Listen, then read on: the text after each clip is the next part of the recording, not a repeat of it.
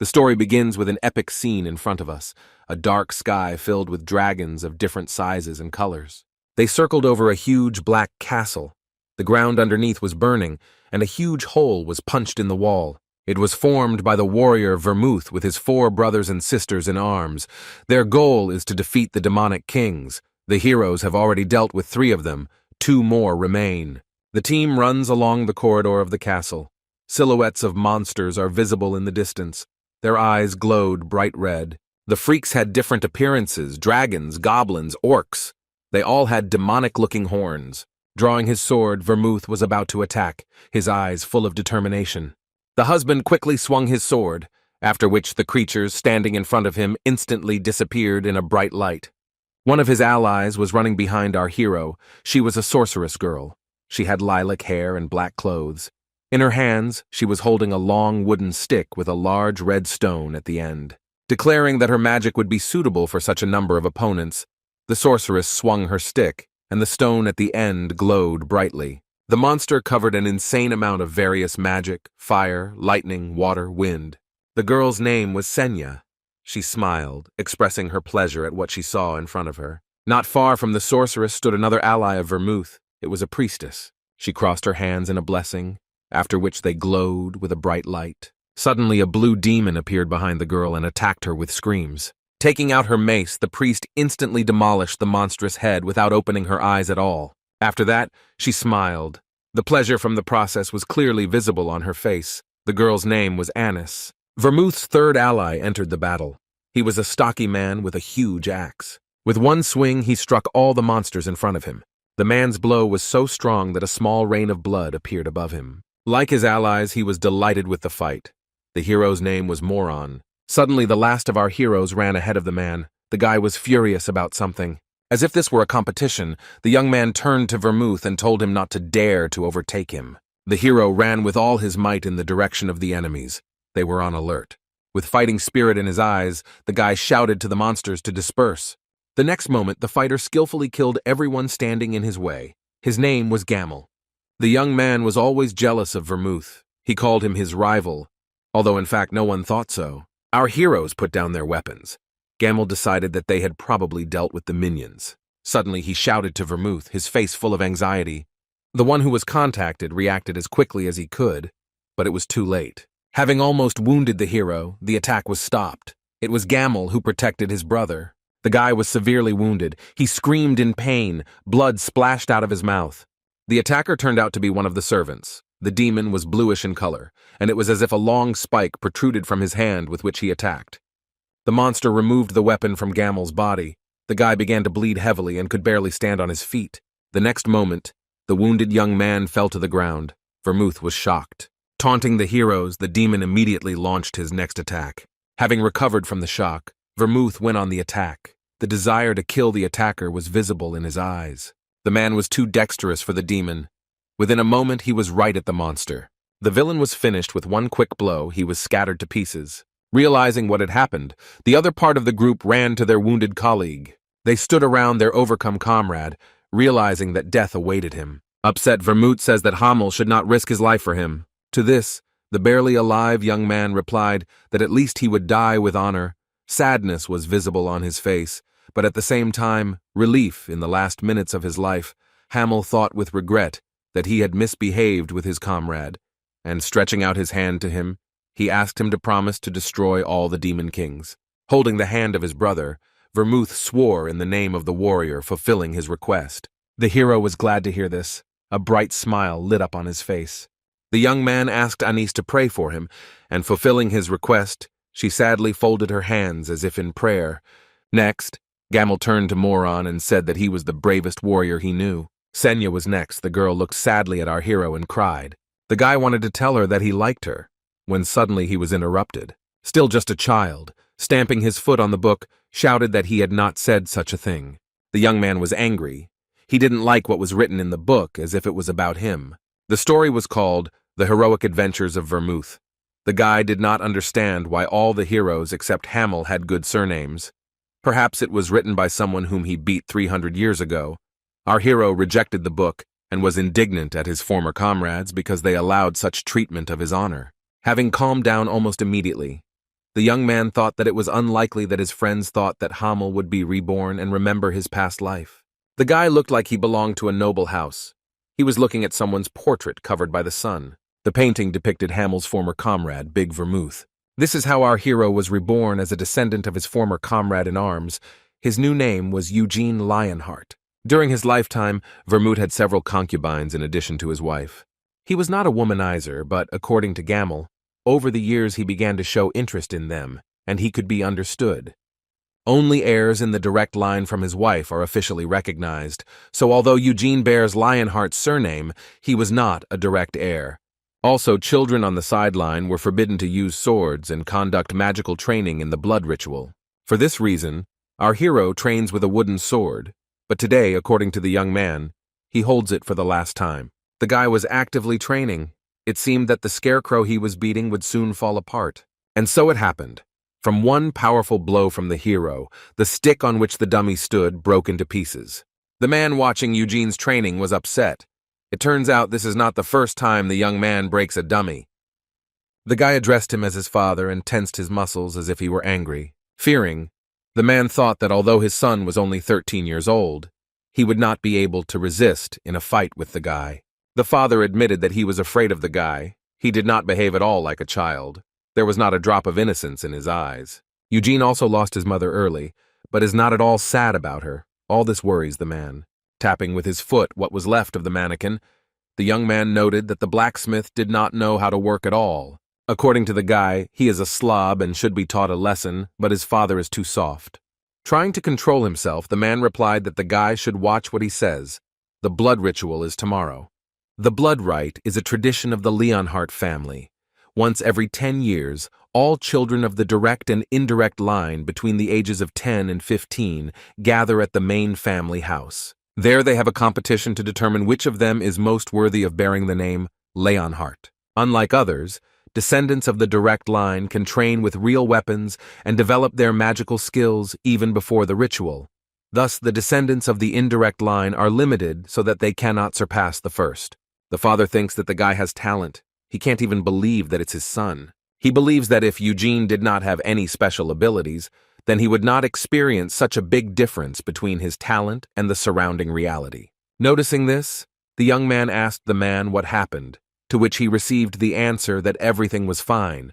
But the guy knew well that his father was again reproaching himself for his insignificance. Suddenly, placing both hands on his son's shoulders, the man turned to him. The elder says that Eugene cannot compete with the children from the main line because he will not be able to resist them. The son replied that his father was right, but in fact he did not think so. The young man is sure that young people are not his rivals, and he will be bored. Eugene glanced at another mannequin and walked towards it. 3 children from the main family will take part in the ritual, where 1 is from the wife and twins from the concubine. There will also be 5 children on the sideline, where 2 are from a relatively glorious branch. All the rest, according to the guy, are ordinary petty punks. The guy swung and smashed the dummy. He wondered how capable the descendants of the great Vermouth were. Subsequently, Eugene went to Lionheart's house, being driven in an expensive chariot drawn by 2 beautiful black horses. On the way there, the guy thought, in a past life he believed that heaven had gifted him. As a child, he learned something new without any problems and quickly developed his abilities. But then he remembered that as Hamel he was told something that made him angry. These words were from Velmet. He told our hero that he could be much stronger if he made more efforts. The dissatisfied young man does not understand how they could tell him such a thing, because he wields a sword so skillfully. He took it as an excess, saying that Velmet should not be considered, that he has no equal. But then, Gaml realized what real talent was. For his outstanding skills in sword and magic, his comrade was nicknamed the Almighty Master. In his homeland, in the Kiel Empire, Vermouth bore the title of Duke, which he later abandoned, but until his death he was considered the greatest warrior. As for the others, wise Senya received an invitation from Aros, located in the Kingdom of Magicians, and became the youngest head of the Magic Tower. Trustworthy Anise, this girl is now called a saint in the sacred empire of Eurus. There is even a holy scripture that outlines her teachings. Brave moron, it is incredible, according to our hero, that this man was able to found his own kingdom. Until their death, they lived happily ever after. But the young man could not understand why the demonic kings had not yet been destroyed. He remembered Vermouth's promise and became angry at him for breaking it. It turns out that the former brother entered into an agreement with the demonic king, as a result of which the war ended and peace began, which has been preserved for 300 years. Someone approached Eugene and told him that he looked worried. He was a rather expensively dressed man with brown hair and a mustache. He added that if a guy is so worried, then it will be very difficult for him in the main family's house. The man's name was Lord Godden, and Eugene thanked him for the warning. The young man and his companion looked out the window. Finally, they arrived at the Leonhardt property. Lord Godden noted that it was too early to get ready, because they still had to go to the main house. Eugene wondered whether it was difficult to live in such large estates, to which he was told that portals were installed throughout the territory. In his head, the guy wondered why he was riding a carriage and not using the portal, to which you already knew the answer: he was not allowed. Finally, our hero arrived at the building. It was a huge, expensive-looking castle. The young man's face was full of determination. He was ready for what awaited him. No one met Eugene. It was clear that there would definitely not be a congratulatory ceremony. The passage to the castle was accompanied by large flags, on which the family emblem was depicted. Its name was the Lion's Heart of Vermouth.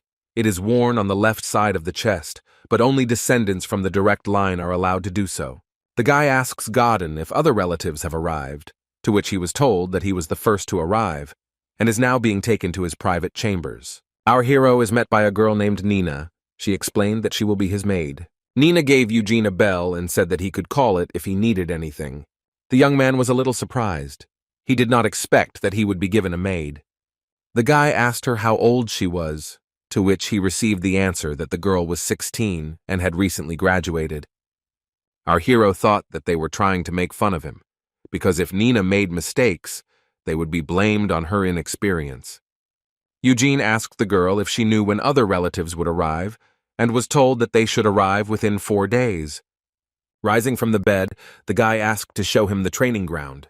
Meanwhile, in the courtyard near the castle, there were 2 children with white hair. They seemed to be one of the relatives. They had the family emblem on the left side of their chest, and the young people were discussing our hero. The guy says that Eugene is from a remote village located on the western outskirts of the empire. Perhaps he wields a pitchfork better than a wooden sword. Continuing, the young man says that his carriage probably had an unpleasant smell, and if it dirties something here, our hero will bear responsibility. The girl picked up her brother's words and added that they should scold Eugene. The guy replied that they wouldn't scold him, but just warn him. With a laugh, his sister agreed and said that her brother was a smart guy. While the young people were going to implement their plans, someone was watching them from the window. The girl felt this, and with a frightening expression on her face, threw her gaze at the observer. It turned out to be another relative in the direct line. Realizing that he had been noticed, he became very nervous. The guy instantly covered the window with curtains. The girl exhaled with a smile and followed her brother. Meanwhile, Eugene and Nina were at the training ground. The guy was mastering a wooden spear. The guy's blows were fast and strong, and a strong wind blew from them. The young man remembers that in his previous life, he also did not shy away from training. But after his rebirth, he began to train to the limit of his body's capabilities. No matter how hard the training was, he did not get sick, and most of the wounds healed very quickly. Since our hero was reborn as Vermouth's offspring, his body's abilities have increased incredibly. Nina was surprised by what she saw. She couldn't believe that the guy could move, despite the fact that sandbags were tied to his hands and spear.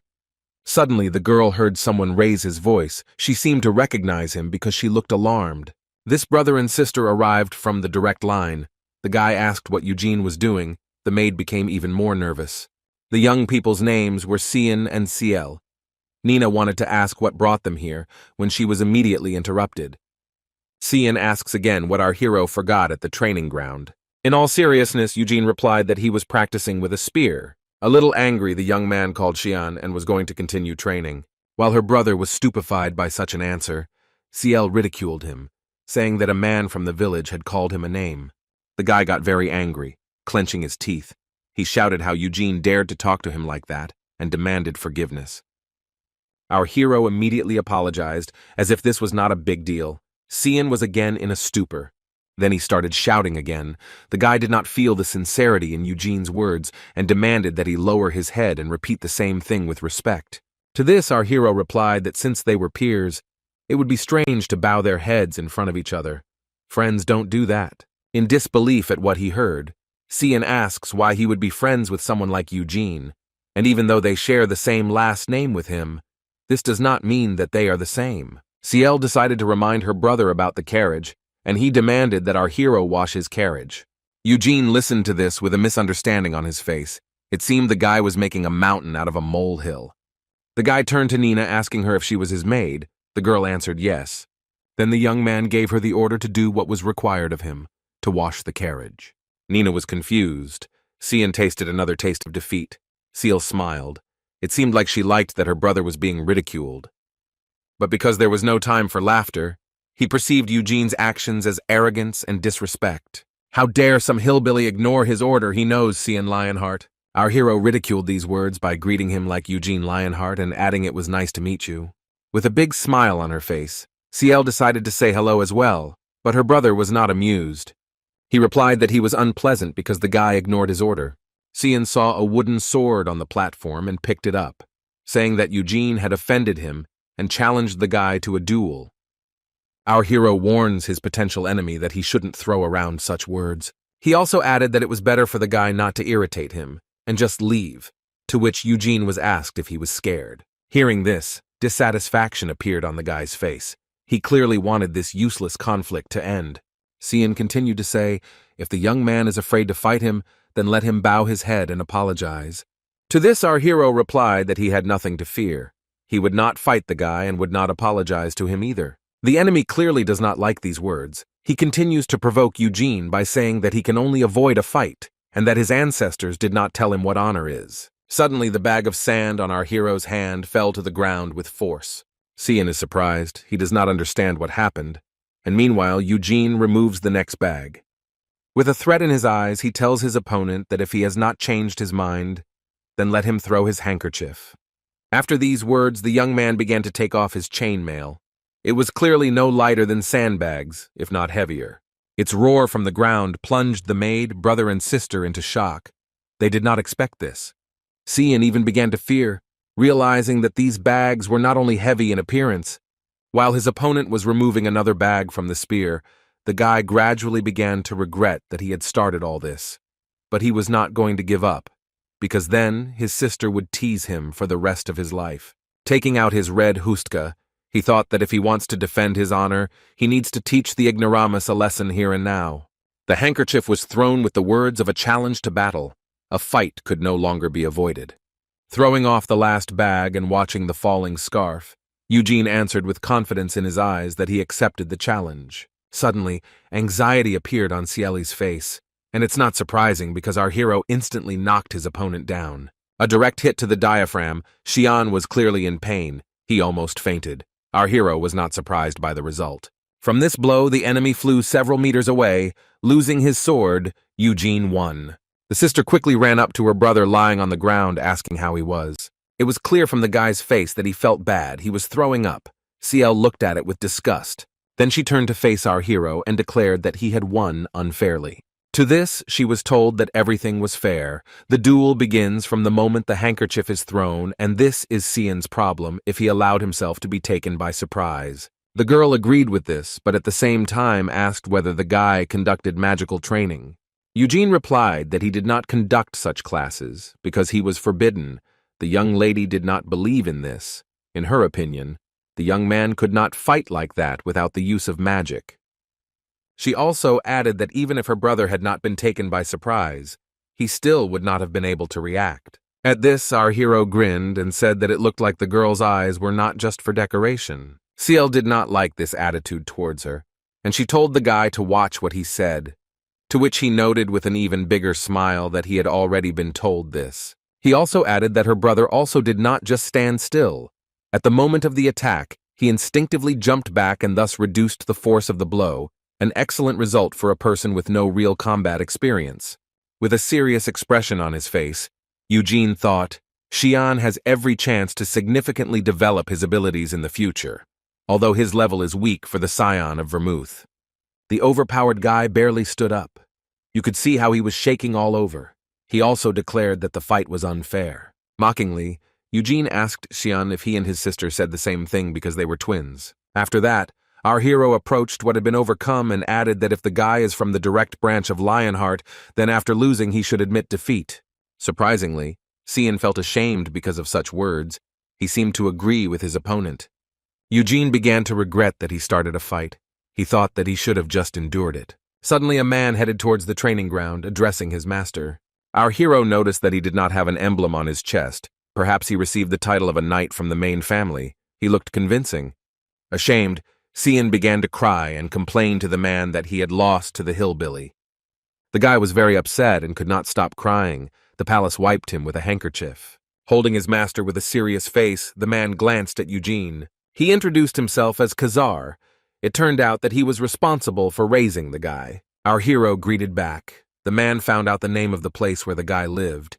He knew that Jihad's family lived there. That's right. It was the guy's father. Khazar asked what happened, to which he received the answer that Cian bullied the guy and insulted the honor of his father. Having expressed his indignation, the young man asked from a direct line when he did this. Eugene continued that he said that his father did not teach him the concept of honor and called him a coward. Concluding, our hero said that Cian insulted not only him but also the honor of his father. How could he not accept the challenge to a duel? Khazar agreed, because the guy's words sounded reasonable, and took his master into the house to examine his wounds. The husband said goodbye to our hero, and so did Ciel. She had a big smile on her face, with a little indifference on her face. Eugene said goodbye in return. Later, the guy had lunch at a huge table. There were many delicious dishes on it. Here Nina came to him, holding a small notebook in her hands. At the young man's request, she learned that tomorrow Decon, Hansen, and Juis would arrive in the south, and in the evening Gargus and Dejira would arrive through the portal. Hearing this, Eugene thought that everything was happening faster than he thought. The blood ritual would begin very soon. The young man left the castle, where a long red carpet and many lanterns were spread out in front of him. He thought it was time to give Vermouth's descendants a hard time and let him not be too sad, because the guy was not specially reborn in his family. We are taken inside the castle. Khazar and the twins are standing in the room. A woman is standing in front of Cian. Folding her fan, the woman asked if she understood correctly that her son challenged a guy from a side branch to a fight and lost. She was the second wife in the main family. Her name was Anila. The attendant confirmed her question, and after that, the woman asked Cian to come to her with a smile. The guy cowardly approached and was instantly hit in the chest with a fan. He was in pain, but the mother did not stop, saying that he could not bow, and because of this, then the woman ordered the guy to stand still. Turning to Khazar, Anila with a stern face asked if the guy really did not use magic against her son. The husband confirmed that there was not a drop of magical energy in the young man's body, and that he was the son of Jihad. Next, the woman turned to Ciel. She asked her how it happened that her brother lost. The girl replied that as soon as the fight began, Eugene immediately struck with a spear, and this came as a complete surprise to Cian. His brother tried to get up, but the enemy's spear was faster. Anila realized that the fight ended with only one blow. The ashamed guy wanted to tell her something, but he was not allowed. The woman gave her son a strong slap in the face, shouting that how could he lose the fight that he himself had started, and also a hillbilly without magic. She continued to say that their father would burn with shame. She imagined how Theonis would rejoice over her. The woman was shaking with anger. Cian tearfully apologized to her, holding on to the place where his mother hit him. Anila turned to Khazar, saying that she had finished him off with pleasure, but fortunately for him, her husband highly values the butler. She ordered her son's training to be made tougher so that he would not allow such a failure again, and to take him out of the room. Although he clearly didn't like it, the man carried out the order. The guy continued to cry, and the mother looked at them sternly. Having straightened her fan and calmed down a little, the woman turned to her daughter. With a smile, she told her to try to be friends with Eugene. Ciel asks why she should do this, to which she received the answer that the young man is already strong enough to defeat her brother. Anila would have liked to kill our hero, but she understood that she would be the first to be suspected. In addition, if quarrels arise within the family, defenders of family traditions come into play. The woman would like to avoid their intervention at all costs. Continuing to answer her daughter's questions, the mother told her to watch Eugene closely. The girl agreed, and noted that she herself was interested in learning more about the guy. The next day, 3 children from the lateral branches arrived at the estate of the main family. These were Dekon, Hansen, and Uis. Meanwhile, our hero was out on an early run, wearing sandbags as always. Suddenly, Nina turned to him. She told him that 2 of the side branches had arrived, although earlier she had said that they would be there until the evening. The girl confirmed that this was how it should have been, but they arrived earlier, and the head of the family was with them. The restless maid says that the guy needs to meet him quickly, but then she decided that it would be better if he changed clothes. Eugene replied that then he would be the only one who would be late and decided to go in the clothes he was wearing. The head of the family was greeted with honor. Soldiers lined up on both sides of the road to the castle with swords raised to the mountain, and all the relatives and servants met him at the estate itself. Our hero saw a woman standing next to Cian and Seal. He realized that it was Enasil's second wife. The first wife, named Theonis, was probably standing in front of her, and her son was next to her. That upset guy was supposed to be the eldest son of the main family, and the first in a line of descendants. His name was Yod Lionheart. 2 horsemen and 2 chariots were approaching the castle gates. On the first horse was Glide Lionheart, and behind him was probably his younger brother Gion. Glide turned to his son, saying that he had grown a lot and asked if he had gained more strength. Looking away, the guy answered uncertainly that he would try to live up to his father's expectations. The man did not like this answer. He looked at Yoda with stern eyes. Glide drew attention to his other children, saying that they were completely unrecognizable. Children grow up quickly. Ciel happily said that they missed their father. Next, the head turned to some man from the direct line. His name was Guilford, and said that he heard how he had a son. He apologized that he could not be there at such a happy moment. The man replied excitedly that his brother had nothing to apologize for. Next, Glide turned to the children along the sideline and invited them to eat together, and then discuss the blood ritual. The dining table was wide, with descendants of the direct line sitting on one side, and descendants of the sideline on the other. The sideline was joined by 2 more relatives, Gargus and Diger. They arrived at the ceremony using the portal together with the head. It seems that their families are the most noble among the side branches of the Lionhearts, Eugene thought.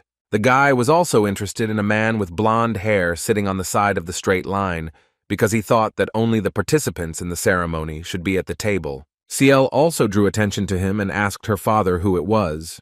The head chuckled.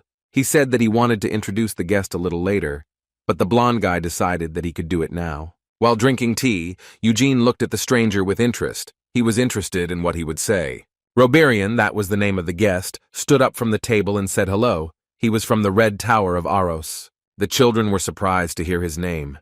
It turns out that the young man was quite famous. He bore the title of the head of the Red Magic Tower.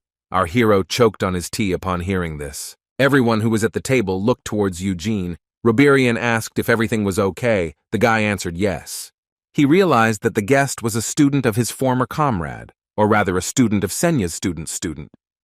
300 years ago, the girl became the youngest head of the Green Tower of Aros in history, was able to update all magical grimoires, advised students, and even the heads of other magical towers.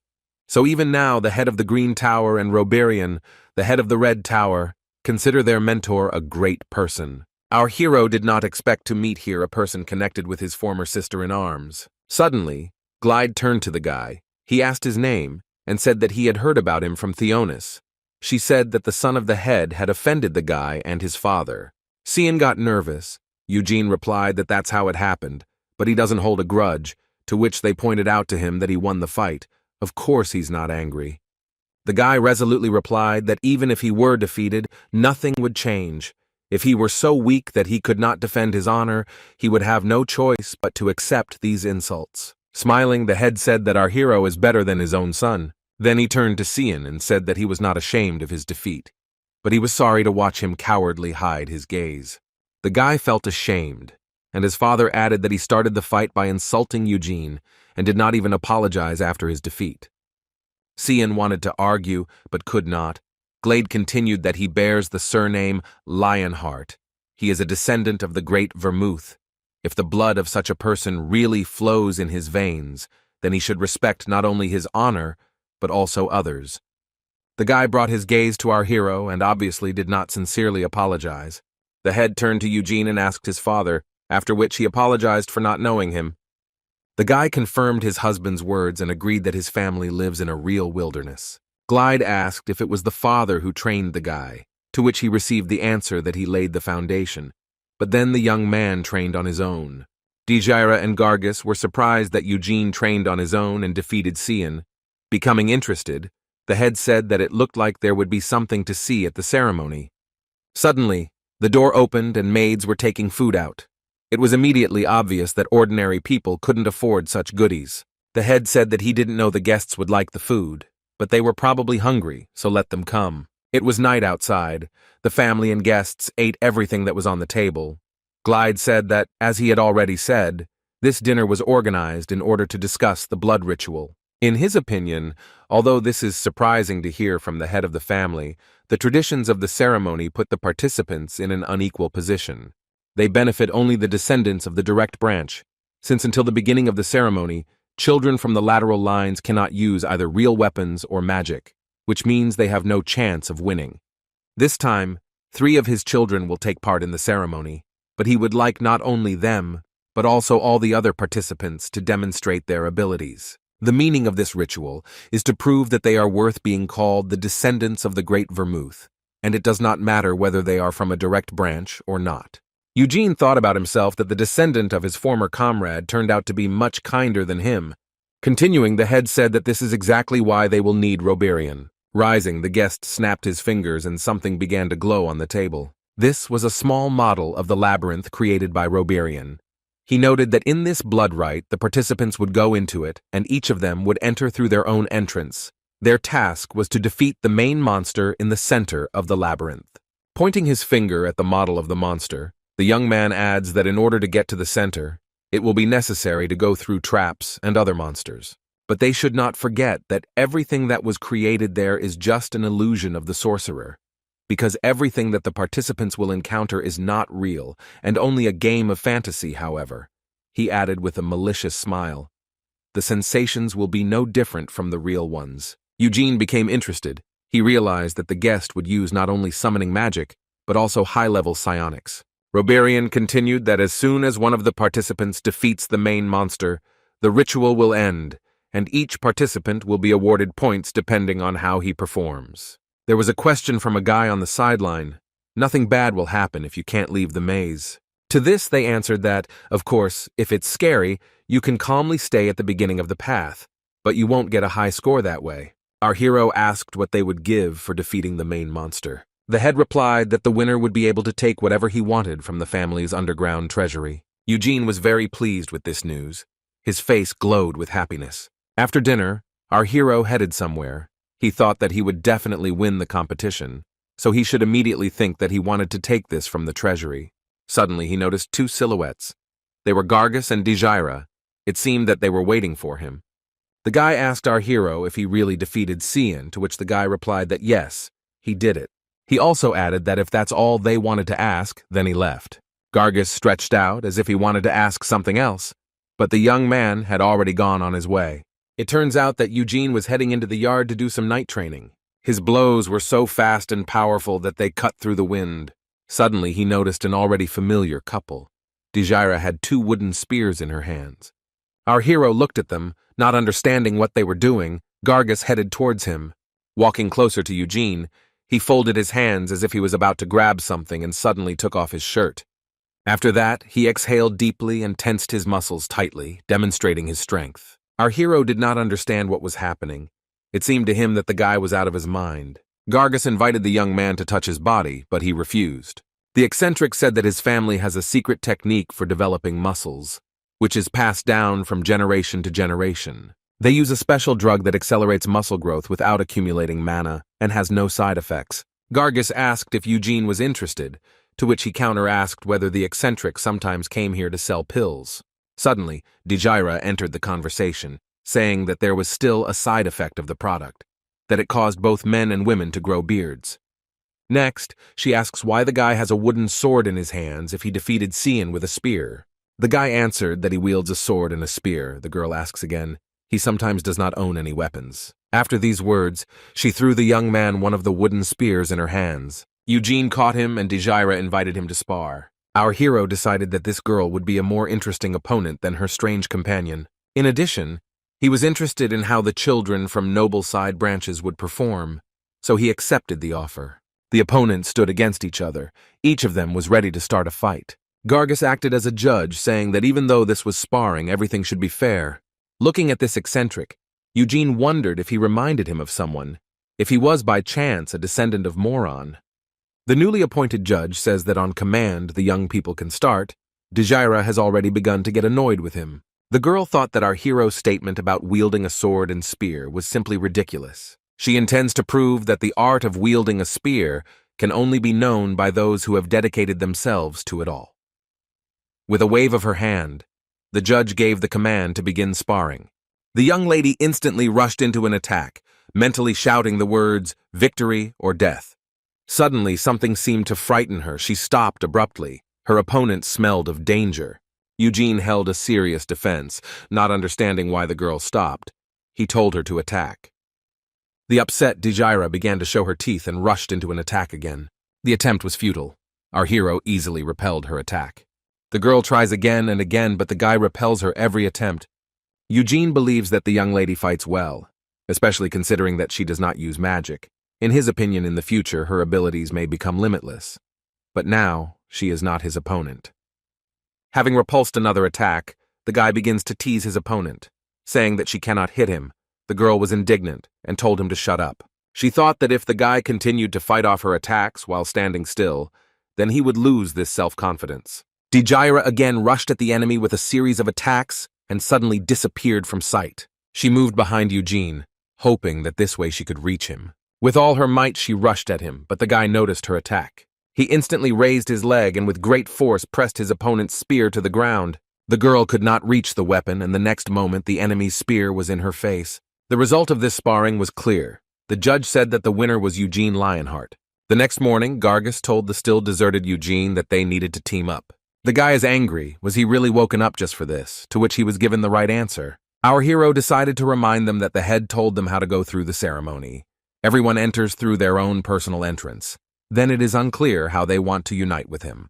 Gargus replied that although the entrances are different, the goal is the same. The center of the labyrinth, the main monster, the twins are also going to unite. To this, they asked him again. That is, he offered to meet in the center of the labyrinth and together destroy the main monster. The answer was in the affirmative. Eugene thinks that he could cope with the monster himself. Who turned to him?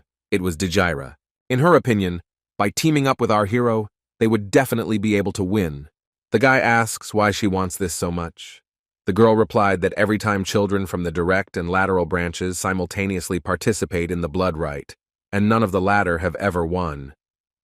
But the young lady is sure that together they could do it, she, Gargus, and Eugene. Dejira asked again if our hero would like to defeat the main family. Meanwhile, we are transferred to Anisila's room. The woman thinks that perhaps the reason why Reborn was invited was so that he would take Yod as his student. Since childhood, the guy was more interested in reading than physical training. He was interested in magic and was even able to learn something. If Yod becomes a student of the head of the Red Magic Tower, then he will have to leave his family. That is, he will give Cian and Seal more room to grow, and Yod himself will actually have a chance to emulate. But the whole problem is in the ritual. If Anisila's children do not go through it, then they will have to bear the stigma of shame all their lives. Before this, the mother always managed to stand on her own 2 feet and achieve everything she wanted. But losing to the child from the side branch was too much. If this hillbilly was the first to exit the labyrinth, and he managed to humiliate the main family because of his 2 outstanding abilities, then Xian's defeat would not be so noticeable in the general background. 3 days later, the blood ritual finally began. The participants gathered at the entrance to the portal. Reborn used some kind of magic. It shone with a bright blue light. The sorcerer's magic directed towards each participant. She stretched her hands towards it. The young man explained that he would now create equipment for the young people. Each participant had to imagine the weapon he needed in his head and form it from light. The children began to create weapons. The children on the sideline did not succeed right away, but Ciel got a rapier. She was delighted with this and tried out the new weapon in action by swinging it. The girl asked what to do if the sword breaks, but the sorcerer replied that this was impossible, because it, like the entire labyrinth, was created with the help of magic. The young lady asked another question. Is it possible to create animals? Roberian replied that you can create apostates and even golems, but not living creatures. Yod asked why this was not possible, and he was told that in the world of magic such things are prohibited, only higher powers can create a new life. The boy listened with admiration to every word of the sorcerer, and meanwhile Gargis created himself a large, double-edged sword. He said that this was his favorite sword, which he worked on at home, only now it is not wooden. Surprisingly, it materialized exactly as the guy imagined it. Dejira didn't understand who he was telling this to because no one asked. The girl created a spear for herself. Cian and Yod had swords of different types. The other guys on the sideline also created a sword, but Eugene also added a shield. Ciel asked what he would do if they met in the labyrinth. Would he fight with her? The guy asked the head if this was possible, to which he replied that there are no rules in the labyrinth. After all, competition is the basis of the ritual. He also added that this time, depending on the circumstances, the participants will have to demonstrate their analytical skills and ability to work as a team, because they are all members of the Lionheart family. The words about family members made Ciel blush, and she looked at Eugene with a mysterious smile. The guy felt uneasy about this, but meanwhile Roberian said that children need to put weapons around their necks. He gave each participant a blue pebble that could be worn around their neck and explained that this pendant would establish a connection with their mind. If the children received a critical level of stress in the maze, it would react. With a serious face, the sorcerer said that if the situation gets out of control, he will intervene. In his head, Eugene realized that this was a precautionary measure in unpredictable situations. Roberian continued that if the participants feel that they are unable to get out of the maze, then they need to knock on the pebble on the pendant and call for help. The sorcerer finished with his explanations and asked everyone to calmly enter the cave. The children headed towards the portal. Some were calm and determined, while others were very worried. With a smile, Ciel wished Eugene good luck, to which he coldly reciprocated and entered the cave. Entering the labyrinth, our hero remembered the times of his past life. Then he went through a bunch of such labyrinths. The young man began to analyze the area, the walls above the ceiling. It would be impossible to climb. He swung his sword and realized that it would not be convenient here with a long weapon. That's why he chose a sword and shield, a basic combination that works well in almost any situation. Thinking that the maze was made for children, Eugene decided that it would be easy and decided to go. Meanwhile, one of the participants was attacked by green slimes. The guy could not stand it and gave up. Roberian instantly moved to him and pulled him out of the encirclement of monsters. Less than an hour has passed since the start of the blood ritual, but 3 people have already escaped from the labyrinth. Glide looked at them with disappointment and told them to go home to rest. The guys were terribly ashamed. The head and Roberian sat in the tent and watched the participants. Gargis had goblins on his way. He wanted to cut them down, but his sword hit the wall. It was too big. One of the goblins began to mock the guy when suddenly he broke through the wall. His strength was enough to finish off the goblins with one blow after that. The guy moves towards his goal clumsily but persistently. Without much difficulty, he deals with all the monsters on the way. Dejira was attacked by slimes. They rushed at her, but she managed to dodge them. She tried to pierce one of the bottom, but failed. The girl understood that it was difficult against such opponents with a spear, so she needed to figure out the moment.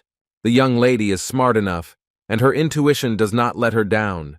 She does not see the need to fight monsters, because it is more important for her to get out of the maze. Cian noticed a trap on his way. Before the ceremony, his mother was able to find several drawings of different labyrinths. After studying them, he and his sister developed behavioral tactics. Now neither he nor she would fall into such obvious traps.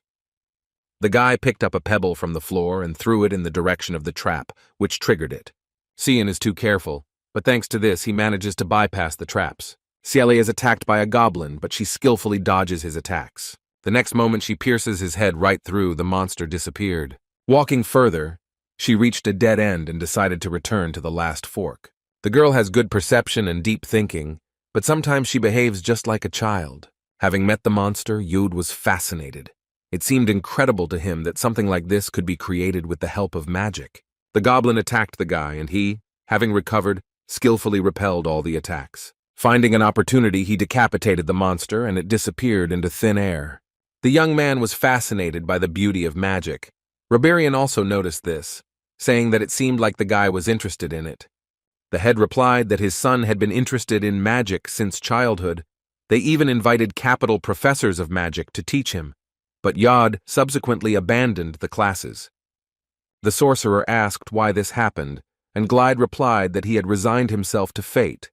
For the sake of his mother, he decided to become the head of the family, but magic does not give any advantage in the struggle for inheritance.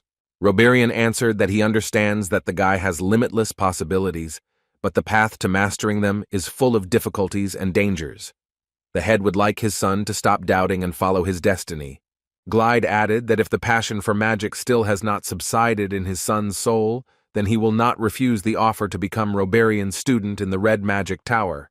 The sorcerer replied that he could not yet give an exact answer. For the sake of the chapter, he agreed to take Yoda to the tower, but if his abilities leave much to be desired, then he would not be accepted as a student. Lionheart replied that he was in no way forcing him. He just wanted his son to make his dreams come true. It got to the point that he, the descendant of the great Vermouth, has more respect for the wise Sen. Rebirth noted that an understanding boy, he was always more interested in the story about his mentor whenever their company was in danger. She found an amazing way to cope with it with the help of magic. The head also taught stories about heroes from childhood, but what he liked most was not Vermouth or Senya. The intrigued sorcerer asked who Glide liked most, and he was about to answer when he suddenly noticed something. Rebirth asked what had happened, and the head, showing him the magic screen, told him to look. There was Eugene, who met a monster. The creature was large and stocky. The giant raised his hand and was about to hit the guy, but our hero parried the blow with his shield. Then he began to chop the monster from all sides. The guy was so dexterous that it was hard to see him. The sorcerer and Glide were shocked by what they saw. The first asked himself who this young man was, and the second had no words to describe what he saw except as incredible. While they were watching, Eugene finished off the monster a moment later, and it fell to the ground with a roar. Sharing his impressions with the sorcerer, the head said that the guy was only 13 years old, and before that he had never fought with trolls. He even managed to maintain composure, deal with him bravely and without unnecessary fuss. Rebirth replied that the trolls were not created to fight with them, but as an obstacle through which it is necessary to pass through using loopholes, and this one was also larger than the real ones. The young man cannot believe that our hero was able to defeat the monster so easily. Glide replied that this was also possible if the guy was born so capable. To this, the sorcerer asked if Lionheart knew what such children were called, and immediately replied that they were called geniuses. Meanwhile, Gargus had problems. He also met a troll, and he hit him pretty hard. Without giving up, the guy rushed at the monster with all his might, dodging the attack. He managed to cut off the monster's leg, and it fell to the ground with a roar. Taking advantage of the opportunity, Gargus jumped onto the troll's chest and pierced him with his sword. The monster screamed in pain and wanted to reach the young man, but it was too late. Breathing heavily, the guy realized that he had defeated the enemy and screamed madly, celebrating the victory. The monster disappeared, and Gargus fell to the ground. The monster's blows were able to pass through his muscles and break his ribs. Meetings with trolls were added to the endless traps. The guy thought that if he was so beaten up, then surely the other participants were too. Without having time to prove his point, the strong man fell to the ground, and meanwhile Cian met his troll. At first the young man became nervous, realizing that this monster was stronger than the others, but then traces of determination appeared on his face. He threw a stone at the wall as a wonderful distraction, and it worked. Cian successfully walked past him. Suddenly the guy managed to meet his sister. She was surprised that they succeeded, although they started their journey from different ends of the labyrinth. Cian assumed that the center of the cave was already close and told the girl to follow him. He would lead them out. The young lady was childishly happy. The young man thinks it's time to restore his honor after what happened between him and Eugene. Ciel turned to her brother. She wondered if they could stumble upon any monster because the labyrinth is just an illusion. Cian replied that most likely this was possible, and was a little surprised by this question. The girl continued asking if ghosts could appear here. The guy was alarmed. It looked like he was afraid of them, but he tried to pretend that everything was okay. The sister smiled sarcastically. The brother told her not to worry. No matter what they met, he would overpower them. Suddenly someone came around the bend. They were all covered in blood. The guy screamed in fear. It turned out to be Dejira. She also screamed. Cieli, who was watching this from the side, smiled. She was having fun. Realizing who was in front of him, Cian asked what she was doing. The girl replied that she was scared because the guy suddenly screamed. Ignoring her answer, the young man continued to ask why she was covered in blood, whether she wanted to scare him first and then attack him. The young lady replied that she was injured by the trap, although mentally she was offended that the unexpected attack did not work out. Dijara wanted to run away quietly, but Ciel immediately noticed this and shouted to her brother.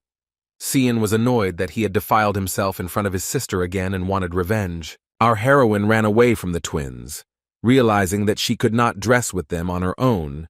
She was also interested in where the strong guy with whom they wanted to unite had gone. Suddenly, the girl fell into a trap. The floor began to fall under her. By quickly jumping from platform to platform, she was able to reach safety. Noticing that the floor had fallen, Cian contemplated finding another way. But he decided that this would make him fall even more in his sister's eyes, and decided to use magic. A blue aura formed around him. The guy wanted to hold back until the final monster, but decided that he had no choice.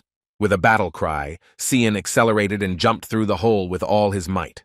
Having reached the other side, he extended his hand to his sister, preparing to catch her. But Ciel didn't need help. She easily jumped to the place where her brother stood.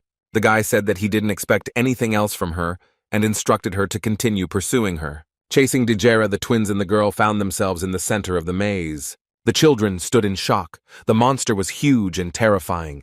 Suddenly, the question sounded behind them why they came in three. Then, resting against the wall, there was Eugene. Surprised, Cian asked what our hero was doing, to which he replied that he was waiting. He was wondering who would come first.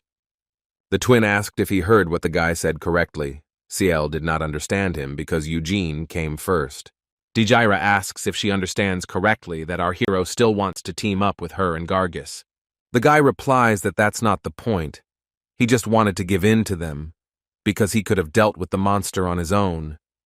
But then the other participants would have been annoyed, because they put a lot of effort into getting here. Cian was outraged by the guy's words, but he added that the monster does not attack because it seems to be in standby mode. Eugene says that they will fight the monster in the same order in which they came to the center, which means Dijara should be first. The girl became nervous, asking if she would have to fight one-on-one, to which the young man replied that if she was not confident in her victory, then it might seem like it. The young lady refused to lose heart and took a handkerchief from her pocket, which she tied around her forehead. While she went to meet in battle, Cian asks our hero if he will fight, to which he received the answer that he would be the last to follow. The twin believes that Eugene's turn will not come because he will overcome the monster. To this, the guy replied that if this happens, he will call Xian his older brother for the rest of his life. The guy blushed at such a proposal and said that his opponent should not forget about the promise. Sitting down, the twin began to analyze the monster.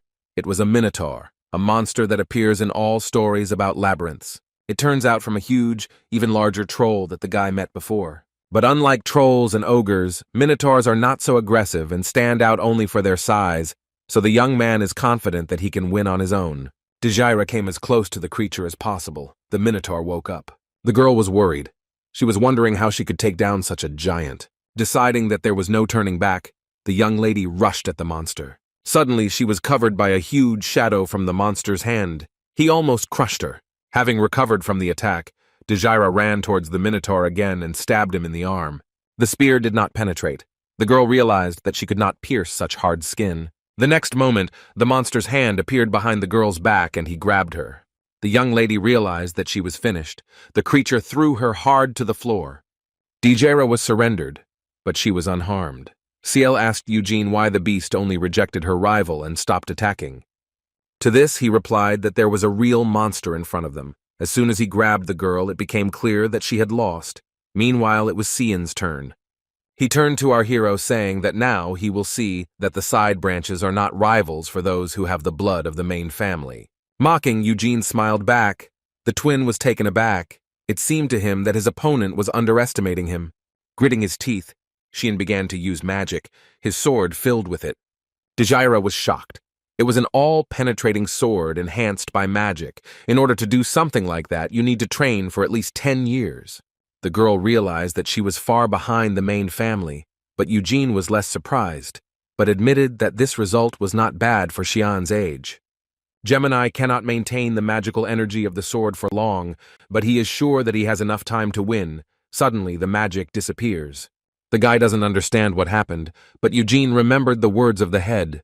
He guessed that the labyrinth was made in such a way that it was impossible to use magic in the center. And if it is impossible to strengthen a weapon with mana, then children from the head and side branches can fight on equal terms. Cian does not understand what is connected with his weapon, because he still has enough lies. Addressing him, our hero says that since he loses, he can come back.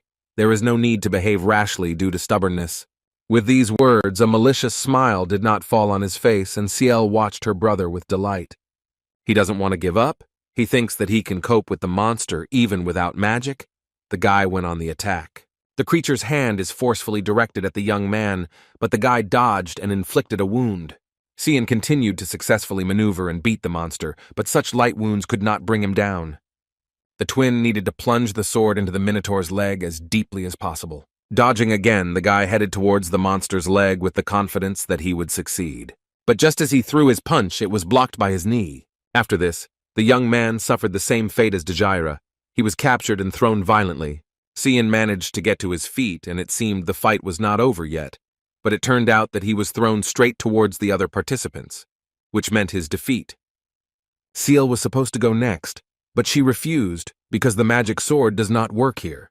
Eugene was surprised. The girl turned out to be smarter than her brother. Realizing it was his turn, our hero picked up his equipment. Ciel asked if the guy could win, and he replied that he would have to try hard to lose. The minotaur was already ready, and our hero was thinking about how to finish off the creature. A giant fist flew at Eugene. The guy dodged and began to climb the monster's hand. Suddenly, another hand moved towards the guy to grab him, but this also turned out to be a failure for the minotaur. Our hero climbed onto the monster's head, and he hit himself in the face with all his might, trying to knock the guy down. The monster was in pain, and the young man, taking the opportunity, began to cut his neck. The other participants were surprised by what they saw. Dejira realized that the guy was focusing on only one point and hitting only the carotid artery. With all his strength, Eugene decisively pierced the monster's neck, and a lot of blood poured out of it. From such a serious wound, the minotaur began to fall and fell to the ground with a roar. Spilling off the monster's blood, our hero turned to the children, saying that he did what he promised, defeated the monster. Cian said not to brag and wanted to add that he could cope with magic, but stopped because he realized that he could not show the same result. Looking at our hero, some kind of feeling awoke in the guy. He himself did not understand what it meant. Suddenly, Eugene's equipment began to disappear, and with it the monster. The ritual was completed. Glide was surprised by our hero. A guy from a side branch who was not taught magic was able to defeat the minotaur only thanks to his skill. Reborn was concerned. He said it was quite difficult to defeat the main monster on his own, so the ritual emphasized the need for teamwork. The minotaur was created precisely so that during the fight, children could try out various methods of teamwork. Our hero easily managed to get through all the monsters and traps. The sorcerer was interested in who he was. The head answered with a smile that since Eugene arrived at their house, he had been undergoing grueling training on the site for several days, and the guy was also widely known in his hometown. According to the man, not only does the guy have excellent training, but in addition to his physical characteristics, he has a fighting spirit. The ritual has already become special, if only because they found such a nugget. Reborn asked the head, almost annoyed, because this child is superior to his own children, and if he has already surpassed them so much, then by studying magic, he will become even stronger. Glide replied that he would only be glad of this, because then the Lionheart surname would shine even brighter. To this, the sorcerer replied that our hero clearly has big plans for the main family, what the man will do if he suddenly wants to become the next head. The present head replied that only the most outstanding Lionheart should take his place. If his own children could not maintain this position for themselves, then so be it. If they are so weak that they would allow themselves to take away the right given to them from birth, then they are not worth leading the Lionheart family. Reborn apologized for meddling in his own business, but decided to give advice as an old acquaintance. He advised them to adopt Eugene. Glide was surprised at this advice. The sorcerer added that the child from the side branch easily managed to bypass the children from the main family, and only because of this, the descendants of Vermouth from the sidelines could rebel. The head thanked him for the advice. The offer was indeed attractive, but first, we must congratulate the guy. The participants were lined up. The head looked at his children. Ya didn't even reach the middle of the labyrinth, the man thought. Of course it was because he was too passionate about magic and monsters, but still. The son disappointed Glide, because during a ceremony where it was necessary to demonstrate his abilities, he succumbed to curiosity and forgot about the main goal. On the other hand, Cian and Ciel reached the center, and the monsters with traps almost did not delay them. Although they did not manage to defeat the Minotaur, we can attribute this to their age. In the future, they will have time to learn everything. Finally, the head broke the silence. He said that everyone had done well. He and the sorcerer watched them progress in the labyrinth and thought that this test would be quite difficult for them. But the children showed themselves well. Next, the man turned to Eugene, saying that he showed himself best. The guy thanked him. Also, the head continued, the young man coped well with all the monsters and traps, especially with the troll, whom he opposed in open battle and defeated him without a single scratch. Gargus was surprised by this. He could not understand how our hero managed this. The big guy also regretted that the guy didn't have a means to increase his muscles like in his family. With it, he could be even stronger. Roberian said he expected the children to emerge from the maze only on the second day, but he underestimated them. The young man thought that even though there were children in front of him, they had the blood of the great vermouth flowing. He took great pleasure in watching them. Glide said that the participants could come back and rest. There could have been a big celebration now, but the children got it done so quickly that nothing was ready yet. The husband wished the participants a good rest and asked Roberian to take them away. Eugene was asked to stay. Ciel asked if his father was going to give the guy a gift now, and he replied that there was no point in postponing the matter until later. The girl was upset.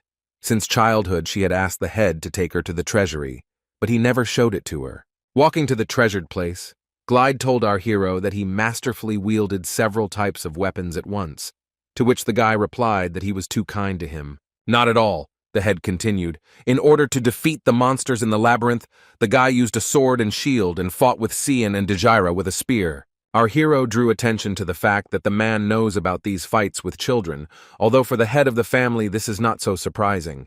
At the moment, Glade continued, the symbolic weapon of House Lionheart is the sword, but their ancestor, Great Vermouth, skillfully wielded many types of weapons, for which he was called the Almighty Master. But he was not the only one capable of this. His comrade Gaml was also a great master and was second in strength only to Vermouth. Eugene noted that he had read about him. The hero was nicknamed Tight Hamel, to which the man laughingly replied that he had also read this story, and if it weren't for Hamel, the book would have been boring. Glide admitted to the guy that this particular hero was his favorite. Our hero was surprised and asked why. The man replied that against the backdrop of the ideal Vermouth, Gaml seemed more humane. Moreover, in the book, the hero constantly felt inferior because of his comrade, but still did not despair. On the contrary, he made every effort to correct his shortcomings and ultimately sacrificed his life for the sake of his comrades. Eugene thinks that in the book this seems like a teaching that is overly exposed, but he liked such words. He answered with a smile that he also liked Hamel. Hearing this, Glide grinned, and subsequently they reached the entrance to the treasury. The doors opened in front of them. There was a staircase in the room that led underground. Descending along them, the man said that besides the heads of the family, our hero was the first to enter the treasury. The guy was wondering if he was really allowed here. Glide replied that it was usually possible. As he had promised, everything had been agreed upon with the elders of the Senate. Eugene has heard of them. Members of the family sit in the Senate, including previous heads, whose fame is widely known even among the collateral branches. He asked what was kept, and was told that the heritage that had been collected for several hundred years, there were still many things left from the time of the Great Vermouth. The young man suggested that perhaps there was a sacred sword there. Yes, it was there, but it could not be taken away. The sacred sword is a weapon that has become the symbol of the Lionheart House. It cannot belong to just one person. Hearing this, Eugene became a little depressed, and the man added that after Vermouth, no one had ever managed to get his confession. Our heroes reached the treasury. The head bit his finger to draw blood and dripped it onto the head of a lion standing nearby. After this, the pattern on the doors formed into the famous Lionheart emblem. The passage opened and Glide told the young man that he could come in. Our hero asked if the head would go with him. The husband replied that he would wait for the guy at the entrance. He explained that if they went together, the guy would look around at him and would not be able to choose what he really wanted. Eugene thanked him for his guardianship and entered the treasury, the door closed behind him. A malicious smile appeared on our hero's face. He was excited. In front of him stood a sacred sword stuck into the ground, and it was with this that the guy planned to start. A sacred sword, a gift from the gods, which has existed in the sacred Urus Empire since time immemorial. For many years it was kept in the sealed main temple of Urus, and only Vermouth recognized the sword as its owner. 300 years ago in Helmud, Vermouth pierced the heart of the demonic Slaughter King, 5th in rank among the kings, but after him it was mainly used as a torch. Eugene walked up to the sword, grabbed it and tried to pull it out, but he failed. Even if he succeeded, he still couldn't take the sword with him. The young man had to look for something else. The young man walked through a hall full of various weapons, where he recognized the insatiable sword Aspel. This weapon is powered by the stolen mana of its opponents, which increases its own power, dispelling high-class magic with one blow. But, the guy thought, Vermouth was able to master it only because he was an outstanding magician. Now such a sword will not suit him. Besides Aspel, Eugene was also attracted to other weapons. The attacking dragon spear, although it needs time to heat up, is not inferior in strength to the dragon's fire breath. Vinid's storm sword, a weapon blessed by the king of the wind spirits. For Noah, the bow of blazing lightning fires lightning-fast arrows that strike targets at any distance. The sword of metamorphosis Jabal, under the influence of magic, turns into a whip with 100 sharp blades. Gideon's shield transfers energy from received attacks to another dimension. Eugene thought that if he took any of this, he would definitely not regret it, but he was surprised that the moonlight sword or demonic spear was not in the treasury. 300 years have already passed, so it is not surprising that the best weapons could be dismantled, the guy thought. He could start with Vinid's sword. He just needs to pick it up to use the power of the spirit of the wind, and with enough mana, he can summon the Spirit King himself. Not everyone can learn summoning magic. Without certain qualities, you won't be able to summon even the most worthless spirit, even if you are the most outstanding sorcerer, but with the Vinid sword, you won't have to worry about that. The young man decided to take another look around the treasury since he had such an opportunity. In addition to weapons, there were also a lot of gems and jewelry. Suddenly, Eugene noticed something. Among the jewelry, he found a pendant with a red stone. It turned out to be a thing from his past life. It was left to him from his parents who were killed by the monster, and although he had avenged them long ago, he still continued to wear it until his death. Our hero wondered how she ended up here. Had Vermouth really taken her from his corpse? Thanks to an agreement between his former comrade and the Demon King of Imprisonment, peace has finally arrived. But King Helmud and the other 2 Demon Kings are still alive. Vermouth, Senya, Moron, Anise, and Gaml himself all vowed to destroy the 5 Demon Kings. Then what kind of deal did his comrades make? They also took our hero's pendant, which is what Vermouth was only thinking about. Eugene thought that perhaps everything was because of him. Perhaps they did not have enough strength to win without his help. The young man does not want to blame his former brothers and sisters in arms. They probably had reasons not to kill the kings. The guy wanted to choose something from the weapon, but he didn't want to leave his pendant anymore, so he took it. Glide was surprised by the guy's choice. He replied that he liked her. The husband asked if our hero was confident in his choice. After all, there were many other incredible treasures. Eugene replied that he was still not able to master most of them. The head wanted to take a closer look at the pendant. It was old, roughly made, the stone was inexpensive, and the cut left much to be desired. An unremarkable, cheap item, Lionheart did not understand how it ended up in the treasury. Glide brought the pendant to the lion's head at the entrance, and its eyes glowed red. It's strange because this means that this thing is not registered in the treasury, that is, it has no place there, and yet somehow it ended up there. The husband said that this pendant has no value. The money from its sale cannot even buy a sword. He asked if the young man was sure of his choice. He answered yes, but then the head decided that just in case, Reborn should check this thing. Since it is unknown where she comes from, no one knows how safe she is. Suddenly she is enchanted. The guy asked if he could pick up the pendant after it was checked, and the head promised him that yes. Glide did not think that everything would turn out this way, and told Eugene that since the decoration did not belong to the Lionheart treasury, the young man could take something else. The guy couldn't believe his ears, but he didn't hear it. The head still made a promise. Thanks. The guy ran back to the treasury. He couldn't believe that this man was really a descendant of Vermouth. Eugene knew what he wanted. Vinid's storm sword. He ran straight to it. Now this weapon belongs to him. Night fell. Dejera asked why our hero did not choose a spear because he handles it well. The young man replied that he himself decides what to choose. He is also good with a sword. The girl is disgusted. Gargus thinks that such a weapon is too light for a guy. Something heavier like a hammer or an axe would suit him. He also added that since the blood ritual was over, would the guy want to go to him? His family would give enough money to increase his muscles. An irritated Eugene refused. The young lady says that there is no point in talking to the big guy and asked our hero to show the sword.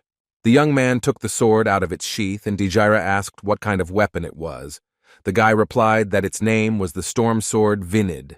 This weapon is blessed by the king of the wind spirits, and it looks like the guy will be able to summon the spirits if he trains enough. The girl replied that the sword is usually cool, but in its place she would still take the spear.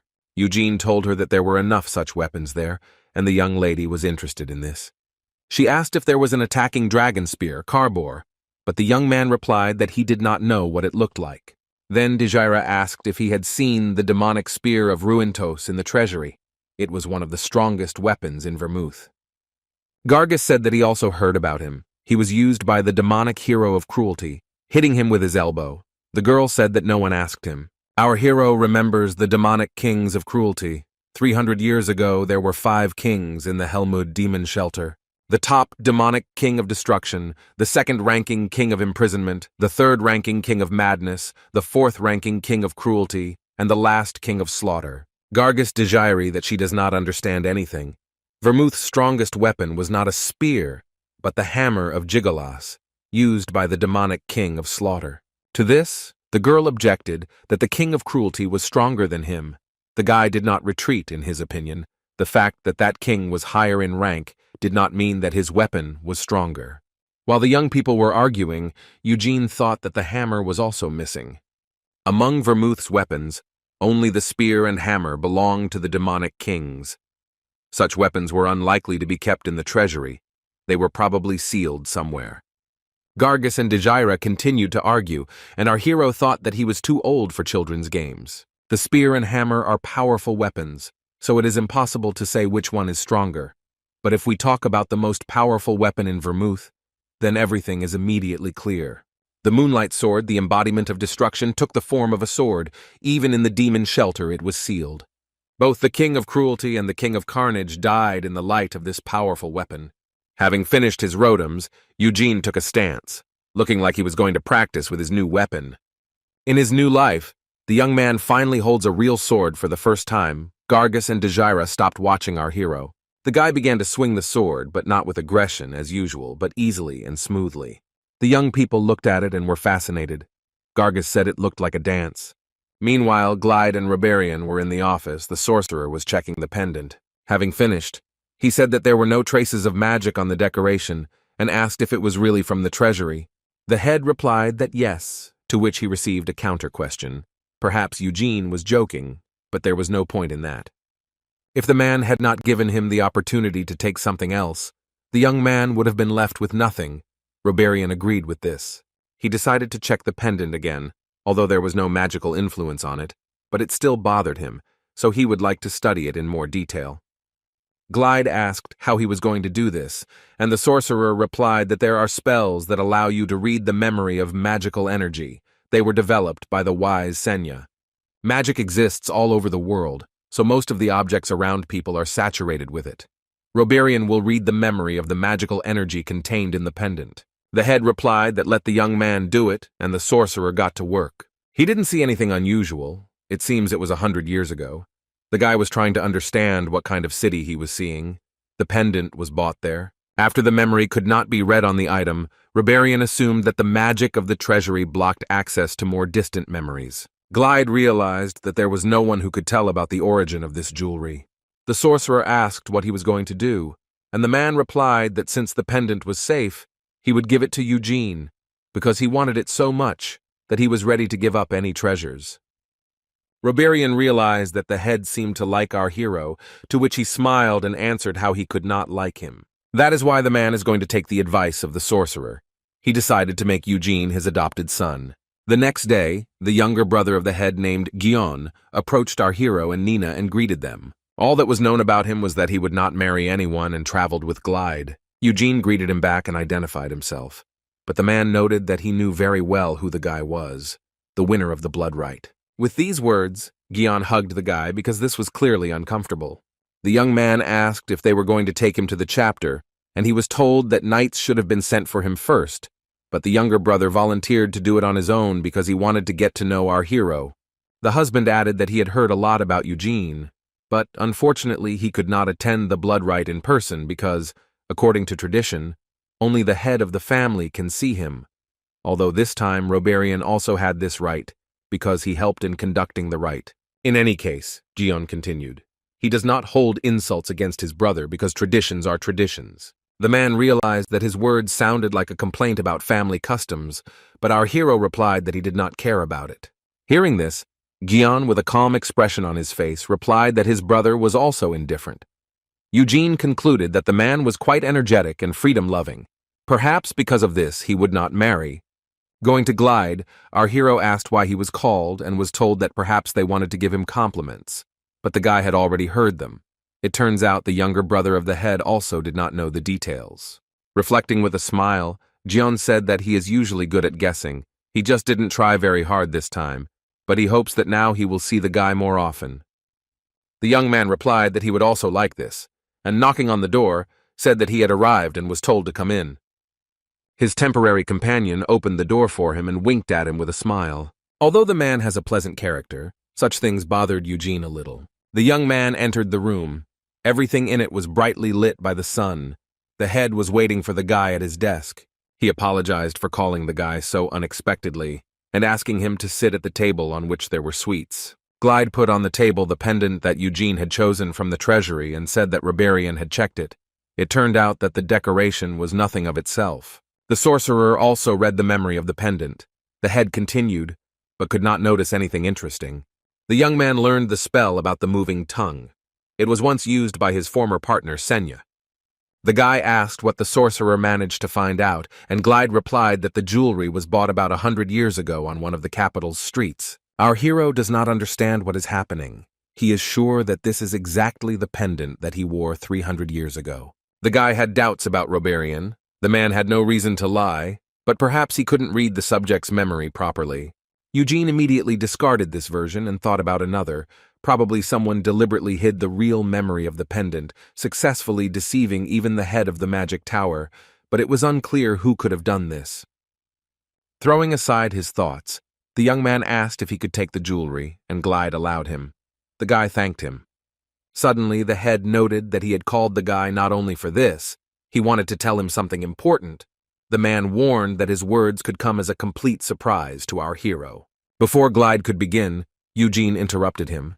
He decided that he would be offered to marry Seal and therefore immediately refused, because now he was not going to think about the engagement. The young man began to think that the leader had planned this from the very beginning, because after defeating Xian, his sister continued to smile and be polite. The guy continued that he had not yet reached the required age for engagement and that he needed his father's permission. The head stopped him and said a little excitedly that there was a misunderstanding between them. He did not intend to arrange an engagement between his daughter and Eugene. Realizing that he had made a mistake, the young man blushed with shame. He did not understand how he could even think about getting engaged to an underage girl. Holding his head, the guy began to think that perhaps after his rebirth he began to have problems with his head. Glide said that he actually wanted to adopt the guy, and he was surprised by this. Although, after thinking, he realized that this way he would have the opportunity to become a member of the main family. Our hero replied that this proposal was really unexpected, to which they joked about him that it seemed that it was not as unexpected as the engagement proposal. Eugene shyly apologized. The head also noted that he could accept Jihad into the family if the young man so desired. The guy was uncomfortable. He replied that then he would have 2 fathers, but Glide said that there was no need to worry. The guy's family would simply join the main one. The head added that he would not want to take his son away from his father because he himself has 3 children, and he also promised to respect Jihad as his own brother, although he had never met him. Our hero excitedly asked if the man would stop respecting his father if the guy refused.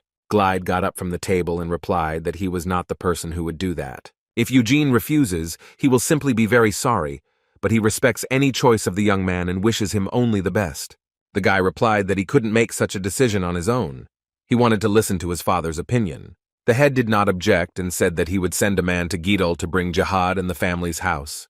The guy thanked him. After that, our hero drank some tea and asked what the man meant when he said that adoption would have a good effect on his future.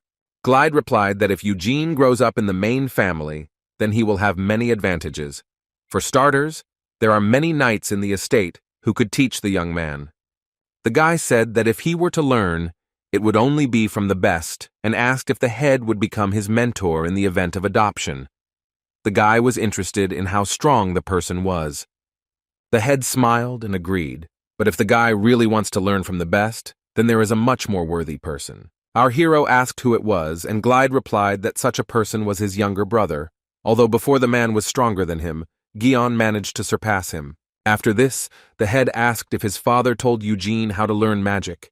The young man awkwardly replied that he asked Jihad not to talk about it, because he had no desire to practice magic. The guy was worried that if he found out everything earlier, perhaps the lies in his body would begin to develop by themselves, and Glide agreed with this. The man mentioned the Mana Stone. This is a crystal that can be found in the bodies of especially dangerous monsters. For those who are going to practice magic, it is necessary. Crystals are highly valued, they are not easy to find, and they are not cheap, moreover. For training you need not only a stone, but also a mentor with outstanding abilities. The head thinks that it will be difficult to fulfill all the requirements in Jihad's house, because the conditions there are too unfavorable for Eugene's talent to be fully revealed. The man does not want to tell this to the young man, so as not to accidentally turn him against his own family, and decided to discuss this with Jihad directly. Glide decided that since things had been discussed with the guy, they could still talk if he didn't mind. Our hero agreed with pleasure. After talking for a while, Eugene got up from the table and was ready to leave. The head asked him to wait until he asked someone to escort the young man. The guy replied that this was not necessary, since his chambers were nearby. After leaving the room, the guy decided to take a short walk, and suddenly he heard the smell of perfume. This alerted him. He realized that there was someone around the corner and he was not moving. Our hero suspects that they are waiting for him. Coming closer, Eugene sees Anila coming out from under the corner towards him. The woman pretended that this was an unexpected meeting for her. The young man understands that she is pretending, but he decided to play along with her and said hello. With a sly smile, Anila tells him that she heard about the conversation between the guy and her husband. She didn't expect that the guy was still here. Our hero asks if the woman wants to tell him something, and she angrily thought that Eugene was too bursting with pride. Although she believed that this was understandable, the young man suffered failure during the days of his stay on the estate. Anila believes that in the near future the guy will become much stronger, so it is more profitable to maintain friendly relations with him than to compete with him. Also, in her opinion, it would also be nice to get the guy engaged to Ciel, so she told her daughter to stay close to him. Finally breaking the silence, the woman asked what our hero was talking about with the head, but Eugene refused to reveal details. She sheepishly agreed, but was in no hurry to end the conversation, deciding to apologize for the fact that her son had disrespected the young man. The guy replied that Anila did not need to apologize because he and Cian had sorted everything out. The woman began to praise the guy and noted that she had given her son a harsh sentence, hoping that in the future they would have a good relationship. Our hero agreed with her with a smile because he and Cian are both Lionhearts and also part of the same family. Anila was disturbed by the words about the family, although Eugene actually says everything correctly. The young man asked if he could go already, and the woman, apologizing, replied that he could go and rest. Leaving his interlocutor, the guy thought about her. He knew that the mother of the twins was the same person who, from the first day, was ready to indomitably mock the descendants of Vermouth over the side branches. The guy would not want to get involved with her unnecessarily. 2 days after this, Jihad arrived at Lionheart's estate, accompanied by his younger brother Glide. The man was nervous. He couldn't believe that his son had won the blood ritual, and the thought brought tears to the man's eyes. The elder recalls that from early childhood, Eugene was an unusual child, but Jihad's strength was not enough to help his son take off.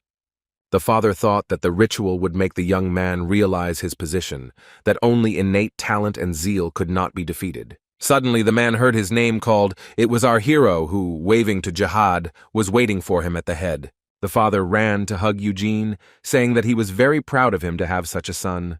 The young man reminded the elder that he had told him to expect good news before leaving, asking again if he believed in him. Wiping his tears, the man remembered these words and apologized for not being able to believe them then. Suddenly, Jihad realized that the head was standing next to the guy and apologized for not saying hello right away. Glide greeted him back and apologized for the unexpected invitation, but his father, on the contrary, was happy about it. The head says that he would not like to interrupt the meeting between the husband and his son, but he would like to talk about everything over food, if the elder does not mind. Jihad readily agreed and left with Glide. A little later, the man learned the topic of the conversation. The head told an elder akin to Eugene that if he agreed, he would also be accepted as a member of the family. The father stood up and, bowing lightly, apologized if he seemed rude and said that he was grateful for the high assessment of his son's abilities. But as a father, he could not help but think about the guy's future. Glide asked what Jihad was talking about, and he replied that he was worried about other family members and Eugene. Since the head has his own children, the man continued, conflicts definitely cannot be avoided.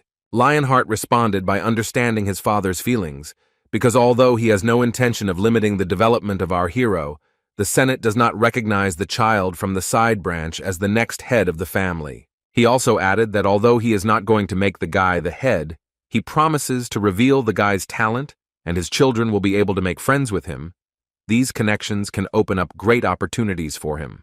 Jihad agreed with this and decided that he needed to talk to his son. Eugene was training on the street when he suddenly noticed his father. He was clearly upset. The young man asked what was wrong with him. Approaching closer to the guy, the man noticed in his bosom the Vinid storm sword, a weapon that the guy himself had chosen from Lionheart's treasury.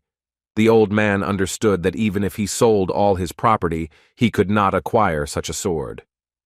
Addressing our hero, he says that the head wants to adopt him and the man agrees that this will be better for his future, although the young man will face many trials. The guy agrees that this will happen, but assures his father that he cannot be defeated so easily. The elder persistently told the young man not to forget who gave him his name and raised him. Eugene replied that he knew about this, and that even though he was adopted, Jihad Lionheart would always be his real father. Hearing this, the man, with tears in his eyes, hugged his son, and the young man thought what had happened was not very pleasant, but great benefit could be derived from this, so he would have to be patient. He does not want to become the head of the family, but he understands that other relatives will not believe it.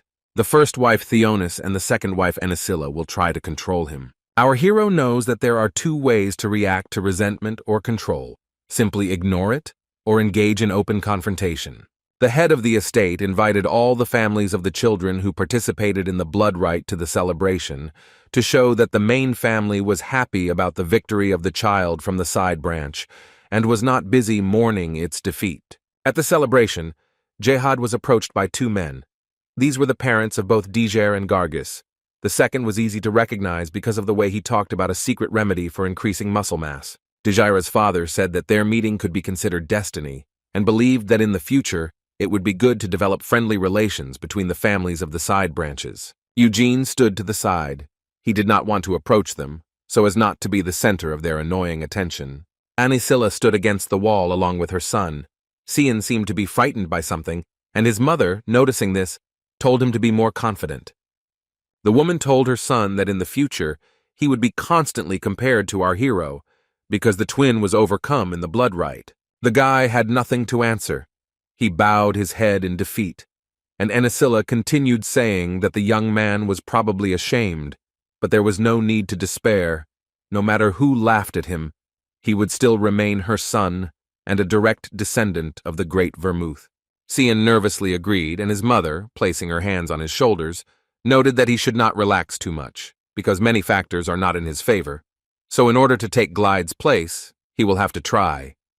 Also, unexpectedly twin, she said to improve the relationship with Eugene so that he can help Xian in the future. The boy agreed, but was not sure how to do it and blushed with embarrassment. Meanwhile, eating the cake with gusto, Ciel approached our hero. She asked if he would call her elder sister, because they are now relatives. Eugene replied that it would sound strange, because they are the same age. The girl did not like it.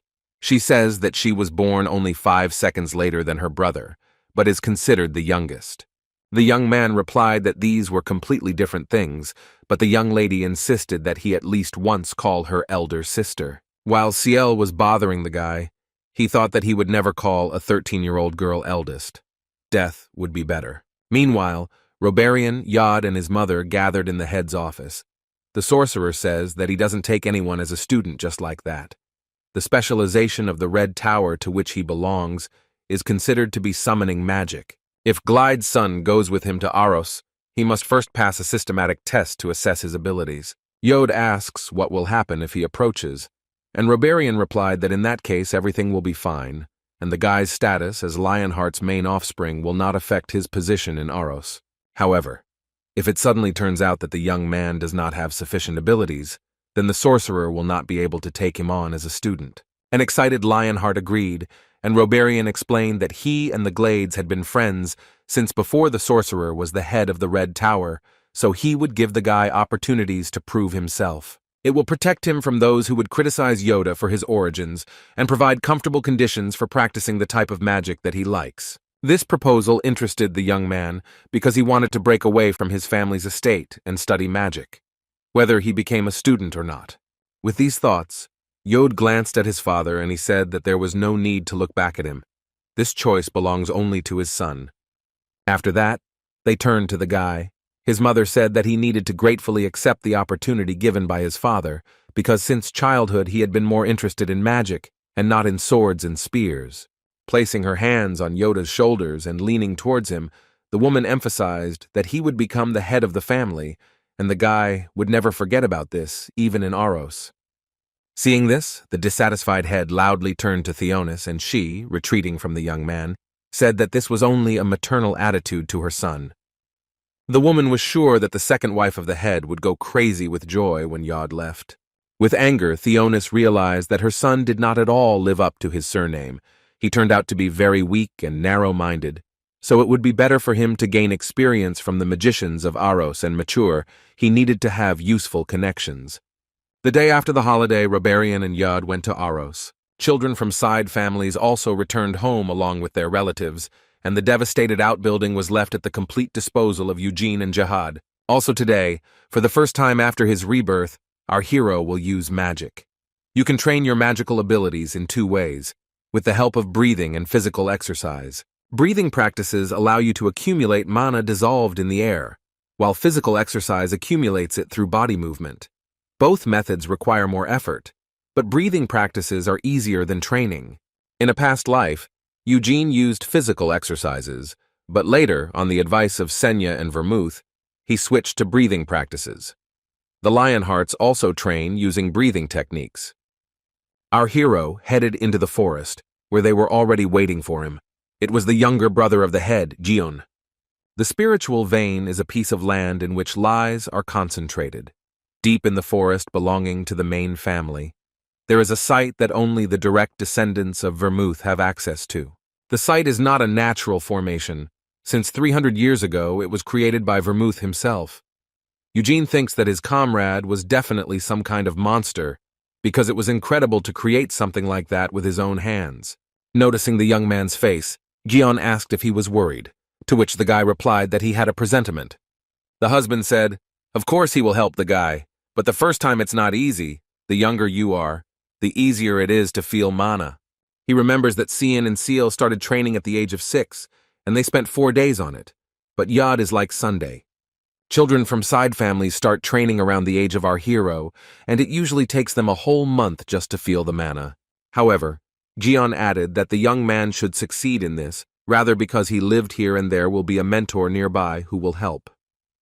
The guy asked approximately how many days it would take to train, and the man replied that about 10 days. The guy was embarrassed, but mentally he was sure that it would only take him 10 minutes. Meanwhile, they reached a small house. The heroes entered it, and Gion led Eugene into a room where there was a staircase to the dungeon. There, a special training ground was waiting for the young man. The man told the guy to sit in the center.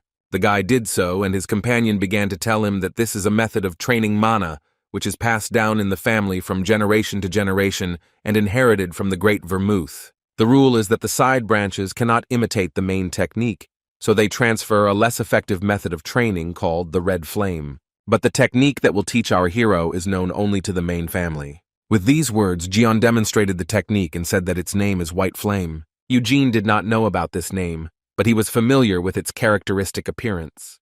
The young man remembers the concentrated mana that surrounded Vermouth. It took the form of a bright white flame and resembled a lion's mane.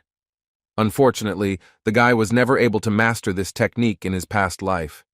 Eugene noted that you cannot immediately feel mana, so you should start with breathing, and the guy, closing his eyes and starting to meditate, said that he felt it. The husband replied that it was unlikely and thought that if you immerse yourself too much, it might not seem like that. Eugene formed a bullet of lies at the end of his index finger, deciding that it was necessary to contain the fantasies of our hero and fired it around him. Before the man had time to say what Eugene thought, he immediately felt the mana coming from the ball and pointed straight at it. The young man continued to accurately point to the location of the ball despite his eyes being closed. Eugene was seriously surprised by this. The man did not believe his eyes. He thought that 10 days would not be enough to feel mana and did not understand how the guy managed it so quickly. Laughing a little in surprise, Eugene sat down with the guy and told him that they could start right away. From that moment, our hero had to silently concentrate on what was happening inside his body. Eugene closed his eyes and the mentor told him to breathe slowly, so he did. It was clear how a lie entered his body. Continuing, the man said to imagine how with each breath the young man draws mana from the spiritual vein and let him try to direct it along the flow of white flame into his heart. Retreating, Eugene said that the guy was doing well. Blue energy was visible around the guy. The mentor was very surprised, because the guy could already regulate the flow of mana in his body, slowly so that the body, which felt magic for the first time, could accept it. Our hero thinks that thanks to the memories from his past life, it is not difficult to feel mana and perform breathing exercises, but his body absorbs magical energy too well. Eugene feels the mana pooling within him with every breath, but a child's body has its limitations. The young man was thinking about stopping when suddenly he felt something in his heart and opened his eyes. The guy looked exhausted. Eugene never ceased to be surprised. The guy's core volume was also incredible, because most often it is much smaller and gradually increases with the help of training. Stretching out his hand to our hero, the man called him a monster, Eugene asked again, and this compliment and the mentor did not answer that yes. It was already time for them to return to the estate. On the way there, Eugene said that the main difference between the white and red flames is the number of cores. You can train the red flame as much as you like, but only one core will remain. However, when a certain level of white flame is reached, the core expands, after which mana accumulates more efficiently, and the synchronization of the cores allows their power to be increased many times over. Such split cores are called stars. The Great Vermouth had 10 of them, and among all the lion hearts, only he managed to achieve such a number. The mentor says that he and his brother have 6 stars each. Cian, Seal, and Yod have only 1, and the man is not sure about the latter, but the twins will probably gain their 2nd star next year. Since they began their training at the age of 6, Eugene thinks that the journey from 1 star to 2 takes 8 years. Eugene asks what the mentor thinks about him, and he answered that the young man will succeed much faster, but only if he is not lazy. The guy replied that he would study hard, but mentally thought that it couldn't be any other way, because the body in which he was reborn is stronger than his previous one. It cannot be spoiled by laziness. And yet the guy was unsure whether he would reach 10 stars back. First, he needed to learn the white flame and learn the basics. If he didn't like it, he would customize the training to suit himself. Our hero is grateful to Vermouth, because thanks to the technology of his previous comrade, his abilities will expand significantly. Arriving at the castle, Eugene tells Eugene that he will tell his brother about everything, and decided that the young man is probably tired, and let him return to the house and rest. The guy agreed, but he didn't really intend to do it. He decided that if he could use mana, then he had more important things to do. Nina ran up to the young man, and our hero immediately asked her to bring Vinod from his room. The maid brought the weapon and was a little worried, while Eugene took out his sword. The young man was unsure whether he would be able to conclude a contract, but he decided to try anyway. As soon as he directed the mana into the sword, a strong wind rose and formed something similar to a tornado. Nina was blown away. Someone's voice came from the hurricane. He turned to the guy and recognized Hamel in him. Our hero recognized this voice in response, belonging to the king of the wind spirits named Tempest. Eugene asks the king of spirits how he recognized him, and he was told that the soul of the young man cannot be forgotten because no matter how much time passes, and if his face does not change, the soul remains unchanged. Tempest says that he hasn't heard Vinadu's voice for a long time. He was keeping an eye on this sword in case a descendant of Vermouth used it. The enraged guy asked why his previous brother did not kill all the demon kings. The king of the wind spirits replied that Vermouth's intentions were unknown to him. In the battle with the king of imprisonment, the warrior lowered his sword. The guy did not believe his ears.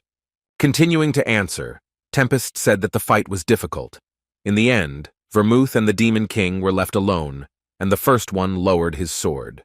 He did not kill the king of imprisonment and did not go to the fortress of the king of destruction either. Our hero was angry at what he heard, but tried to control himself and asked what agreement his former brothers and the king had concluded. The wind spirit king knew nothing about this, to which Eugene shouted loudly or knows anything at all. Tempest replied that the details of this agreement are known only to those who entered into it. After Vermouth lowered his sword, he could no longer interfere with what was happening.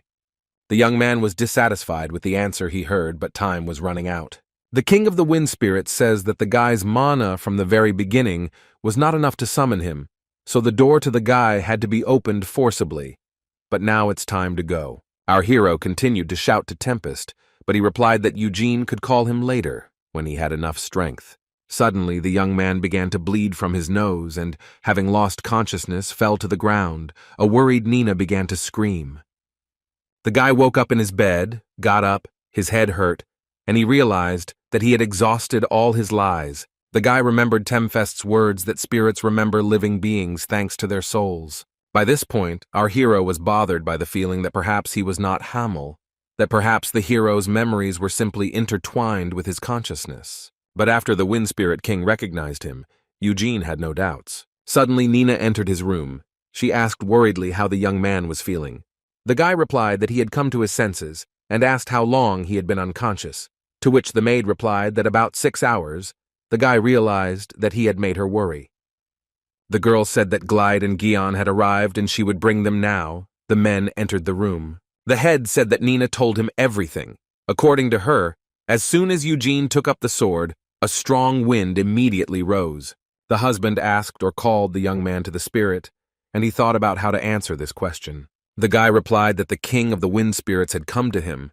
The men were surprised. The guy continued, saying that the spirit told him that he had not been called for a long time, and he was interested in looking at our hero. Gion asks whether Eugene is serious about this, because so far not a single descendant of Vermouth has been able to summon the king of the wind spirits himself. The young man replied that yes, the king told him that the guy's strength was not enough, and that he would wait for a new meeting, and then return to his spirits. Hearing this, Glide was delighted, calling the guy an amazing child. The husband says that Gion told him about what happened in the spiritual vein, only it was surprising. But now our hero was noticed by the king of the wind spirits. From such words, Eugene smiled brightly. The head told him to rest for a few days, and then his younger brother would take care of him. At first, after the blood rite, the men were going to travel again, but now Glide considers it more important to develop the abilities of our hero. The young man thanked him for this, but he also did not want to take away the brother's precious time. The mentor replied that the guy was not taking anything away from them, and he himself wanted to take care of the guy, and Cian and Seal would also join them. The head thought that training with Eugene would be a good incentive for his children. Meanwhile, the twins were training outside. The girl says that she heard that Eugene already has 1 star.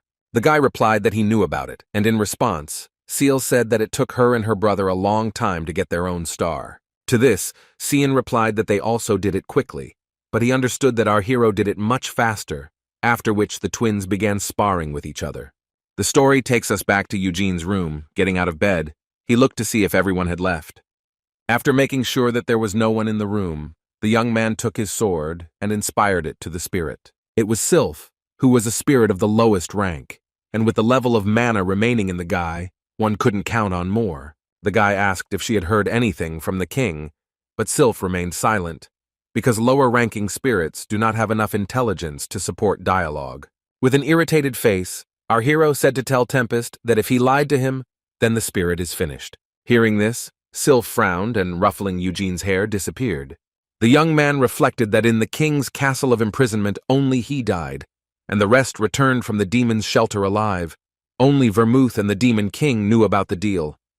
The guy decided that someday he would have to go to Helmet, as well as the cities where his former comrades lived out their lives, in order to find out more about what they did after his death. The guy understood that he wouldn't be able to leave right now, because the child's body can't easily endure long journeys, but someday he'll do it. 4 years have passed since that day. Eugene turned 17 years old. The young man looked at himself in the mirror, assessing his body, during which time he managed to obtain 3 stars of white flame. But this, in the guy's opinion, was not enough, because if he wants to make the most of his body's capabilities, then the knowledge from his past life will not be enough for him. After that, the guy went to train with Cian, and the expected second was already lying overcome on the ground. Our hero said that he should go to Aros to study magic. The twin thought that Eugene was talking nonsense, but he replied that this morning he dealt with the white flame as usual, and something happened. Suddenly, the 3 stars in the young man's body began to spin, forming a circle.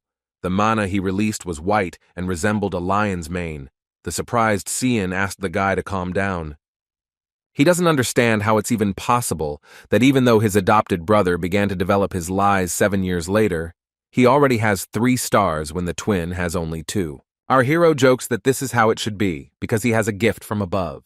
Cian would like to beat Eugene, but he replied that brothers don't do that, to which the twin asks why, then the young man beats him every morning. The guy asks a counter-question. Why then does his adopted brother ask to spar with him every morning? If he doesn't like it, he doesn't have to ask. The guy doesn't care.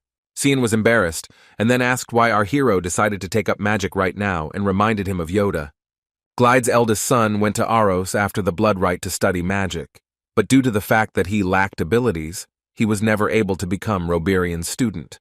Thanks to his father, the young man still managed to get into the Red Tower, but he had been there for 4 years without much success. Eugene says there should be no prejudice between brothers, and, a little scared, Cian asks what he said wrong. The guy told our hero to reject this idea and better stay in the estate, because if he goes to Aros, Ciel will be very upset.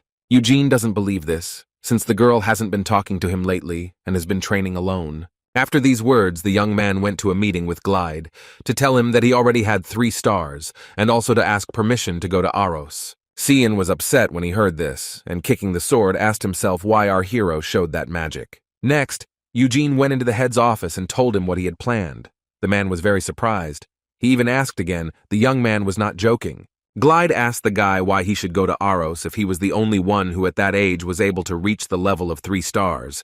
If the guy continues in the same spirit, he might be able to get the 4th before he comes of age. Our hero replies that after he got his 3rd star, he realized that if he just continued to train on the estate, he was unlikely to be able to grow further.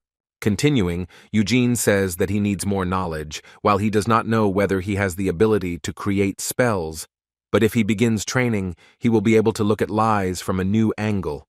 In conclusion, the young man added that learning new things in itself would give him good experience, so he was sure that in any case, studying in Aros would benefit him, after which the guy leaned over and once again asked permission from the head.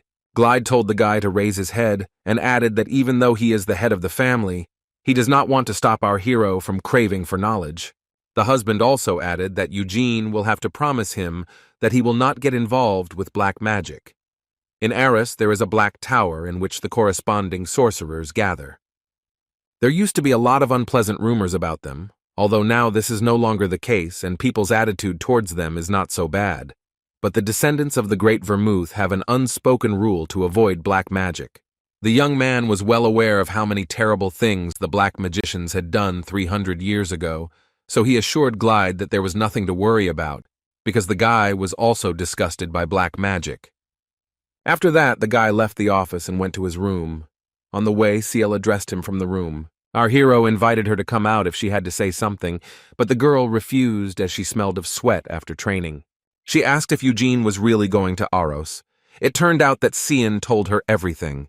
The young lady asks the young man why he is going, and he replied that he wants to study magic, to which Sales said that he does not have to go, because he could simply invite the magicians from the capital to the estate. In addition, the girl added that in the absence of the guy, she and her brother could catch up with him, and the guy replied that it was even better for him, because their sparring would become more interesting.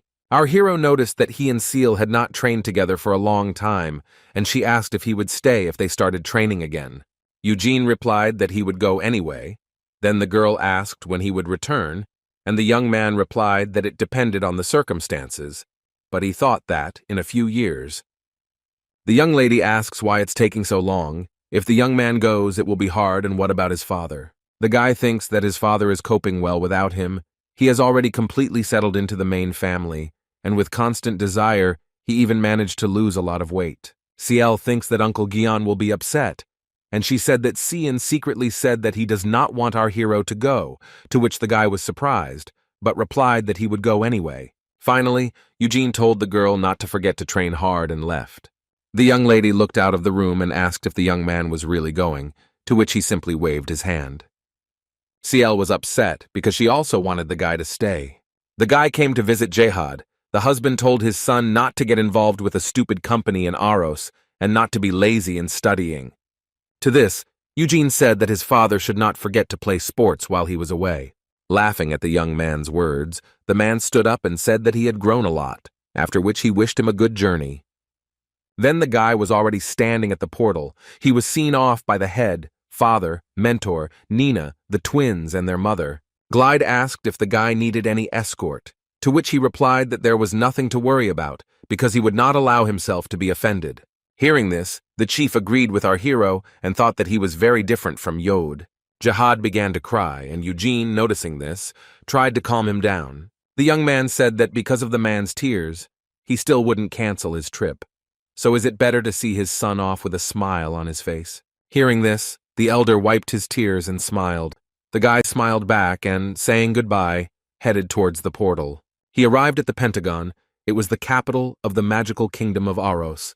Together with the palace located inside, 5 magical towers formed a 5-pointed star. Although in a past life our hero was in Aros, over the past time this place has changed a lot. While Eugene was flying on the magic ship, the Pentagon guide told him about the flying stations. Only in this kingdom, portals are located in the air, flying stations are supported by several types of magic intended to demonstrate how the magical science of Aros flourishes, and it is also just convenient. The Pentagon has more than 15 flying stations, and all of them were made by Mudra Senya. The young man asked whether the air carriage on which he was flying was also the creation of a witch, and the guide replied that yes. Although this carriage is already several hundred years old, the percentage of accidents is very small due to constant improvements and careful handling. After this, the guide wanted to continue, but the guy stopped him and asked him to take him to the residence of the wise Senna. The husband said that this is an excellent choice, and every tourist should definitely admire the night view of the city, visit the residence of a great witch, and also the magic towers. Due to the achievement of the Sen 300 years ago, in her honor, there is a bronze statue in her honor in the square in front of the Green Tower, which exactly reflects her appearance. This house is the last known place where the witch lived 200 years ago. She left a short letter in which she announced that she was leaving her home. After that, no one still knows where she went. Many magicians of Aros and students of Sina tried to find her, but they failed. The guide continued. The saddest thing was that the sorceress disappeared right on her birthday, and he personally believes that she went to the Helmud demon shelter. Eugene asked why he had such aversion, and the guide replied that it was exactly 100 years since Gaml died, and therefore she went to take revenge for him. The husband asked if the young man knew the love story of Sena and her brothers, and then the guy could not resist telling the guide not to talk nonsense. Realizing how he looked from the outside, the guy apologized. He felt uneasy, and then the guide said that there were other versions of the witch's disappearance. She was known to hate demons and black magic, and, shortly before her disappearance, spoke out against the creation of the Black Tower. There are rumors that Senya could have been killed by radical black magicians who advocated the creation of the tower, but Eugene immediately rejected this version, because he knew that they could not defeat his former comrade. The guide agreed with the young man because the Black Tower then also denied all accusations of murder. Our hero wondered if the demonic king could kill the sorceress, because Helmut still supports Aros with the help of the Black Tower, and Senya could be an eyesore for them, so much so that they wanted to get rid of her. Finally, Eugene arrived at the place he wanted. He wondered if his former sister-in-arms had really died.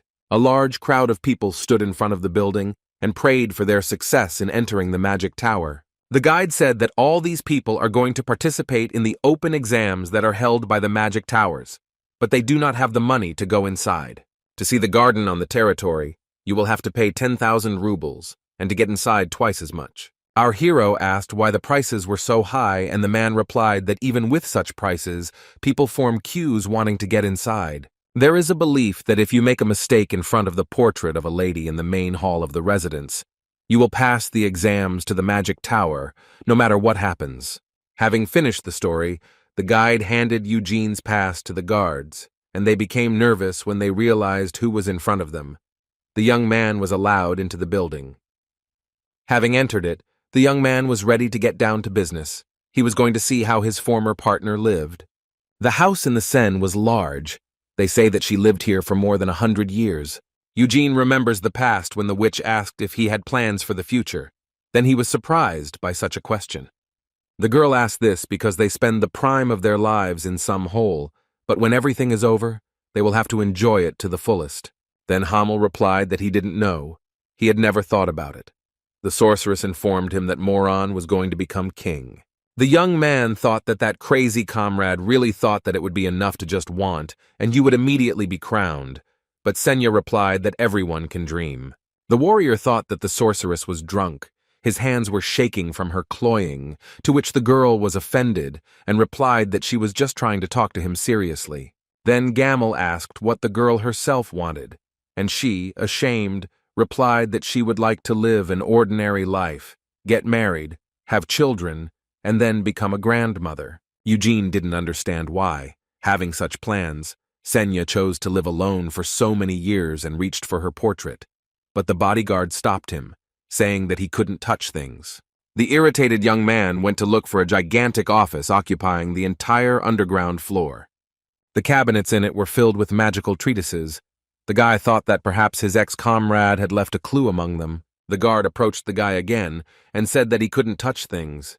Getting angry, our hero decided to look with his eyes for some names that caught his eye. It was hard for Eugene to believe that the pendant, which was not registered in the treasury, had actually been lying there all this time, and then quite accidentally came across his eyes. He thought that it was possible and reacted to the presence of Hamel's soul. The young man is sure that someone is clearly involved in his rebirth. If it were Senya, she would probably have left some clues, but he could not find them. At one time, the guy stood in front of a portrait of a girl. He looked in the office and in the bedroom and in a large number of other rooms, but could not find anything. He had no more ideas left, and therefore the guy decided to act in his own way. Eugene showed Senya's portrait his middle finger and said that if she doesn't like it, then let her come and find it if she's still alive. While the young man was in the building in time for the evening, the guide was waiting for him all this time, and the guy gave him money for waiting. The husband asked where the guy wanted to go next, and our hero replied that to the Red Tower, but the guide did not have to accompany him. On the way to the tower, Eugene asked the guide what he knew about his older brother, and the husband, tensed, replied that among the young magicians of the Pentagon, the name Yoda was known to everyone. The young man continued that he would like to stay in the Red Tower, where his brother spent 4 years, and asked if there were any rumors about him. Even more worried, the guide nodded. He knows something, and the guy says that since he was adopted, he has never spoken to Yod, so he needs to know at least something about him so as not to do something stupid when he meets. Our hero swore on his name that no matter what the man said, he would not get angry and would not tell either his father or Yod himself about it. Further, with a more stern face, Eugene repeated that the guide should simply tell him what they were saying about his brother, and he began to answer, hiding his gaze. The husband said that there are rumors that Yod leaves the tower at night and has fun. The young man, remembering that his relative was already 19 years old, realized that entertainment meant something adult, and at first thought that there was no problem. But the guide corrected him, Remembering the succubi and hearing this, the guy got seriously angry. The guy asked how succubi ended up in the city, and the man, asking him to calm down, explained that these creatures live in a black tower. Putting his hand to his face, our hero fully realized what his brother was doing. The guide added that in Varus, like in all cities, there is a street that is perceived as a necessary evil and to which people turn a blind eye. Not only is it known for its black market, but there are also several unclean establishments where succubi work as companions, as the man heard Yod goes there periodically. Eugene asked where this street was, and the guide replied that this place is also called the Street of Short Jackets. But it does not open every day, but only when the moon is full. The young man thought that he had not intended to get closer to Yod during his arrival in Aros, but only to focus on his own affairs, maintaining a distance between them. But these rumors about his brother touched him to the quick.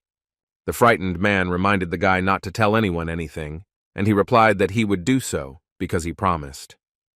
Our hero decided not to trust the rumors yet, but to observe his brother with his own eyes, and if what he was told turns out to be true, he will give Yoda a lot of bream. Eugene arrived at the Red Tower and was greeted by a young witch named Hera. She said that the head on the mountain of the building, although at first he was going to personally go down to meet the young man, but a small problem arose. Suddenly, an explosion occurred on one of the upper floors of the estate.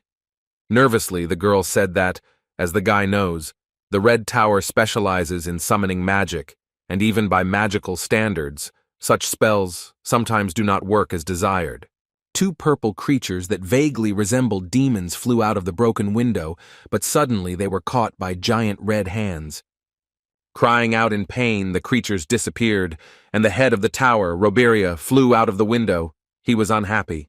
He turned to the students saying that he was surprised how they managed to summon shadow beasts instead of lava sharks. In anger, the sorcerer asked if they understood what could have happened if he had not caught them, because shadow beasts are mindless creatures with only one instinct for destruction. The alarmed students asked for forgiveness, to which Roberian exclaimed that they should collect their things and get out of the tower, after which he finally turned his attention to our hero, who was watching this in the courtyard. The husband landed and said hello, saying that he had not seen him for a long time and that he had grown up. Roberian admitted that at first he did not even recognize Eugene, and he replied that the sorcerer himself had not changed at all. To this the man replied that he preserves youth with the help of magic, and the young man thought that 4 years ago he looked different, realizing that the magician had probably mastered mana sufficiently during this time. The guy saw that the sorcerer was strong, of course not as strong as Senya, but this was enough to become the head of one of the 5 magic towers. Roberian said that Glide told him about the guy's arrival and that he was interested in magic. He says that magic is an amazing science. It's difficult to master, but the man thinks that our hero can handle it. Suddenly, the sorcerer noticed that at the entrance to the building someone was watching them. With the help of magic, the sorcerer opened the door, and it turned out that Yod was standing behind it. He was not scared at all. Seeing him, Eugene got angry. It was clear from his brother that a large amount of his energy had been sucked out by the succubi. Reberian says that since the young man came, would he like to say hello to his brother, and he, confused, did not know what to say. Our hero, with a serious expression on his face, said that he was glad to meet. Nervous Yod barely removed any sound from himself, and after that, the sorcerer said that if he had nothing better to do, let him go to the mountain and at least read the book. Averting his eyes, the guy agreed and left, and Roberian was embarrassed in front of the guest because the tower showed itself from the bad side. The sorcerer says that according to the head, Eugene does not want to become his personal student, and he replied that he would not want to cause trouble for his husband. In addition, the young man continued, if he studies with Roberian, the other students of the tower will be unhappy, so for some time he would like to independently study the science of magic. The sorcerer agreed with this and said that if the guy needed any help, he could turn to Harry at any time. The husband added that while staying in Aros, the guy can live in a tower, of course. The conditions are not as luxurious as in the Glide estate, but he can live, and our hero immediately asked to go to the library. A month has passed since that day. Eugene went to the library every day, sat in the reading room from the very morning and studied magical treatises, and returned to his room only at night. Of course, this did not mean that he was focused only on studying magic. The young man got up several hours before leaving for the library and trained his mana, and before going to bed, he did grueling physical training. His sleep time had been significantly reduced, but his body's capacity was sufficient to fully recover, even with just a few hours of rest. The guy read all the treatises he needed in the library and was ready to put them into practice. 300 years ago, Senya clearly defined the degrees of mastery of magic, although these were only her personal rules. But after she became the head of the Green Tower, a large number of Arosu sorcerers followed her example. The practice consisted of forming a circle from the accumulated mana and then increasing it, which made it possible to use magic. When the amount of mana exceeds the limit required to control one circle, the number of circles increases. Over the past 300 years, mastering the circle has become the most common practice for initial sorcerers. Only schools of magic that are radically different from others, such as spirit magic and black magic, do not begin training with it. The guy entered the room where Hera was waiting for him. He asked her if she was also starting training with the circle, and answered that yes, although there are other practices. Our hero says that he would like to change this practice. The girl, asking again, said that this did not sound like a very good idea, and wanted Eugene to tell in more detail what he was going to do. The young man says that he would like to try to use the Lionheart family's way of managing the lies. Hera explained that the techniques for managing mana in martial arts and magic are different. If you do not form mana in the desired shape and do not lead to its creation, the spell will not work. If the lie goes wrong, the sorcerer may be injured, and in the worst case, even die. The guy replies that this is why he wants to try. He wonders if he will succeed. That's why he read all the treatises in the library. The girl decided that while the guy was only 17 years old, and would not be able to overcome his age, it was better to let him try. Otherwise, he would not be convinced. The sorceress said that if she decides that our hero is in danger, she will intervene, because if something happens to him, not only Hera, but also the head of the tower will find themselves in a difficult situation. Eugene said that he understood the risks and began, and the girl was on her guard. The white flame technique and the magic circle differ in form, but not in content. In the first case, a person controls mana with the help of stars, and in the second with the help of a circle. Replacing a circle with a star could result in an explosion of mana, so the young man regulated its flows in the process and decided to give up trying to think everything through in advance so as not to suddenly fail. Hera was surprised how a guy of his age is able to control such a flow of lies so well. It may seem that he is moving chaotically, but this is not so. The guy created a fireball and then turned it into a magic missile. The sorceress thought that our hero had just begun to learn magic, but was already able to create something similar without casting a spell, and at the same time change the magic right in the procession without recalling the first created object. Eugene decided that this was pretty good for the first time, and asked the girl to summon some monster so that he could test the power of his magic. After thinking a little about who she should call, Hera read the spell and appeared naked. The sorceress explained that the creature is made of cabrium, and although the golem does not know defense techniques, its body is strong enough to hold back attacks well.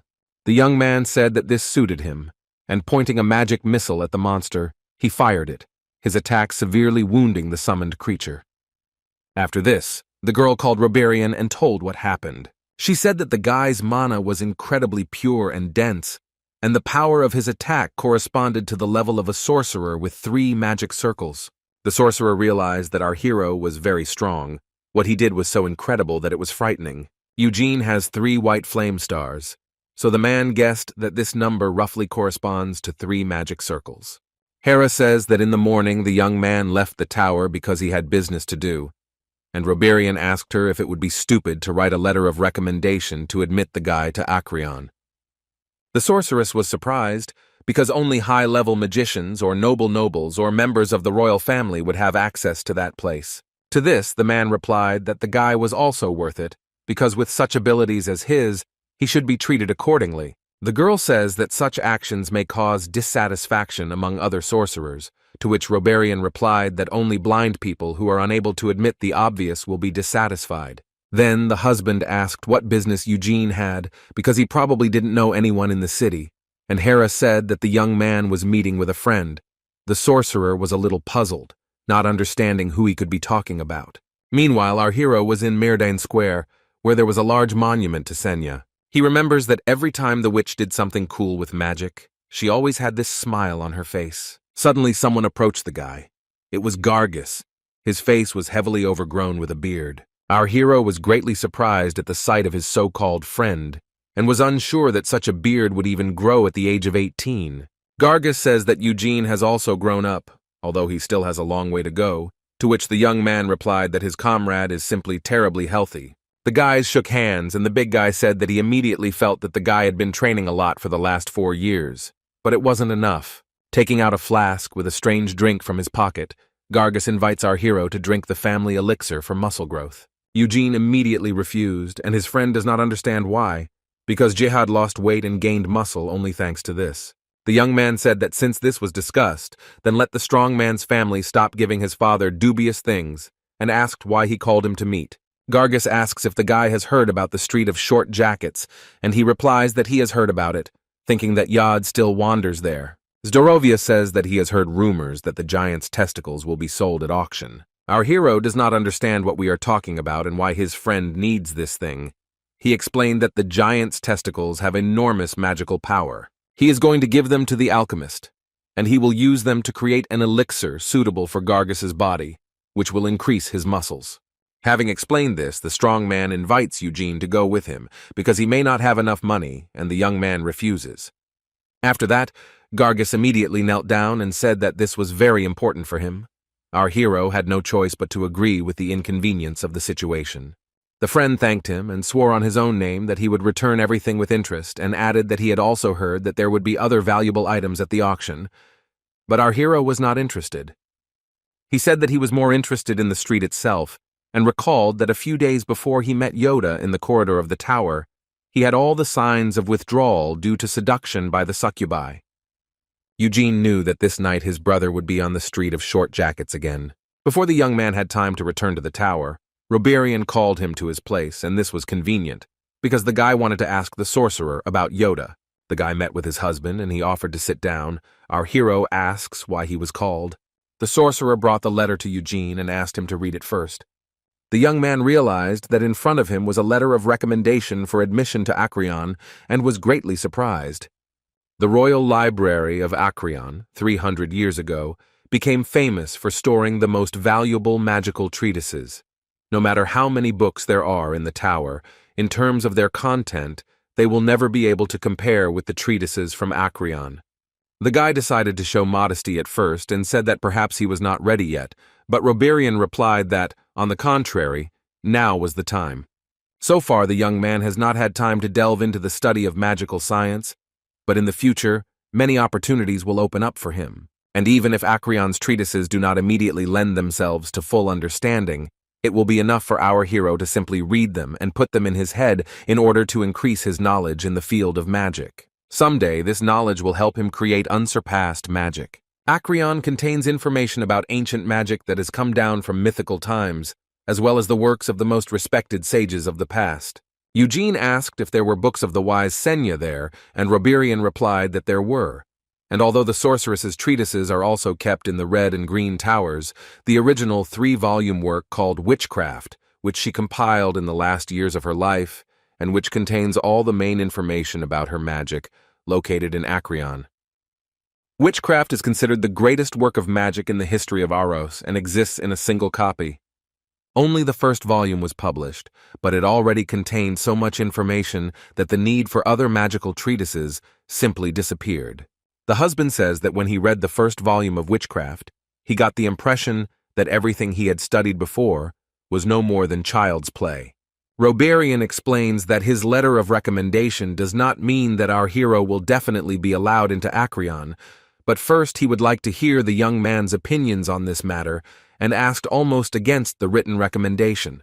Eugene rudely thought that the answer was obvious, but restraining himself, he politely replied that he did not mind, but he was worried that he had not yet reached the required level, and was only causing the sorcerer unnecessary trouble.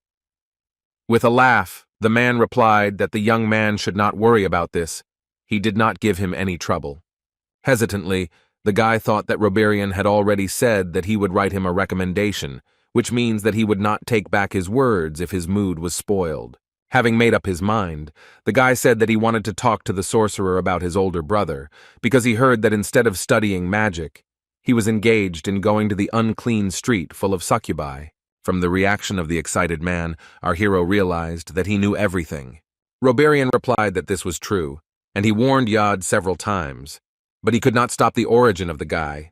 In the past, many people died from giving all their life energy to succubi, but with the discovery of Helmud, the position of demon kings and other creatures has completely changed. Succubi were no exceptions. They still feed on other people's energy, but they do not kill anyone, because murder is strictly prohibited by the Queen of the Night Witches, Helmud. Our hero says that even if so, what his brother is doing is not faithful, and the sorcerer agrees with him, but also asks to enter into the position of Yoda. 4 years ago, he left his family and came to Aros, having high hopes for this city, but in the end he could not live up to his own expectations. He was haunted by failures. Together with other sorcerers of the tower, Reborn tried to guide him, but they failed to achieve great results. Because of his origins, Yod could not help but feel pressure, and this pressure increased every day, so the man thought that the young man could benefit from a little rest. Of course, the sorcerer warned the guy not to go too far, because otherwise he would no longer be able to stand it. Listening to this, Eugene began to understand his brother, since he himself spent 4 years on the estate of the main family and knows well how it is. Theonis, with her explosive character, and the cunning Anila, Cian, and Ciel, who were the owners of innate talent and corresponding ambitions, Yod always suffered from their pressure. He did not come back even when they laughed at him in the tower, because life in Aros still seemed much better than returning home, where it was impossible to breathe freely. Although our hero understands his brother's situation, dealing with succubi was too much. Even if they no longer kill people, putting on smiles, demons still remain demons, and they will never have a place among people. Our hero decided to personally find out what Yod was doing with the succubi, and at night, together with Gargus, he went to the Street of Short Jackets. The guys changed their appearance, and the big guys asked what it was for, to which Eugene replied that if someone saw a child from the main Lionheart family staggering along the lawless street, there might be too much noise. Suddenly, something rang in the young man's head, and he took out something that looked like a phone. Then the guide called. He asked if the guy had arrived at the place. The guy asked how the man knew about their arrival, to which he replied that this transmitter only works on the Street of Short Jackets, and added that he would immediately send a signal to our hero if he noticed Yoda. Eugene asks if the guide can find his brother, because he could use magic to change his appearance. My husband said not to worry about it, as Yod always comes in the same robe, so he will be easy enough to find. Hearing this, the young man wonders if his brother does not enjoy being recognized in such a place. If Yod were his son, he would therefore give so much bream that the guy would forget the location of this street. Gargus asks about the affairs that our hero has, and he replied that he will sort it out himself, but first they will go to the auction house and sit there. There are many auction houses on Short Jacket Street, but they all have the same rule about anonymous bidding, and everyone is put in different rooms, so it becomes impossible to recognize the bidders. Our heroes are explained that there are 3 buttons in front of them. The middle one to place a bet, the right one to raise it, and the left one to press if you need help. Gargus notes that he thought Eugene was not interested in the auction, but he replied that he needed a place to kill time, and also be a little interesting, since some interesting thing might turn up. The auction has begun. The host explains that the basis of the lots is matching rare magical components, and says that their house is especially unrivaled for magical ingredients from Helmud. The first lot was the left horn of Balarex. Its starting price was 10 million villages. Then there were the fruit of Prosia, the root of Mandrago, the bud of Uzrak, as well as a living Turak spider. Eugene was already tired of this. He asked if his companion had come for anything, and he replied that there should be, because he had definitely heard about it. The next lot was an item made of metal of unknown origin, which according to the presenter became their headache, because they could not sell it. Our hero thought that this item had been described much longer than others, but perhaps this was only because they could not sell it for a long time. Continuing to describe the lot, the presenter says that it was found in the Cassadian hills of Helmud. In the moonlight, a beautiful glow emanates from it, but this was the only useful property of the metal, because it is too hard for further processing and does not allow mana to pass through. The presenter says that this item will look good if you put it by the window in your bedroom as a decoration, because it shines beautifully in the moonlight. The initial price of the item was 1,000,000 cells. As soon as Eugene saw this thing, he immediately pressed the middle button and bet money. The young man could not believe his eyes, not thinking that he would be able to find something like that in such a place.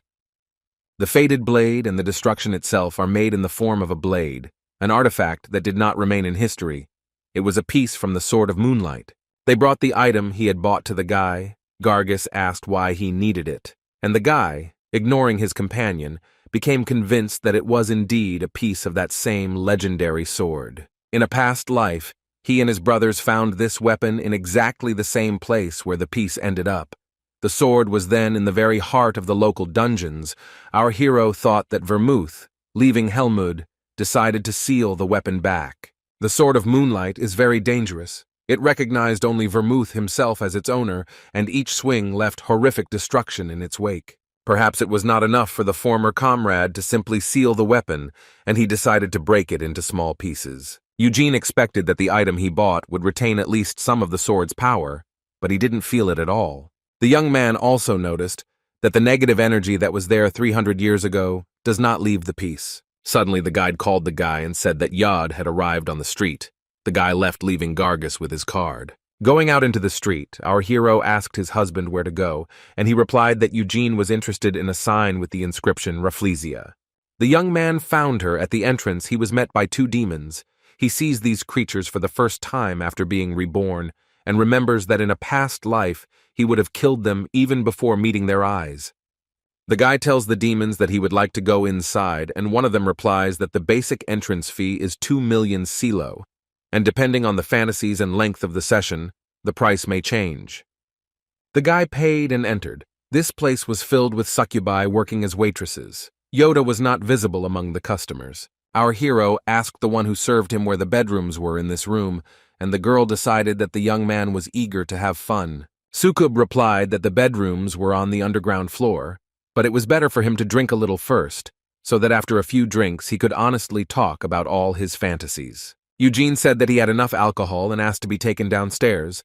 The waitress decided that the young man was uncomfortable talking about this in a public place and directed him to the bedroom. They walked along an underground corridor where the guy saw everything he needed. He gave the girl money and said that he was already going home. With a misunderstanding on her face, the succubus took the money and led the guy to the exit. To get out, you first had to get to a restaurant, and as soon as our hero got there, he asked that they prepare something good for him and add more meat there. Eugene ate his food with appetite and finally saw the one he came for. Yoda was being taken out of the bedrooms. The guy was barely conscious. 2 demons were leading him by the arms. Our hero, seeing this, began to get angry and followed them. The demons took his brother out into the yard and brought him to some building. Eugene did not lag behind them. Suddenly, 3 men stood in the way of the young man and told him to go, to which the guy asked what kind of place it was. In response, one of the men grabbed the guy by the neck and once again repeated that he should get lost, to which our hero hit the attacker hard and he fell to the ground. 2 other men obtained weapons and attacked Eugene, but he easily dealt with them. After that, he repeated his question, but it turned out that the attackers were passed out. The young man decided that this was not a problem, because it would be faster and more convenient to see for himself. He knocked down the door, and the smell of some substances rushed at him. The guy decided that Yod had already reached the point of using them. In the building, a young man was noticed by a hybrid man, a demon and a man. They did not understand how he got inside, because there was security outside. Our hero began to mock them, saying that they use substances together, and this can be called a real friendship of peoples, after which the 3 attacked him. Eugene dealt with the attackers with light shots of magic and asked them to Yod. Then, having received Vinid, he said that they might not answer, and he would find him himself. The young man directed mana into the sword, and a strong wind arose, running through the entire building. The guy felt that there was no brother in any of the rooms on the 1st and 2nd floors, which means that only the 3rd floor remained. The young man shot through the ceiling and, with the help of the wind, climbed the mountain. There was only one room on the 3rd floor, and our hero was sure that Yod was there. Suddenly, through the door, someone released a stream of black magic, and Eugene, grabbing a piece of the moonlight sword, covered himself with it, because it was still blocking mana well. The young man realized that he was attacked by black magic, and that a sorcerer dressed in black stood in front of him. He had a stick with a skull on the end. The guy realized that Yod had contacted black magic, and this made him very angry. The guy turned to the sorcerer and told him that if he ran away right now, he would allow the man to leave, so let him leave immediately. Our hero activated 3 stars and was surrounded by white flames. The sorcerer recognized his appearance. 2 demons came out of the room and led Yoda into the building, and Eugene realized that it was them. The demons released their claws and prepared to attack, and the young man stood in the fighting post. The guy told them to attack, and they did so, to which they received a powerful attack with a sword in response. One of the demons was thrown back and severely wounded. The second demon approached the guy and swung his claws, but the next moment our hero cut off his hand. Eugene then grabbed the attacker by the face and slammed him hard into the wall. The young man's disguise fell off, and the sorcerer recognized him, to which the guy again repeated that he should get lost. The guy began to approach the room, and the man tried to stop him. Realizing that words would not help him, the sorcerer launched black magic at our hero, but Eugene easily fought it off and headed towards the attacker. The next moment there was a sword at the man's throat. The young man told the sorcerer that if he decided to do anything stupid, he would kill him.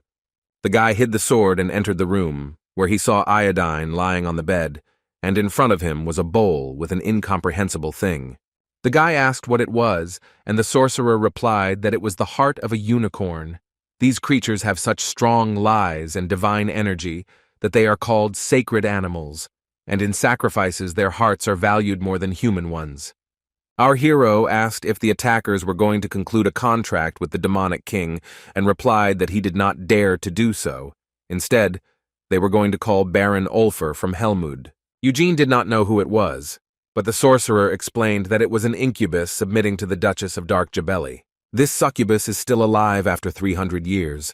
Helmud is now jointly ruled by the kings of destruction and imprisonment, and Jabella is usually no match for them, but she is powerful enough to be called the Queen of the Night Witches. The young man asked the man if he understood correctly. Yod was trying to conclude a contract with Baron Incubus, one of Jabella's servants, and he did all this by laying out the heart of a unicorn and pumping himself up with alcohol and substances. Out of fear, the sorcerer bent down, putting his head to the floor, and said that Lionheart himself wanted this. Our hero understood that this was not the case, and the husband himself wanted to take part in this, because if they had succeeded, Ulfer would have endowed the sorcerer with power, and perhaps Jabella herself would have wanted to conclude an agreement with him. It was greed that pushed the man to help Yod, so according to Eugene, let him not try to throw the blame on others, and don't make a sound from him again if he doesn't want to die. Having said this, the young man went to the bed where his brother was lying and gave him a strong slap in the face. Yod came to his senses and became alarmed when he realized who was standing in front of him. Our hero asked if the guy had come to his senses. The young man wanted to ask how our hero ended up in the building, but he, ahead of him, immediately replied that he was following him. Eugene said that he tried to understand his brother's position, since his life is hard and sweet dreams help him forget for a while. Next, the guy grabbed Yoda by the head and said that he couldn't accept the fact that he was involved in black magic, because the guy is a descendant of the main branch of the Lionhearts and a contender for the place of the next head of the family. The frightened brother tried to justify himself by saying that he had to, but immediately received a blow to the head. Our enraged hero asked if Yod understood what it meant to have a contract with a demon. The guy's soul would go into the possession of an incubus. He would be a slave who should be ready to die for the owner or kill at his first order. Eugene asks his brother if he understands that this is not only his personal matter. If the guy became a black magician, the reputation of the entire family estate would go down the drain. And that's not all. If the owner Yoda ordered him to kill his parents, brothers, and sisters, and then bring him treasure, then what would have happened then? The brother said that he was assured that he did not have to obey, that he could not carry out unfair orders. He was promised this. Our hero asks, or the young man understands, that the incubus is not a dragon or an elf. For a demon, breaking a promise costs nothing. If the guy obeyed, he would simply be killed. Eugene asks if Yod would be ready for this, someone who can't deal with his own problems and has decided to flee into a world of booze and succubus dreams. The older brother was shaking violently and starting to cry, asked our hero what he understood and how he could blame him, to which Eugene, mocking him a little, asked what other excuses Iodine had. The guy began to claim that our hero does not understand anything, since for the last 4 years, all attention has been focused on him, and since his adoption, Glide has supported only him. Eugene replied that it sounds like the young man was discriminated against. But in fact, that's why they helped as much as our hero. The guy inherited the white flame and got the opportunity to become a student of the head of the magic tower of Aros. Further, Eugene added that he is like this not because the head helped him, but because he was born this way, and Yud replied that it was not his fault that he was not born as talented. To this he was told that this was not the case, because our hero's own efforts played no less a role, and Cian and Ciel were trying no less than him, and only the older brother did nothing but drink and hang around with succubi. After this, Eugene asked Yoda if he really believed that if he received the power of black magic, he could become the next head of the family. The elder brother shouted that he did not want to be the head and that he was going to become a black magician and go to Helmud, because there he could live freely and would be recognized. Hearing this, our hero hit Yoda hard in the face and he flew into the wall, after which he screamed in pain. Eugene asked what the guy was talking about. Did Lionheart, a descendant of the great Vermouth, want to be recognized by the demons of Helmud? Our hero asks his brother if he wants to be recognized by demons more than by his own family, and says that he is mistaken, because only his origin can be recognized in a young man. Eugene explained that for a person who was born with many things that others could never have no matter how much they wanted, the guy whines too much and makes up excuses for himself. Finally, the guy noted that he was not going to listen to his brother anymore, and that it was time to talk to Rebirth. After some time, the sorcerer reached the house, and there were soldiers with him. Eugene ordered them to bring in the black magician, and he remained with Rebirth and Yod in the room. The man looked at the guy with sadness. Trembling with fear, Glide's eldest son said that he did not do this, that he had not mastered black magic. To this, the sorcerer replied that the guy had tarnished the honor of the Lionhearts, that he had offended his father, who trusted his husband and instructed him to worry about his son. He also insulted all the magicians of the Red Tower who taught him and Reborn himself personally, because he gave him many concessions. Yod again tried to justify himself, but the sorcerer interrupted him, saying that it was better for the guy to remain silent, and if he already wanted to say something, let him do it in front of his father and mother. The young man was frightened and sat on the floor, shaking, while our hero and the sorcerer returned to the tower. That same day at midnight, Glide and Theonis arrived in Aros at Rebirth's request. They and Eugene sat at a large table. The woman was upset, while the head was full of seriousness. Another person joined them. It was a man in a black robe. He said hello. His name was Balzac Rudbes. The sorcerer has been the head of the Black Tower for decades. Not only has he personally made a contract with the demonic imprisonment king, but he is also one of the 3 legendary black magicians. Theonis asked how he dared to sit with them at the same table, to which Rebirth asked the woman to calm down, since the Black Tower had nothing to do with the situation. In anger, the wife of the head noted to the sorcerer that, according to him, her son tried to master black magic, and now he claims that the Black Tower has nothing to do with it, and he wants her to believe it. Suddenly, Balzac spoke. He said that his tower cannot monitor every black magician in Aros, and the culprit of this unpleasant incident is a man named Gebet, who is not a member of it, but he belongs to the Guild of Sorcerers. Theonis wanted to continue complaining, but Glide stopped her and said that if the Black Tower was of no use, then why did its head come? The sorcerer replied that he would like to take responsibility, and Lionheart asked what he meant. The black magician says that several centuries ago, the very possession of black magic was considered a crime. Such sorcerers were executed by death, but since the Great Vermouth entered into an agreement with the demonic king of imprisonment, this issue has become a personal matter for everyone. Mastering black magic, like concluding a pact with a demon, is no longer considered a crime, but the man respects the position of the Lionheart family. To this Glide replied that these were not the most pleasant words that could be heard, because for the sake of preserving the dignity of his family, Balzac could not yield to them, but he does it. The sorcerer replied that it was true, but he was indeed willing to take responsibility because he did not want to become an enemy to the Lionheart family.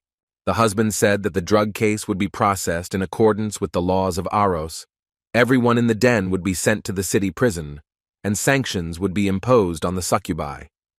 Theonis asked what the Black Tower would do, and Balzac replied that they would cut off Ulfer's head, saying that the Demon King of Imprisonment personally sent a message to the family. The black magician began to cast magic. He waved his hand and black symbols appeared in front of him, from which he read that His Majesty was conveying boundless disappointment that he had caused such inconvenience to the family of dear Wormith, so he would personally cut Ulfer's throat. Eugene and Glade were beside themselves with anger, because the demon dared to talk about the hero as if he were his comrade.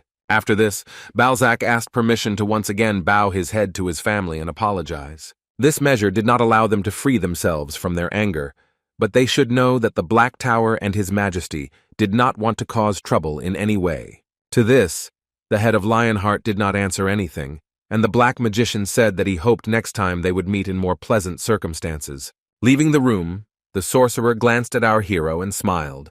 In response, the young man looked at him with a ghost. Balzac left, and Glide continued to be angry, raising his hand to his face. The husband asked if Eugene could leave the room for a moment, and he did so. The head told Roberian that he was guilty before him, because all this happened through his fault, but the sorcerer objected that he was too soft with Yod.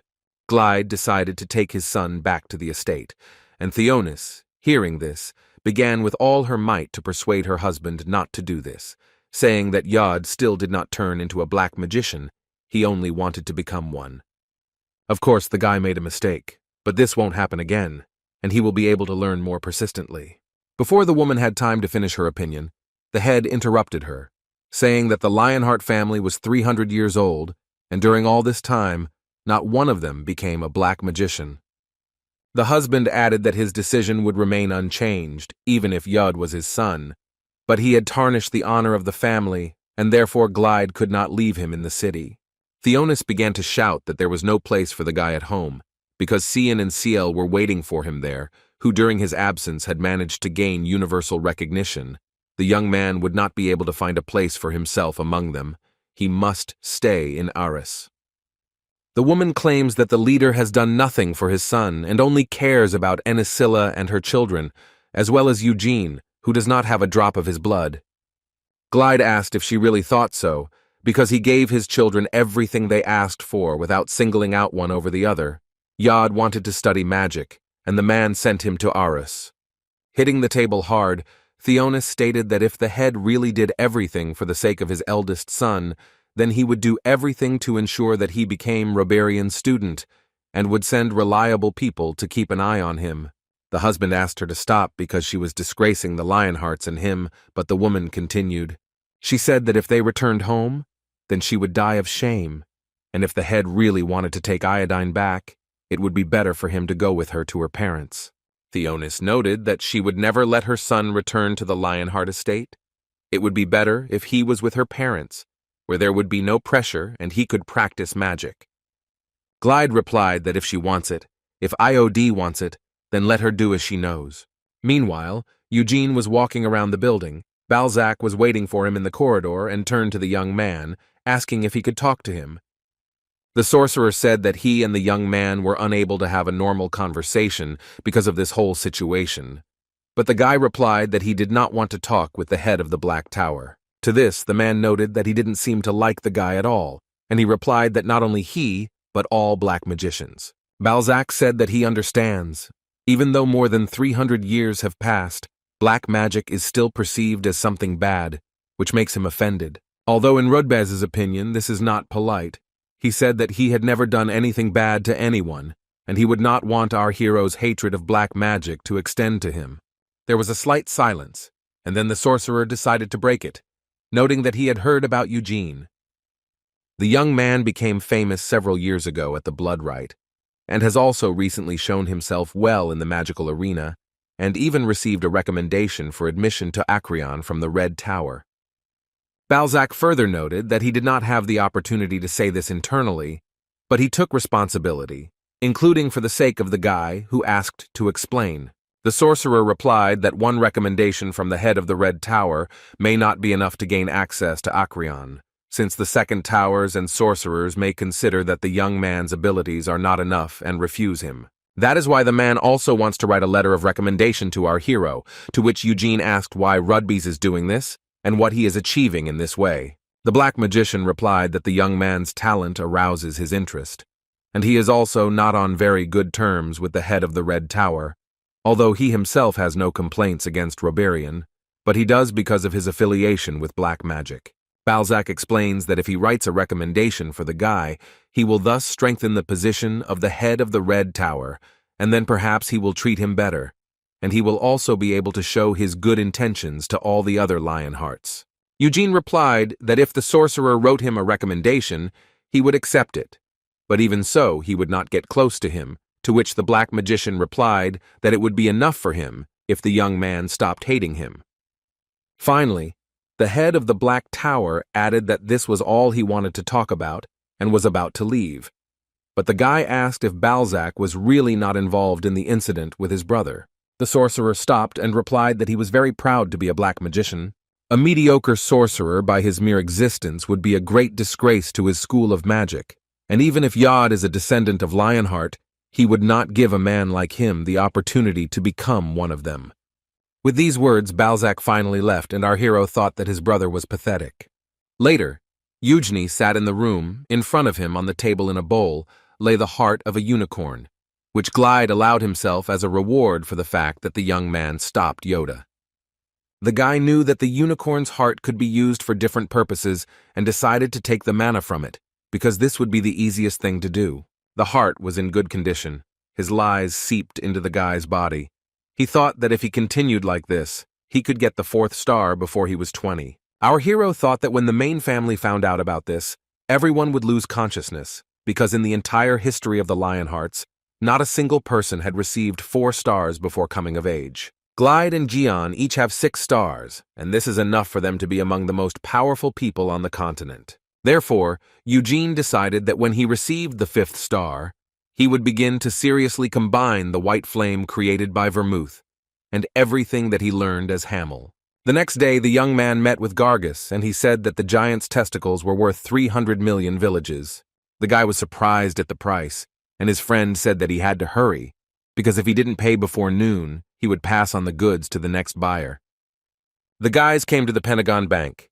Seeing the black card, the employee asked if our hero would like to open a separate personal account, and he refused. After this, Gargus invited Eugene to go to him, because he was told that the testicles should be delivered immediately after payment was made, and this would be an opportunity for the young man to see them with his own eyes. The guy said that the big guy was crazy, but after thinking a little, he decided to leave. The friend thought that the guy was still interested, and he then offered to share the elixir, but our hero refused. Eugene was not interested in the giant's eggs, which cannot be said about the red flame method that Gargus studied.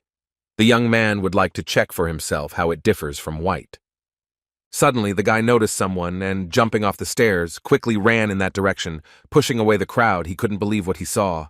The guy's head was filled with thoughts about what he couldn't recognize, because he didn't recognize natural lavender-colored hair that had absorbed a large amount of mana. Having made his way through the crowd, our hero reached the one he noticed. It was a girl in a purple suit, standing with her back to him. Eugene was sure that Senya and shouted out to her. The young man doubted it, because he wasn't sure what to say.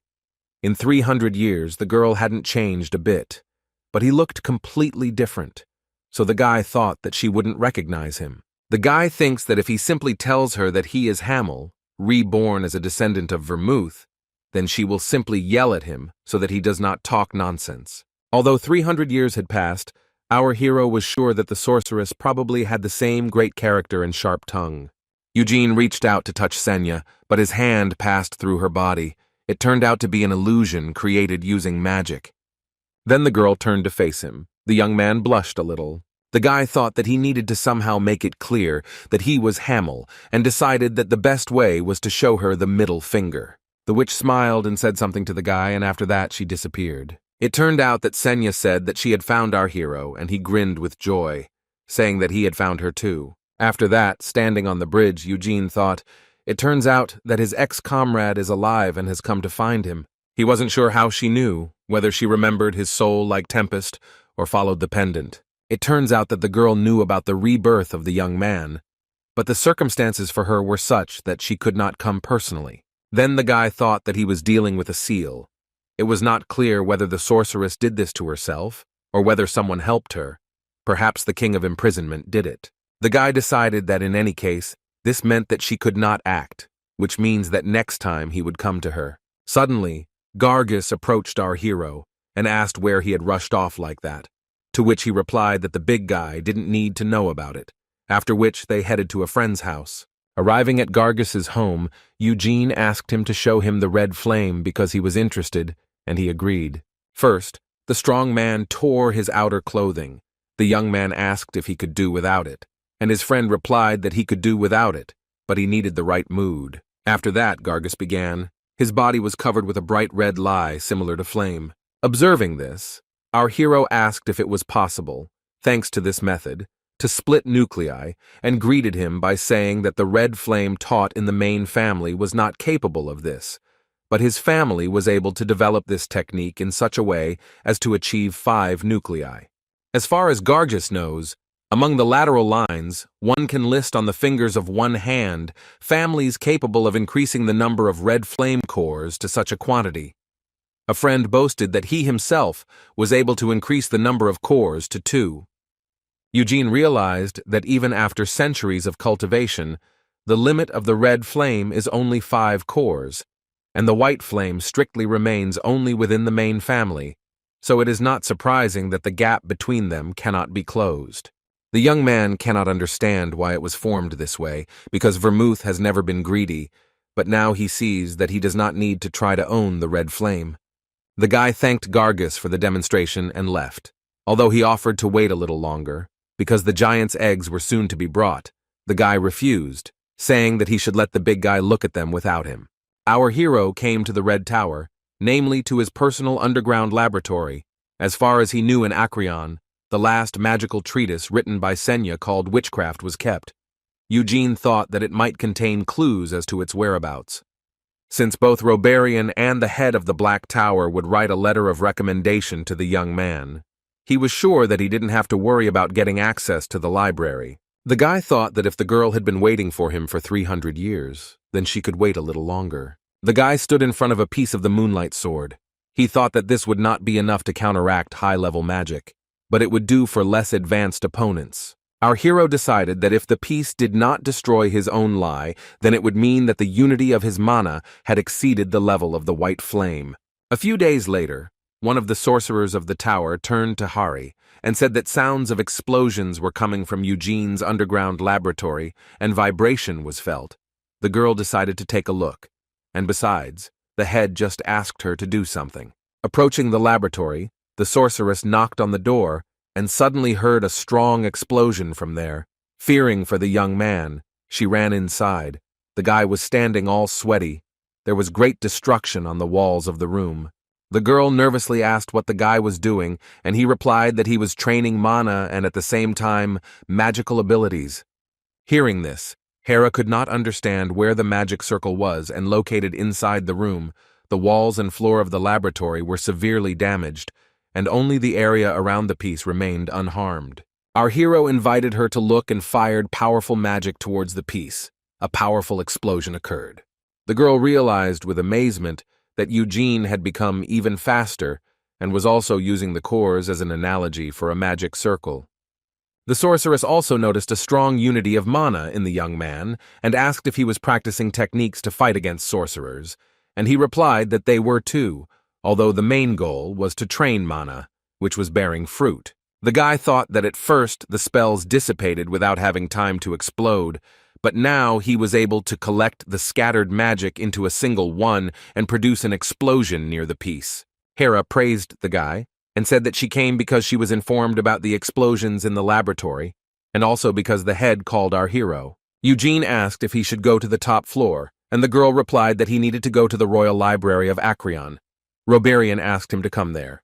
The young man headed to the Pentagon, that is, the capital of Aros, which is located inside a 5-pointed star that forms magical towers. In the center is Abram, the royal palace of Aros. The only way to get into the palace surrounded by a giant lake is by boat. No amount of magic will allow you to overturn the bridge for carriages across the lake. It's all about a spell that blocks magic and protects both the palace and the lake. It was created by Sina as a friendly gesture to the royal family of Aros. It has been doing the job well for several centuries. The guy thought that from the moment of his arrival he had gained some knowledge of magic, but it still seems incredible that the sorceress was able to protect the entire palace along with the lake with a spell. Hera asked if the guy wanted to visit the palace, and he replied that he was just looking. Even though the place was really amazing, he still couldn't get there, no matter how much he wanted. The sorceress replied that this was indeed so. Only the main aristocrats of the country and the heads of magic towers were allowed in. However, even they were not allowed to use magic inside the palace. This allowed only members of the royal family and the magicians who swore absolute loyalty to them. The guy concluded that the heads of the magical towers did not swear allegiance to the royal family, and the girl replied that the towers and Aros had entered into an agreement to cooperate. They remain loyal to the king, but are not obliged to obey groundless orders. There is a closer connection between the towers and the council. The palace has its own magicians, so the sorcerers from the towers are the fighting force of the council, but there can be no talk of conflicts between magicians. Our heroes arrived at their destination, and Hera explained that only 3 people opposed Eugene being invited to Acrion. These were the heads of the blue and green towers, as well as the head of the Guild of Magicians. In order to get into the library, the young man must obtain their consent. After these words, the girl said that she was leaving the guy and wished him good luck. Walking in and bending down, Eugene said hello. In front of him sat Tremfel Visador, who is the head of the court magicians, Roberian Sophies, who is the head of the Red Tower, Generic Osman, who is the head of the Green Tower. There were also Hiridus Uzler, who was the head of the Blue Tower, Melkis Elhire, who was the head of the White Tower, Balzac Rudbez, who was the head of the Black Tower, and Edgar Giron, who was the head of the Magicians' Guild. The young man was told that he could raise his head. Hanin Abram, who was the crown prince of Aros, spoke to him. He said that he had long wanted to meet the guy, ever since he first heard about him several years ago. The guy remembers what he heard about Honin. He is the first in the line of imitating the throne, and his magical abilities confirm that he mastered the circle of the 5th level before he came of age. The head of the Blue Tower noted that they had heard a lot about our hero, and the heads of the Black and Red Towers present here were ready to defend him to the last. The man added that he usually understands that Eugene has talent, but he believes that wielding a sword and being able to swing other weapons is not the same as being a capable magician. The sorcerer thought to himself that the young man was only 17 years old, and he began practicing magic only a few months ago. The head of the Blue Tower did not understand how he managed to get recommendations for admission to Acrion. Hiridus believed that this was simply impossible, and that Glide had probably reached an agreement with the heads of the towers. Our hero replied that he understood, and asked what he could do to gain access to the library, and Reberian replied that it was necessary to demonstrate magical abilities, because then the assembled magicians would be able to verify them. The head of the Blue Tower explained that usually they look at the experiments that the candidate conducted, what treatises he managed to write, but in the case of Eugene, he thought that there was no talk of any treatises or research. The young man understood what they wanted from him and decided to start. 3 stars lit up in his chest. The guy demonstrated a white flame to the sorcerers. Each of them had their own thoughts. The head of the court magicians noticed that the guy did not separate the cores and the circle, but rather created a resonance with the cores that formed a single circle. The head of the Magicians' Guild noted that our hero trained mana for only 4 years, but apparently he had innate abilities for magic. The head of the Green Tower believes that this is not enough, because it is one thing to be able to use mana and quite another to understand magic on a deep level. Eugene began to use various kinds of spells and in the end formed a magic sword from them. The head of the court magicians was surprised that the young man's magic changed very gently, and he never said a single spell out loud, indicating a complete understanding of the acquired magical techniques. The head of the Green Tower, turning to the guy, asked if he could use a sword and magic at the same time. Then the guy took out a sword and placed mana in it. The head of the Blue Tower noticed that the circle was not broken. Our hero replaces the circle with his cores, but can still use them for their intended purpose. Roberian asked what the magicians thought, and the head of the Green Tower said that they needed to consult. Eugene was asked to leave the room for a while. The young man did so, after which the magicians began to confer. The head of the Blue Tower asked Roberian if he supported the guy, and the head of the Red Tower replied that he did not do so. Moreover, the young man did not receive help from anyone, but studied magic on his own, analyzing educational-level treatises collected in the library. Hunain said that after all, our hero is Lionheart and a descendant of the great Vermouth, so doesn't everyone on the continent know how strong this surname is? The Crown Prince asked those present what they thought, and personally shared that he felt in Eugene a great gift that could not be hidden. The head of the White Tower said that the young man only used one circle, but his strength far exceeds this level. The degree of purity of his mana, the grace with which he directs its flows were satisfactory. But what is most surprising is the level of unity of mana. It seems to the woman that even protective spells of the 4th level could not dispel his magic.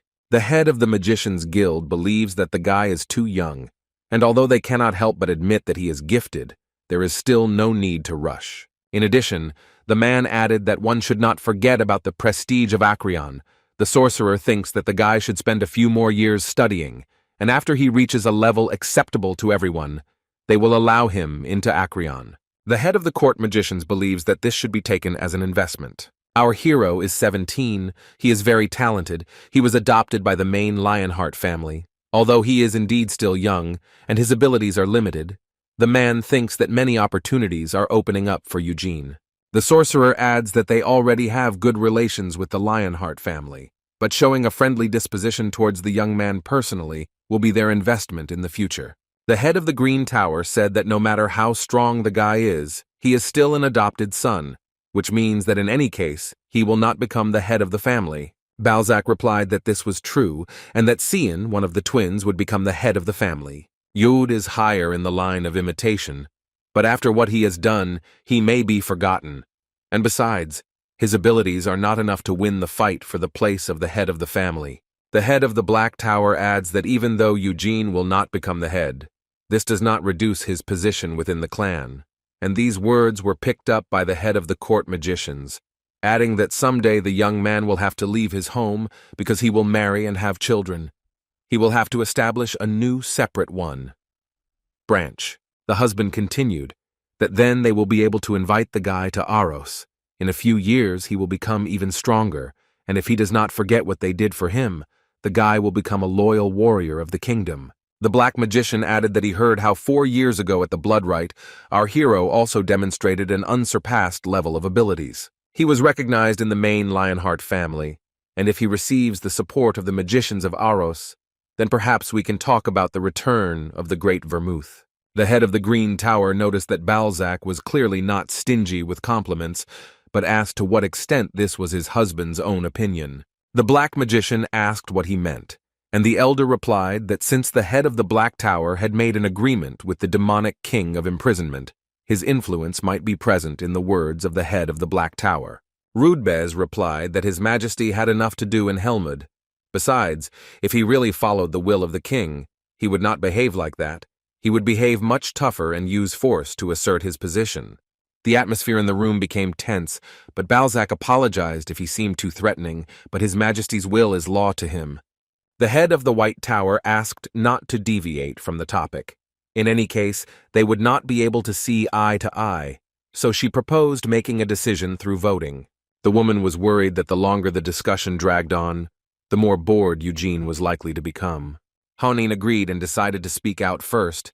He advocated that our hero be allowed to visit Acrion. Meanwhile, Eugene surveys the estate.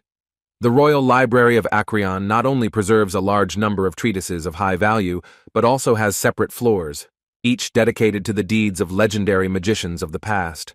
The young man saw that all the walls were painted with legends about the history of Aros. The place reminded him more of a museum than a library. There are 15 floors in Acrion, of which the 12th, 13th, and 14th were dedicated to the Sen. Suddenly, someone turned to the guy. It was Melkus Elheir, the head of the White Tower and a small summoning magician today. She was the first in history who managed to conclude a contract with 2 spirit kings at once. The guy asks her if the discussion was over, and the woman answered that yes, although it would not have taken them a whole day to make a unanimous decision. So in the end, the issue was settled by voting. The sorceress said that 5 people were in favor of our hero using the library, and 2 were against it, and 1 more person abstained from voting. Realizing that the majority of votes were in his favor, Eugene asked if he could go to the top floor, and Melkus replied that he usually could, but asked if he was interested in who voted. The young man replied that it was enough for him that the majority supported him, and the woman decided that he was boring. But she wanted to tell anyway. It turned out that she herself was the person who resisted. The sorceress explained that she was not against the guy being allowed into Acrion, but if she took sides, she would find herself in a grueling verbal argument. Pointing to her colleagues, she tells the guy to look at them. Everyone had dissatisfied faces. Although they had already voted, the magicians were still arguing. The head of the blue tower noticed our hero and immediately turned away with an irritated face. The head of the white tower said that her husband cast his vote for Eugene, and he was surprised. The sorceress said that this was also a surprise for her, since the head of the blue tower initially opposed it, but later seemed to change his mind. The woman playfully asked if the young man was interested in who the two who voted against him were, and he repeated that he didn't care. But Melkus still told them that they were the head of the Green Tower and the Guild of Magicians. The guy began to get irritated, asking why she wanted to talk about it so much, and the woman, with a look of incomprehension on her face, asked if she was exactly 17 and why he had such a reaction. She expected it to be leaked, but the guy clearly didn't live up to her expectations. Our hero was about to go when the sorceress asked him for the weapon on his belt. She recognized it as the storm sword Vinid, blessed by the king of the wind spirits. Melkus explained that she had wanted to conclude a contract with him for a very long time, but it seemed that he was too strong if during all this time he had not appeared when she called. She even asked the king of the lightning spirits and the king of the earth spirits for help, but they replied that Tempfest did not enter into contracts with anyone. The sorceress even wrote to the Lionhearts, but they replied that they could not lend the family treasure to a stranger. It was leaked. Eugene replied that no matter what she said, he would not give Vinid to her, especially since the sword did not belong to him. He only borrowed it with the permission of the head of the family. To this, the head of the White Tower, with a little fanaticism in her eyes, replied that she would not tell anyone, just let the young man lend it to her for a short time. She explained that it wouldn't take much time, more than a day, and if the guy wants, he can stay and watch. He thought about it, because for 4 years he himself tried to call the king of the spirits, but he never came down to him. The guy understood that his current level of mana would clearly not be enough to resummon Tempest, but if he let the head of the White Tower do it, then perhaps she would succeed. Our hero decided that although her offer was attractive, he did not need to accept it right away. It was better to make the woman wait, and then he would get something out of it. Next, Eugene asked where permission to enter the library was issued, and the sorceress decided to conduct it. The young man was given a pass.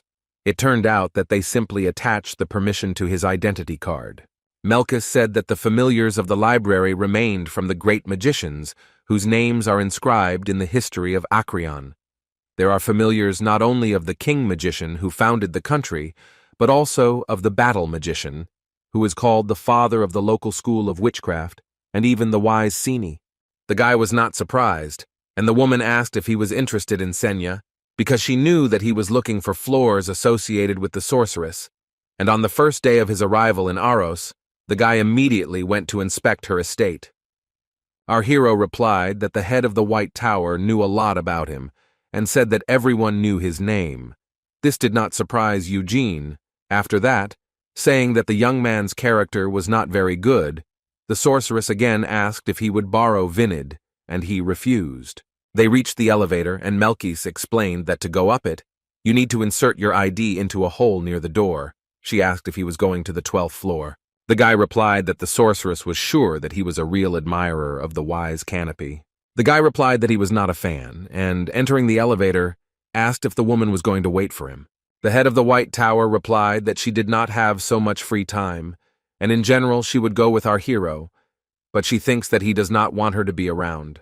Melkus added that she would like to see Eugene's reaction when he reads something on the upper floors. With an excited expression on her face, she said that the first time the reaction is always the strongest, and you can wet your pants from what you see. The irritated young man closed the elevator. The guy went up to the desired floor, the door opened in front of him, and he was greeted by a girl in a green witch's uniform. She looked exactly like Senya, so the guy was surprised and asked if she had asked. The girl replied that she was a familiar in charge of managing the witch's hall. The guy asked how she knew his name, and she reminded him that he had recently used his pass to enter the elevator. The familiar explained that not only she, but also others are connected to Acrion's magical system, so they receive real-time information about what is entering and leaving the library. Our hero asked how to address her and answered that Senya called her heir. It was an abbreviation of the witch's surname, that is Murdain. The girl considered it a great honor to have such a wonderful name. Eugene doesn't understand what his ex-girlfriend was thinking. Not only did she create a familiar that was exactly like her, but she also called her by her last name. The young man says that he doesn't really understand such things, and asked if familiars always look so much like people, and the mayor replied that on other floors of Acrion, they look different. The girl says that she is special, because she was created by the wise Senya herself. The sorceress herself became the basis of her personality. The guy asks about the creation of living beings.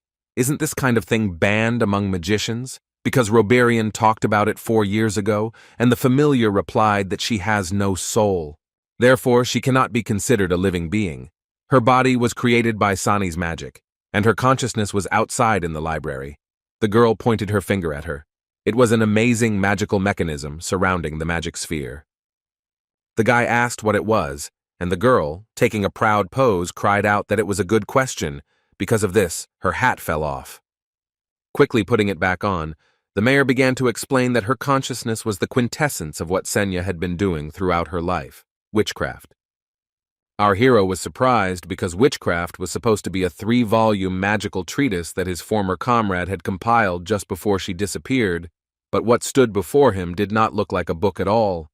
The familiar explained that the usual idea of books is just an outdated prejudice.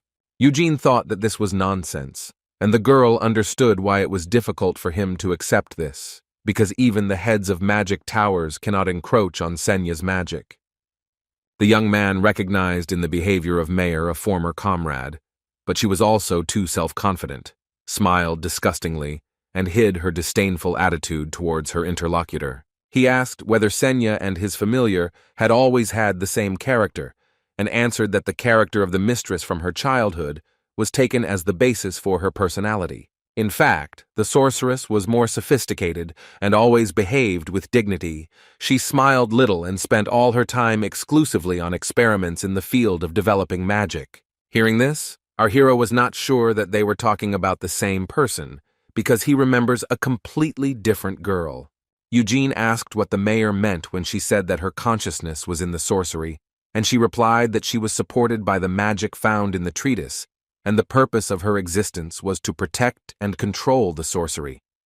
The girl had been doing this for 200 years. The young man, after listening to her, went to the treatise. Remembering Reborn's words, the guy was convinced that the material provided in witchcraft really prevails at the level of ordinary magic, and asked the mayor if she knew where Senya was and why she disappeared. The girl replied that neither the students, nor the servants, nor she herself knew where the mistress was. But this did not stop King Aros, the former heads of the magic towers, the head of the guild of magicians, and many other sorcerers from endlessly asking questions to the familiar. She told them that she knew nothing, but they did not believe her, and some of them tried to rummage through the girl's memory using witchcraft. They repeat this every few decades. Our hero realized that they were rummaging through her memories not only to find out Senya's whereabouts, but also to investigate the mayor, because as soon as the magicians have good material in front of them, they immediately want to unravel it and explore it. Eugene says that he was told that only the first volume of sorcery can be found in Acrion, and asked if there were other volumes here. The girl replied that this was the original edition of the treatise, but the hostess took the second and third volumes with her, and then gave away the original, in which only the first volume remained. The familiar realized that the young man was very interested in Senya, to which he asked if everyone was interested in her.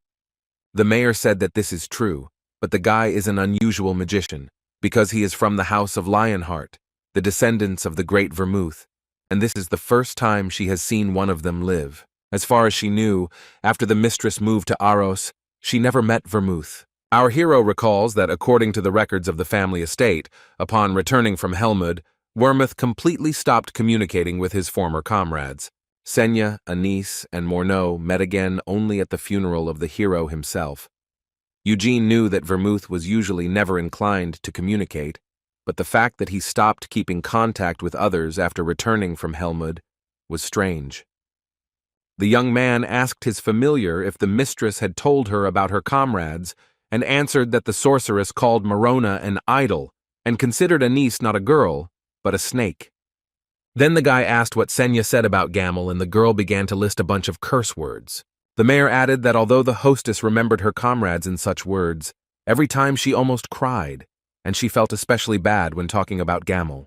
The guy asked if Senya said anything about Vermouth, and the familiar replied that nothing, no compliments, no curses, no assessments at all. Next they came to the portrait of the witch, which was the same as in her estate. The mayor said that the smile in the portrait was not real, because the hostess had never smiled like that. Even when the familiar's personality was forming and often talked with Senya, the girl asked her why and was constantly sad, but decided to make a portrait in which she was smiling. Then the sorceress answered her that this portrait would remain in history, so it would be better if she smiled in it rather than be sad. The mayor said that the artist himself decided to add a smile to the picture, and that's probably why the owner didn't like the portrait, but she was right that her face, illuminated by a smile, was more pleasant to look at. Eugene wanted to put his hand on the girl's head to support her, but she repelled it, saying that the young man should not cross the limit. Although the familiar is smaller than him, she is already more than 200 years old, so she will not tolerate being treated like a child. Then they walked around the hall, and the mayor said that there was not only witchcraft here, but also magical artifacts that Senya used, for example, her favorite stick, which she kept for her entire life. Our hero recognized the weapon. Its name was Akasha. The familiar said that the stick was made from fairy wood, which grows exclusively in the large forest of Samar, which is the homeland of the elves. And Akasha is made not from ordinary wood, but from an ancient tree whose age is estimated at thousands of years. It is the most powerful stick in the world. The elves believe that in that world tree, there are the souls of their ancestors who protect this world. So it turned out that the proud elves, for the sake of their mistress, decided to cut off part of the roots of their tree in order to make a stick for her. Eugene recalls that although Senya herself was not an elf or half-elf, she did maintain a close connection with them. The sorceress did not know who her parents were, because as a newborn child she was left in the giant jungle, in the large forest of Samar. An elf passed by, heard the cry of the child, and took him with her. Thus, the girl ended up in the sacred lands of the elves, which were lost in the heart of the jungle. At first, the elves living there were not very happy with Senya's appearance, but then, when they realized how gifted she was, the girl was recognized and taught elven magic. The mayor continued the story, saying that the mistress became the first owner of a stick made from the roots of the world tree, but that was not all. The red stone at the end of Akasha was the dragon's heart. Among the existing sticks, only two had it, those belonging to Sina and Bloody Mir.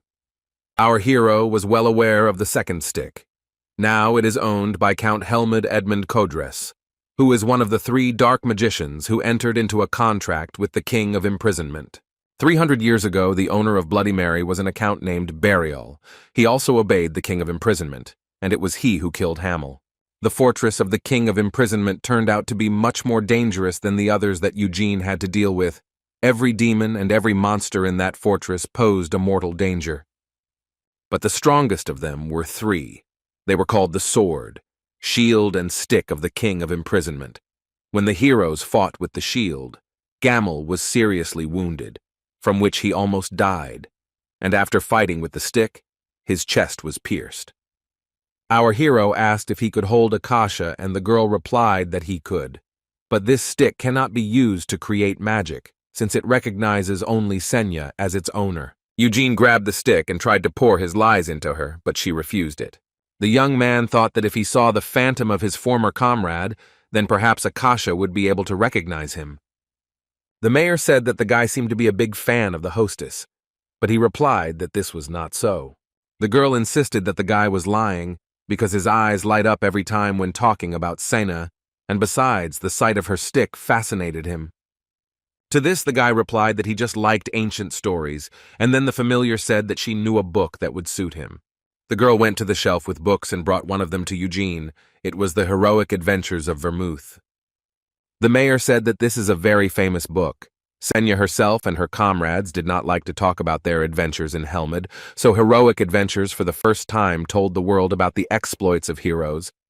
The young man replied that this book was bad, and when the girl asked why he thought so, he replied that most of all he loves and respects Gaml, and in this book the hero was presented as a complete idiot. The familiar explained that she was holding the first edition in her hands, and it differed from the reprints that are now common. This book was first printed in Aros 300 years ago, and the author remained unknown. The guy decided to give the book a chance and saw in it that Gaml was being portrayed in a negative light. Our hero was very angry about this and wondered if by chance his former comrade Anis had written this book. The mayor said that if he liked tight Gaml, then she had something and asked him to follow her. They came to the place where the hologram-like monuments of Senya's comrades were located. The girl explained that the sorceress had removed them from her memories.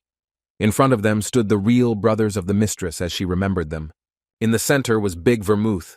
A girl smiling so much that her eyes even closed was Reliable Anise. A strong guy from whom you couldn't tell whether he was a man or a troll was Brave Moron. And the defective-looking guy was Tight Gaml.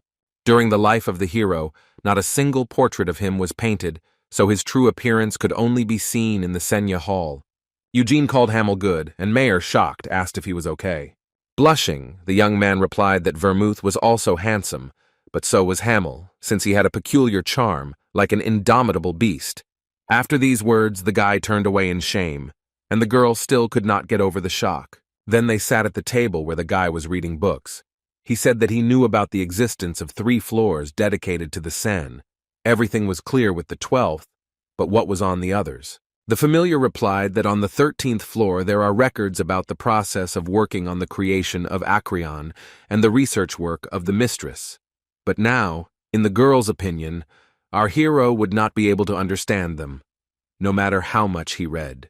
On the 14th floor, magical treatises were stored, which collected the results of Senya's research. They will also be difficult to master, but the treatises are accompanied by explanations, so it will be easier to read them than the records on the 13th floor. Eugene understood that all of them could not compare with witchcraft, and the mayor suggested trying to read it herself, instead of her trying to explain everything herself.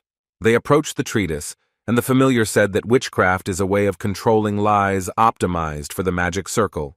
It allows you to dramatically increase the power of your own witchcraft. It also makes it possible to simplify and make the techniques used more effective, as well as to abandon the recitation of spells. This is a complex embodiment of magic using the splitting of consciousness. It allows you to accumulate magic in the subconscious, and then instantly release it at the right moment.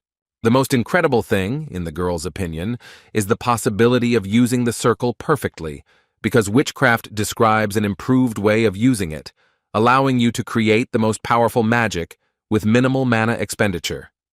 After listening to all this, the young man apologized and said that he did not understand anything. The mayor replied that this was normal, because if it was enough for a guy to hear all this once to understand, witchcraft would not be called the greatest treatise in history. The guy asked how he could read this creation, and the girl told him to close his eyes and stretch out his hand, after which witchcraft would attract his lies. Our hero did as he was told, and being unsure, thought that perhaps it would be better for him to make a circle as if using magic. Suddenly he found himself in the dark. Eugene felt that he was sleeping, but he understood that it was not a dream. The young man could not control his movements, as happens during conscious dreams, and he did not see all sorts of horrors, as with sleep paralysis. He felt that there was only a feeling of complete powerlessness, when suddenly a gigantic wave came at him. The guy felt that it was a sea of mana. It covered him. At a depth, the guy saw a huge circle, in which more and more circles of different sizes were later formed. After that, our hero woke up and the mayor was in front of him again. He asked her if he was doing something strange just now. The girl replied that he lost consciousness for 2 hours and said not to worry, because many other sorcerers in his place peed in their pants.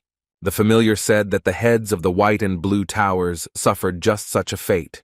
And then Eugene realized that what the woman was saying was not figurative before. The mayor asked what impressions the young man had from the treatise, and he replied that he still did not understand anything, although in general one could take something out of it, but the guy had no idea how to use it. Our hero said that the movements of the circles constantly arising and disintegrating within one large circle were truly fascinating, and he thought that there could not be more than 9 circles. The familiar explained that at the time of the creation of this magic control system, the mistress actually had only 9 circles, but she continued to study the theory and practice of magical science. After this, Sina managed to overcome the boundaries laid down by herself and create an eternal whole, which was the end point of the circle system. Only the sorceress herself could reach it. After the creation of witchcraft, many sorcerers tried to achieve the same result, but none of them managed to overcome the barrier of 9 circles. Using all your lies without a trace, controlling everything inside the giant circle, splitting it and making it rotate, this is exactly what can be called perfect mastery of the circle. It is difficult to create an eternal whole, but it is easy to create magic with its help. In addition, the layers of fire are more powerful than the hellfire of the 9th circle, and mana is depleted more efficiently. According to the mayor, Senya was capable of killing the Demon King on her own. Eugene thought that after returning from Helmud, the sorceress did not waste time and became much stronger. Probably Anise, Moron, and Vermouth also kept up with her. But then the young man did not understand why they did not challenge the demonic kings again. After that, the guy went back down to the 1st floor, where Reborn and the head of the White Tower were waiting for him. The head of the Red Tower asked the guy his impressions of the treatises from Acrion, and he replied that with his level of magical theory, it would take at least several years to understand even one of them. To this, the head of the White Tower replied that it was not surprising, because the books stored here represent the essence of the magical science of Aros for the last few centuries. No matter how outstanding our hero's abilities may be, without a good mentor, it will not be easy for him. So the woman was not averse to helping if he borrowed Vinid, and in return, she would explain the contents of 10 treatises. Eugene, accordingly, did not necessarily exchange only treatises and asked whether he would offer anything else, such as an item. The head of the White Tower offered the young man a stick. It helped him regulate the flow of mana and facilitate the creation of the spell. The head of the Red Tower added that he had plenty of good sticks. If the guy wanted, he could borrow them. To this, the angry woman asked why Reborn was interfering in their conversation, and he replied that she was too stingy for a person who had entered into contracts with 2 spirit kings. The sorceress asked if he was afraid that she would arrange something if she entered into a contract with the king of the wind spirits, and he replied that she was very shrewd. The head of the White Tower was indignant at this, because she and the head of the Red Tower had been communicating for several decades, and she did not understand how she still didn't know her. She noted that she was not at all interested in the politics of Aros, because it only made her head split. Reborn replied that the sorceress was saying so now, and when she received excess power, she might no longer be able to control herself. Melkus replied that she understands why the man is warning her, but she swears to a lie that she will not do anything like that. Unexpectedly for the woman, the sorcerer replied that he believed her. He himself was going to ask her to swear, but it was too inconvenient. Meanwhile, Eugene, having thought carefully, replied that he did not want to own the stick, to which the head of the White Tower replied that she was not going to give anything away, but only to borrow it. The young man explained that he would not be able to lend her Vinid for more than a few days, and if he received one of the sorceress's artifacts only for a short period of time, he would not be interested. Giving in, Melkus offered the guy to own her artifact for the same number of years as she could have Vinid, for example. If the guy decides to give her a sword for a week, then he will give his thing for several years. Our hero asked if the woman really wanted to conclude a contract so badly, and answered that for summoning magicians like her, the king of the wind spirits is a real dream, because Vermouth himself once concluded an agreement with him. Suddenly, Reborn said that if Eugene is not interested in the stick, then among the artifacts that the White Witch has, there is something really valuable. In a panic, Melkus tried to force the man to remain silent. With a malicious smile, the young man asked the red magician to continue, and he said that such an item was a shadow robe. Reborn asked why Melkus was so angry, because for the last 10 years she had not used that thing, and she angrily asked if the man understood what she had to go through to take possession of it.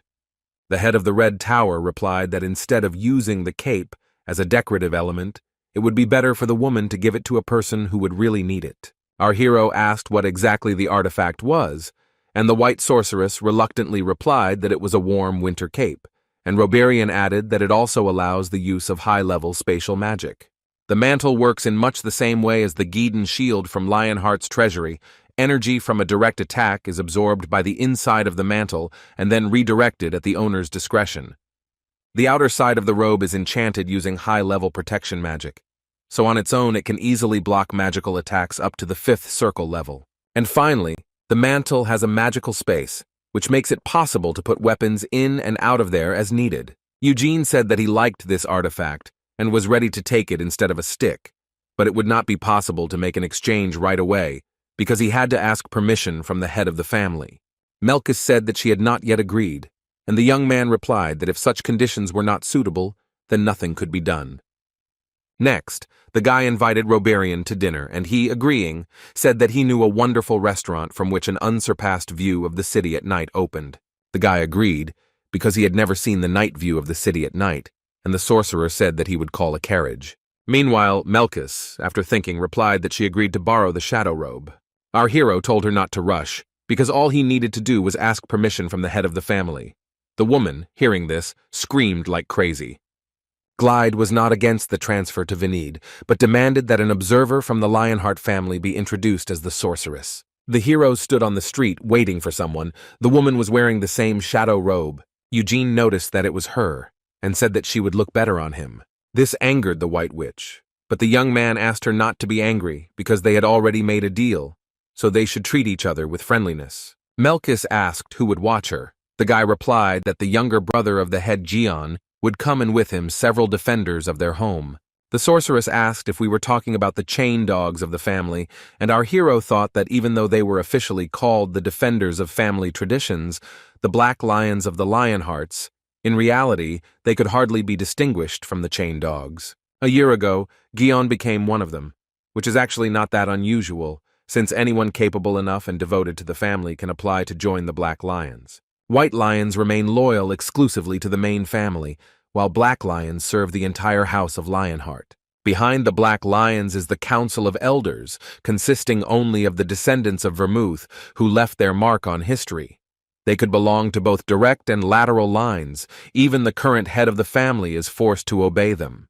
During his 4 years in the main family, our hero had never seen black lions. He was interested in how strong they were. The next moment, a black carriage with the emblem of the defenders arrived at the heroes. Melkus disdainfully commented on the skillful black lions boasting of luxury, and Eugene asked if she really respected Vermouth. The woman replied that she respects the hero, but this does not mean that she likes the Lionheart house. She is not satisfied with the family's attitude towards the sidelines and the black lions, along with the Council of Elders, trying to hide in the shadows. Reborn noted that now she would have to forget about her complaints for a while. If she really wanted to get Venid, then it was better not to do anything that could anger the defenders. To this, the White Witch replied that everything should be fine, because they had an honest agreement. Suddenly, the woman began to miss her artifact again, and Eugene said that they already understood everything. Just don't let her clog her robe with snot, otherwise he'll still have to wear it. The carriage landed, and a girl with white hair and golden eyes came out of it. It was Ciel. The young man was very surprised and asked what the girl was doing here. The young lady replied that her mother's birthday was coming soon, so she decided to choose a gift from Aros, and besides, she was interested to know how the guy was doing. The young man was surprised, and the girl, blushing, looked away from him. Next, Eugene came out of the carriage and said hello, and behind him came a man who said that they had not seen each other for so long, and they also had little time, so it was better to get straight to the point. Our hero was interested in who that person was. He seemed strong, and judging by his muscles and movements, he was the owner of a spear. Then another person came out whose appearance it was clear that he was a magician. If they were sent here to control the deal, then it is not surprising that a magician was taken into the squad. Another woman got out of the carriage, assessing her hands.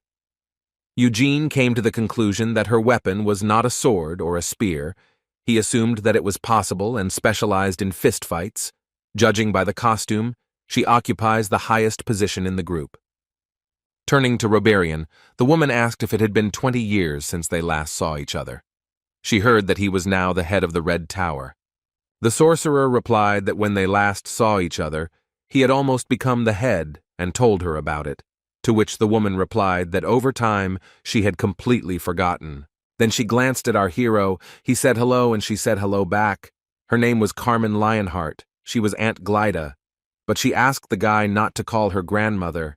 He fell into a slight stupor. The guy realized that the woman was the sister of Cian and Ciel's grandparents. He was less surprised about the young appearance, because Reborn and Melkus also look like that despite their age. Our hero tried to understand what could make a person like him personally come to Aros, and the head of the Red Tower suggested going inside, because it was windy outside. The company sat down at the table. On the right side sat the heads of the towers, and on the left were Lionhearts. In the middle was a magician of black lions. Carmen Lionheart is the younger sister of the former head of the family. She did not marry, and living for some time in the main family decided to join the Black Lions. Now the woman commands the 3rd detachment of these knights.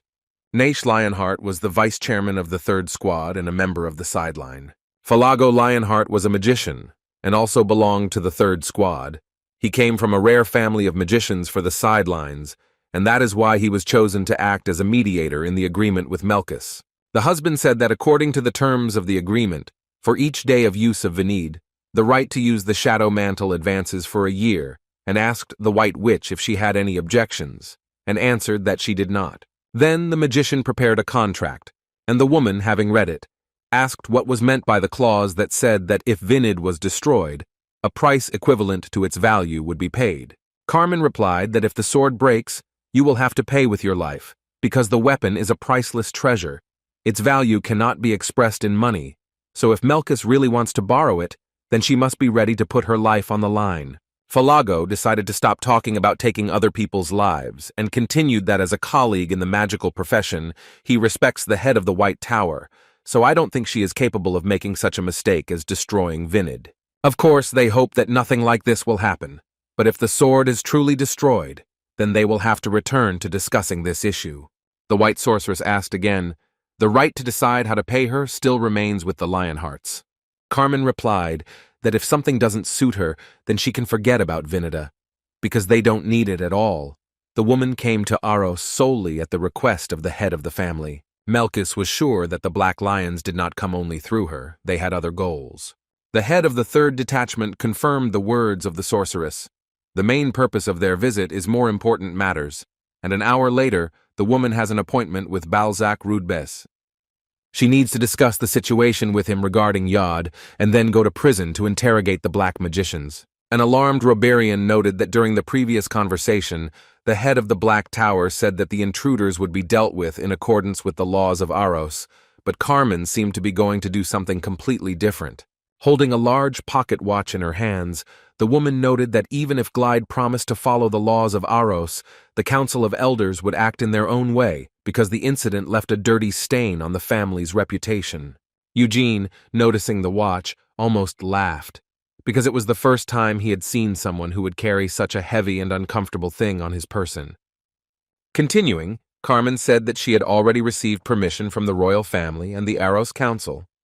The young man realized that she most likely received permission to interrogate and punish the magicians. They were probably glad to offer such an amount that they could not refuse. The head of the 3rd squad asks what Melkus decided with the agreement, since they don't have much time left. The White Witch thought that it would take her 3 hours to conclude a contract with the king of the wind spirits, and if so, then she would get the robe back in a few months at worst. The woman agreed, and after that an exchange took place. The guy put on the robe. Carmen liked the way she looked on it, especially the thick fur at the collar.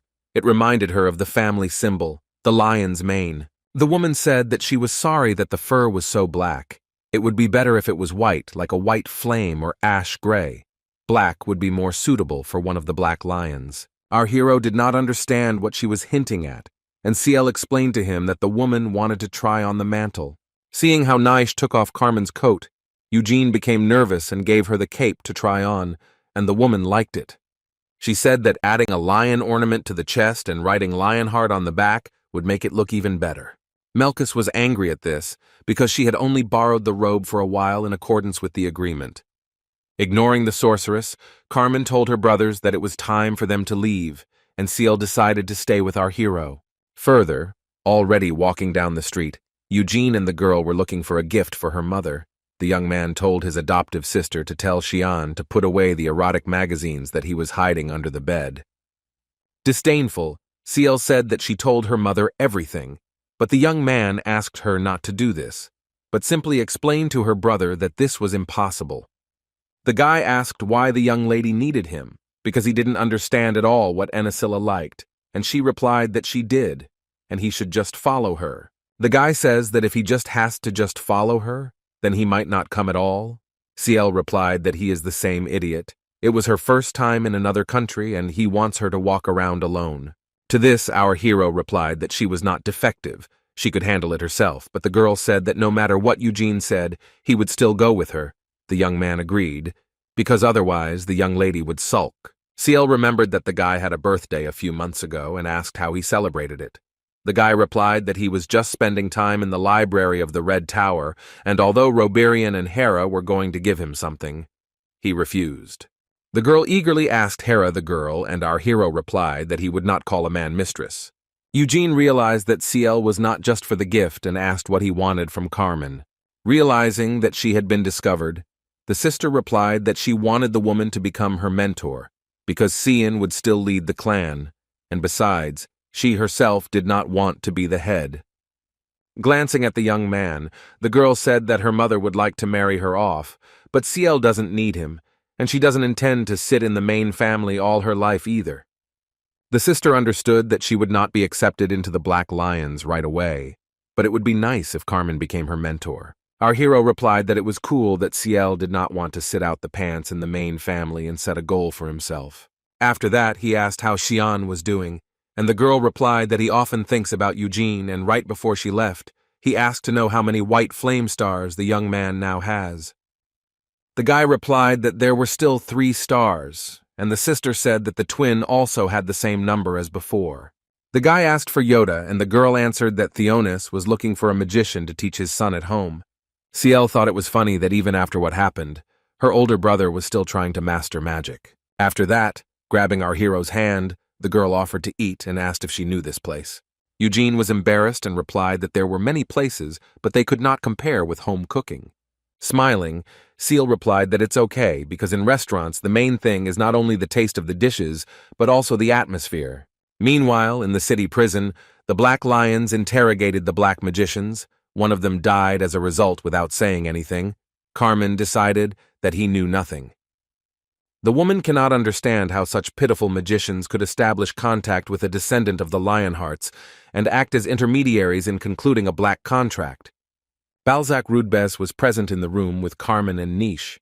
He said that Gebid had been a black magician for several decades and could not boast of any significant research. If a man died of old age, his soul would simply become the property of demons and lose the right to rebirth, so he was ready to do anything. Even if he failed, the money he could get from selling Lionheart to the demons would be enough to get rid of any trouble. The head of the 3rd detachment heard that Dark Jabella had nothing to do with this matter and asked Balzac how to deal with him.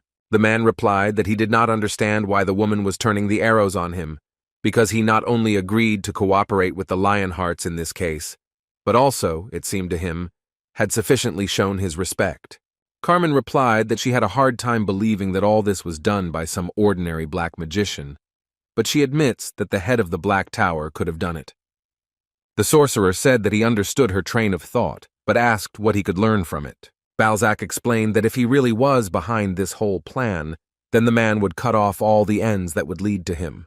Rudbez also added that he has many enemies, because the King of Imprisonment believes in him and loves him, which cannot but infuriate a large number of people in Helmud. The man expressed the opinion that perhaps one of his enemies secretly pulled all this off to put him in a difficult position. He has no proof, just as there is no evidence of his involvement, but now the situation puts not only him, but also the Lionheart family in an awkward position. Carmen replied that the sorcerer can usually say whatever comes into his head, but he should be ready to take responsibility for his words and asked if he was ready for it.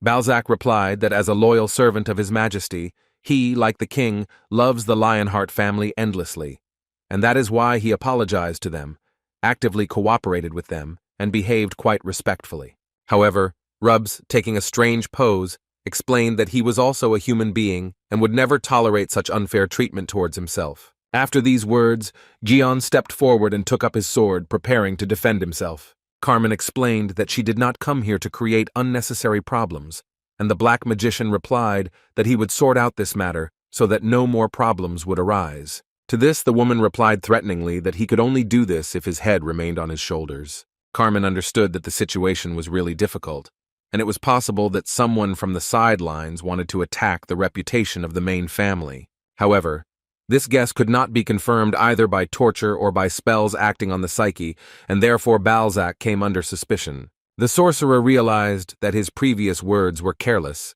but repeated that it was not him, because he simply had no reason to do this. Then the woman asked about the incubus, who was going to enter into a contract with Yod, and the black magician, using magic, showed the severed head of the attacker.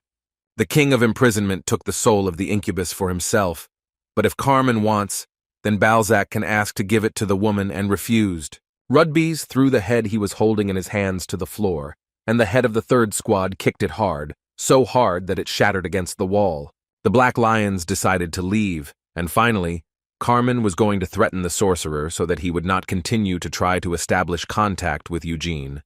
But Balzac interrupted her, saying that only the king of imprisonment can control his actions and desires, and a woman does not have such a right.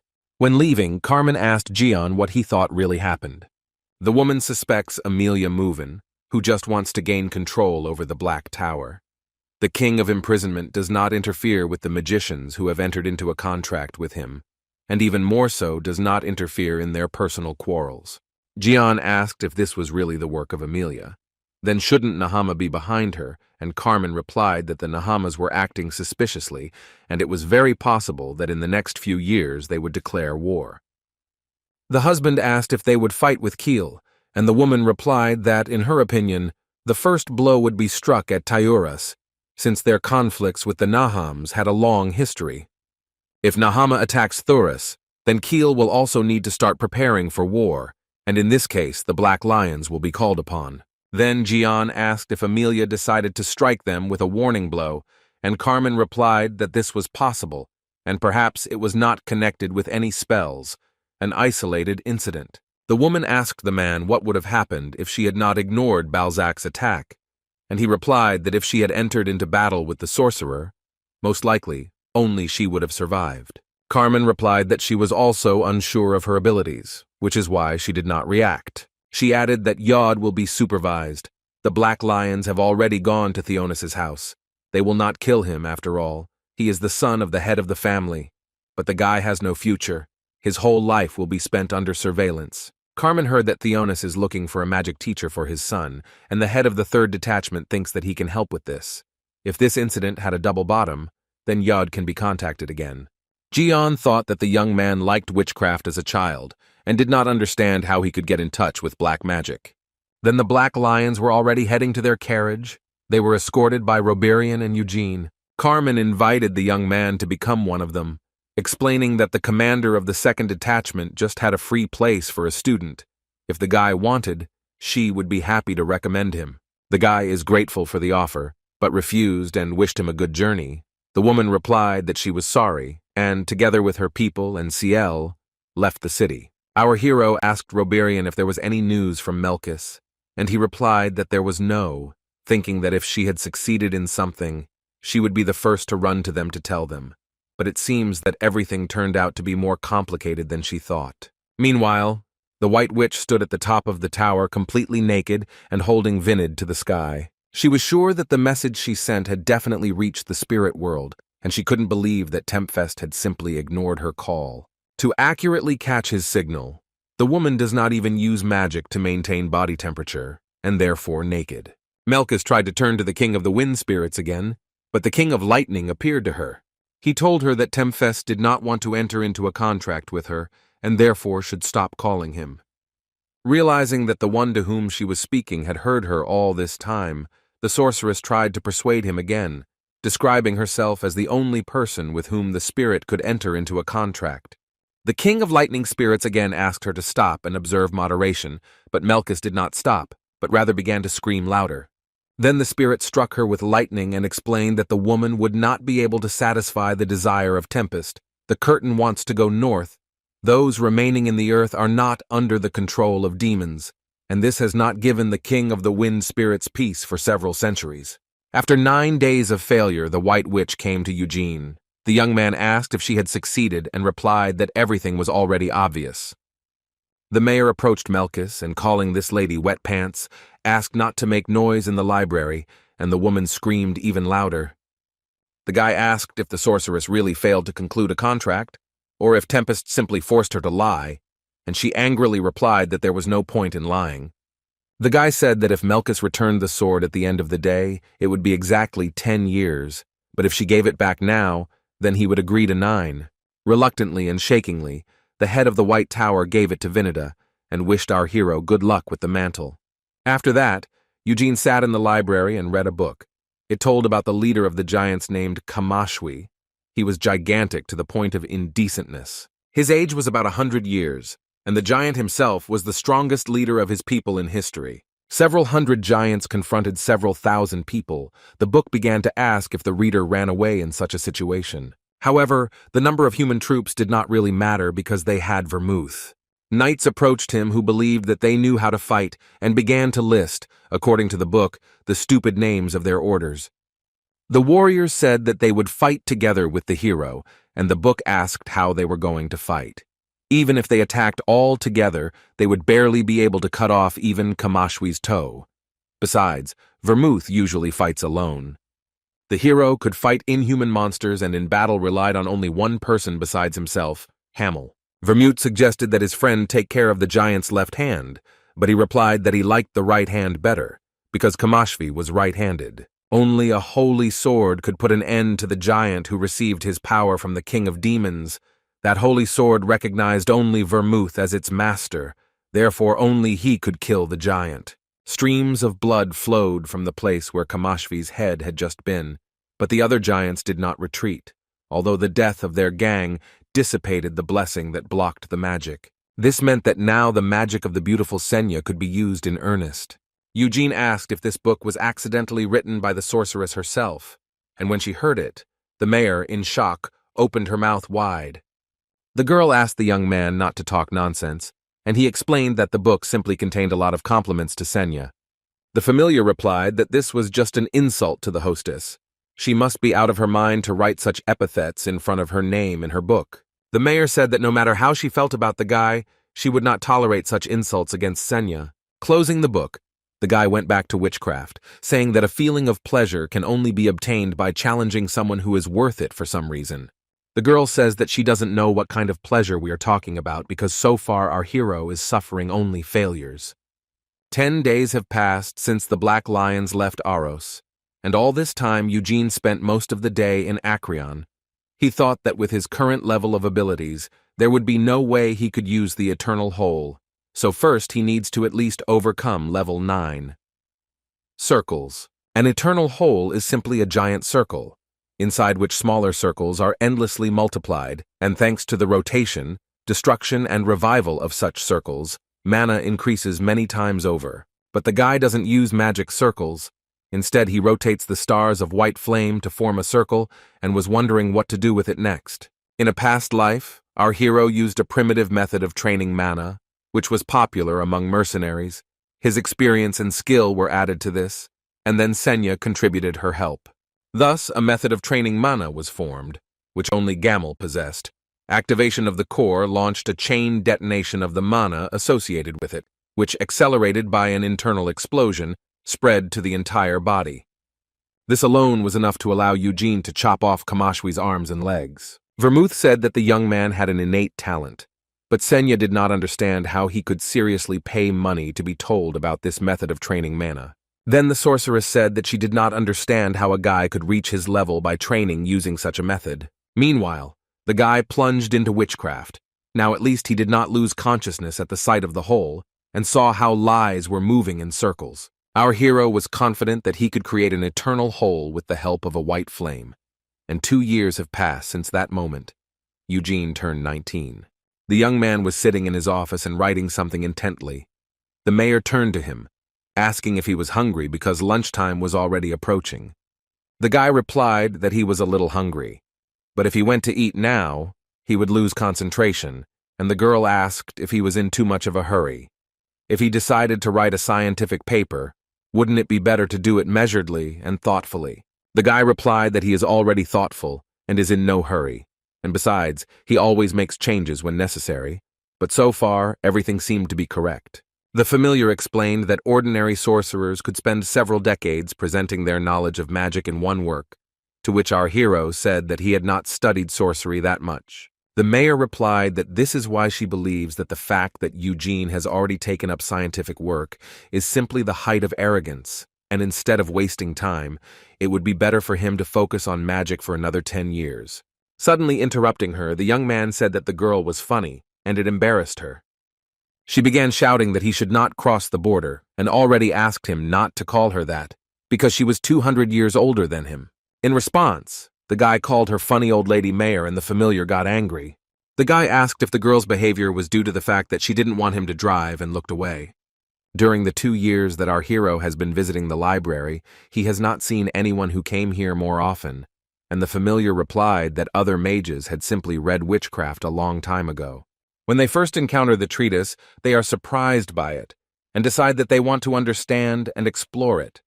Over time, they realize their limitations and use witchcraft only as reference material, and decide to improve their magic through their own experiments. Eugene came to Senya's hall every day for 2 years trying to understand witchcraft.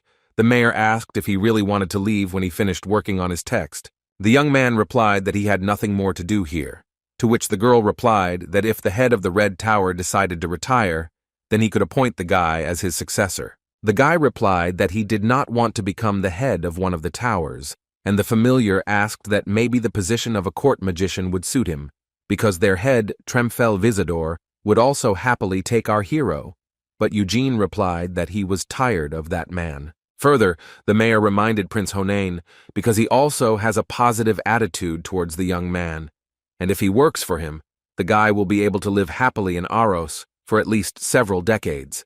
The guy replied that he was usually grateful to the prince for his attitude, but he didn't like that either.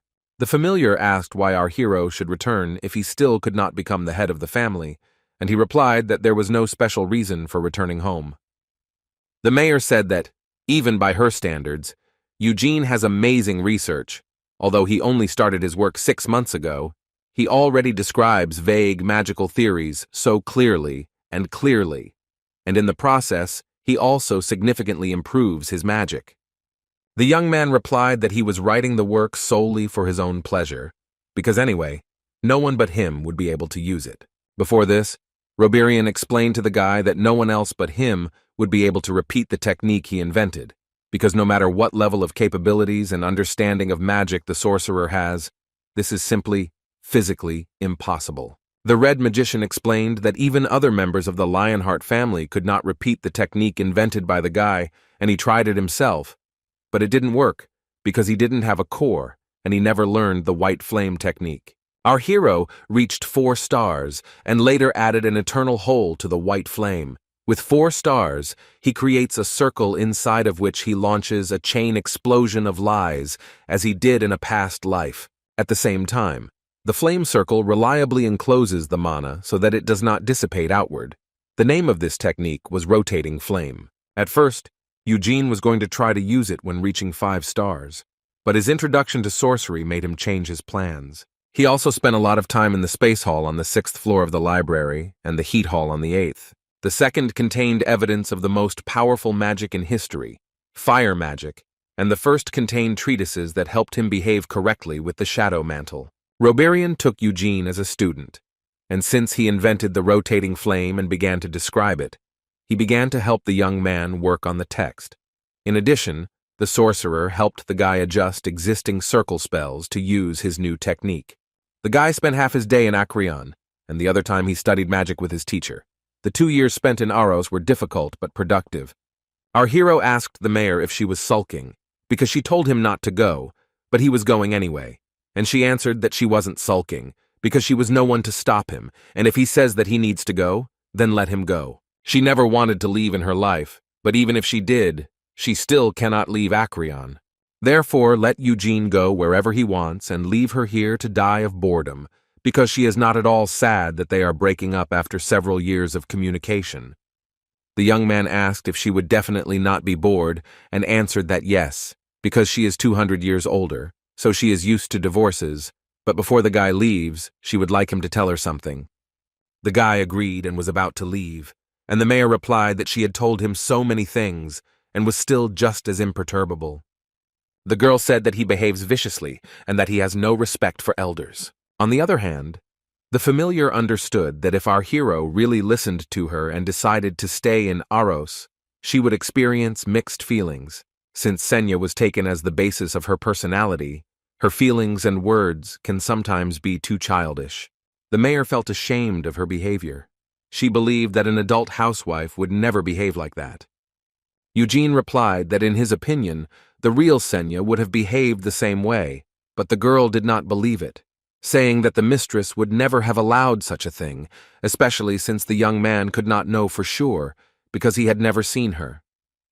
Without going into details, the guy replied that perhaps he knew her, and the familiar decided that the guy was saying that only because of what he had read in the book.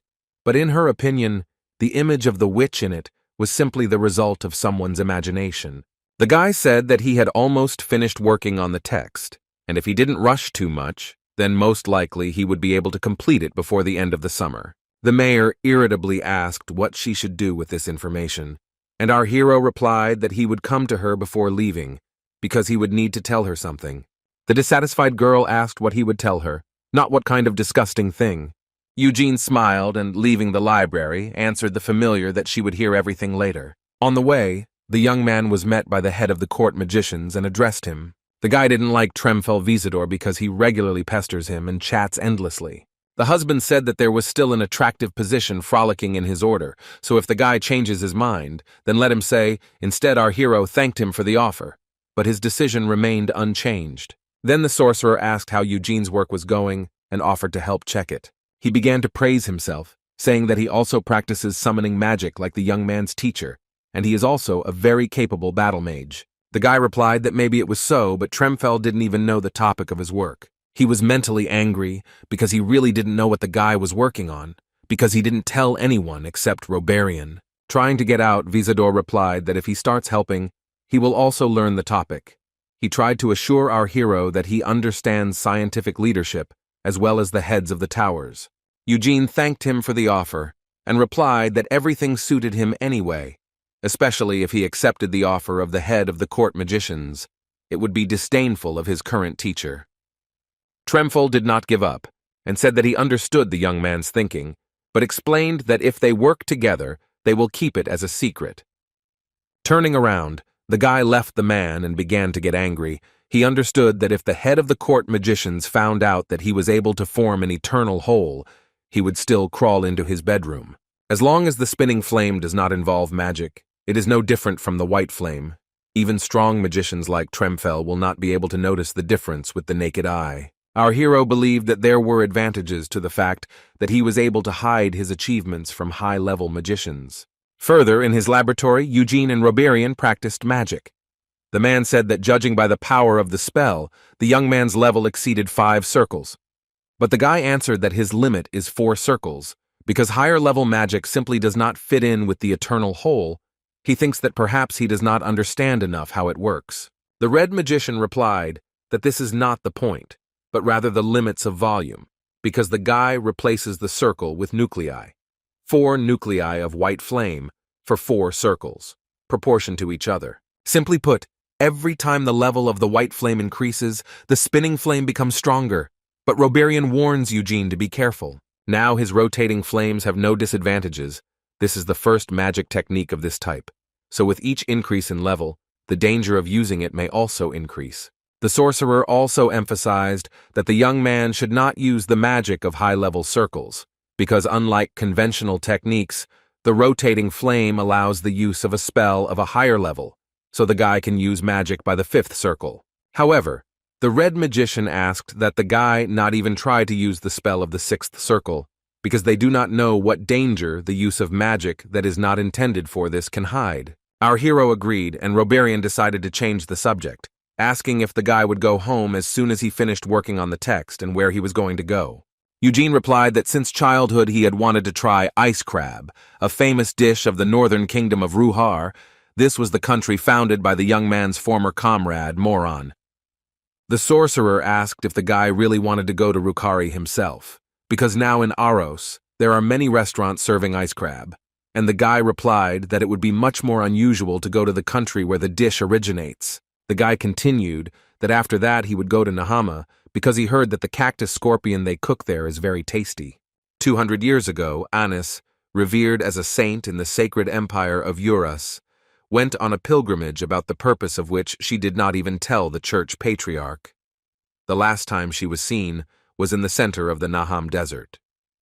Rebirth was surprised that our hero was interested in the food of other countries, and replied that if he liked shellfish, then today they could dine on lobster. After this, the heroes went to a restaurant where, unexpectedly for Eugene, they met Crown Prince Honan Abram. Honan apologized for interrupting the meal and decided to get straight to the point. "I swear on my name."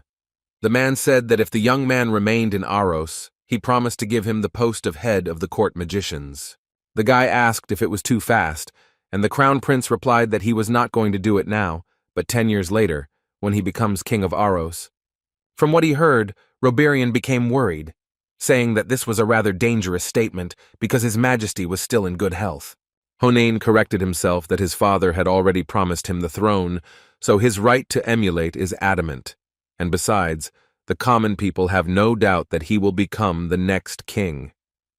Court mages report directly to the royal family. Of course, they must adhere to the rules and respect the council, but in 10 years, Eugene will be powerful enough that the council will not object to his appointment. Our hero thanked him for the high praise, but also added that the Crown Prince actually does not know what level of magical abilities he has. To this, Honan replied that the only reason for this was that the guy and Rebirth were hiding it so hard, and asked why they were doing this. After that, he explained that he understood that they probably had their own reasons, and since the heroes did not speak, he would have to figure it out himself. Looking at Eugene, the Crown Prince saw that the young man's body was full of mana. Even judging by its volume alone, one could say that it had significantly exceeded the level of the fifth circle. Smiling, Honan asked if the young man had figured out witchcraft and the eternal whole, but he did not want to answer. The guy explained that he couldn't deceive the prince, but he also didn't want to be honest with him, and refused not because he didn't like Aros or wasn't happy with the position of the head of the court magicians, but because he was simply not interested. To this, the man said that with the level of the young man's abilities, they would want to take him anywhere, so it is not surprising that one offer of a position at court would not be enough to keep our hero in the city. Then Honan decided to offer training, saying that the other 2 volumes of witchcraft were in the treasury of the royal palace. Our hero and his teacher were surprised. Eugene recalled that, according to the mayor, Senya took the other 2 volumes of the treatise with her, and Rebirth asked the prince when exactly the royal family took possession of them.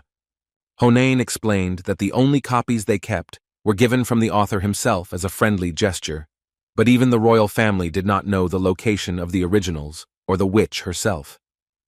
The young man asks if the Crown Prince is really ready to show him the other 2 volumes, and the man replied that at the moment this is impossible, because witchcraft is the most powerful magical treatise in history, so even he cannot do whatever he wants with it.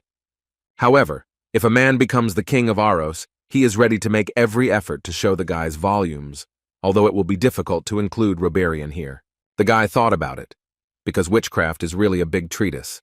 Over the past 2 years, he has had enough opportunities to feel it, despite the fact that in Acrion, he was only able to familiarize himself with the first volume. In addition, perhaps there are some clues stored in other volumes that will help our hero find Senya. Even if the members of the royal family could not find them, he was confident that he would cope with this. Eugene replied that if now the prince is not able to introduce him to the 2nd and 3rd volumes, then he promises to look into Aros after Honan descends to the throne. The man understood this position, and he agreed to send the young man a letter when the issue with the coronation was completely resolved. The guy thanked us, and after that we were taken to the library, where the mayor read the work he had written. In her opinion, From a structural point of view, it is simply impossible to come up with anything better than what our hero did. Senya did not reach the eternal hole, but the rotating flame significantly outweighed the magic circle technique in power. The girl thought it was incredible. She added that although the manual was not without flaws, it is more than suitable for our hero. It may seem that it is selfish to hide his treatise, but still only he will be able to apply this technique. The familiar asked when exactly Eugene decided to leave, and he replied that the day after tomorrow. Knowing his character, she thought that the young man would want to leave tomorrow, but he replied that he was also a man, and he needed at least one day to rest fairly, and besides, they were going to hold a farewell dinner for him in the Red Tower. Frowning a little, the mayor said that the guy would probably feel good, because he would be able to eat delicious food, and everyone would welcome him. Smiling, the guy reminded her that he wanted to say something before leaving. Our hero said that first he needed to check something, and asked if the mayor was sharing with others what she had heard. The girl clearly did not like this question. She asked if Eugene was really afraid that she would tell other sorcerers about the content of his work or about their conversations.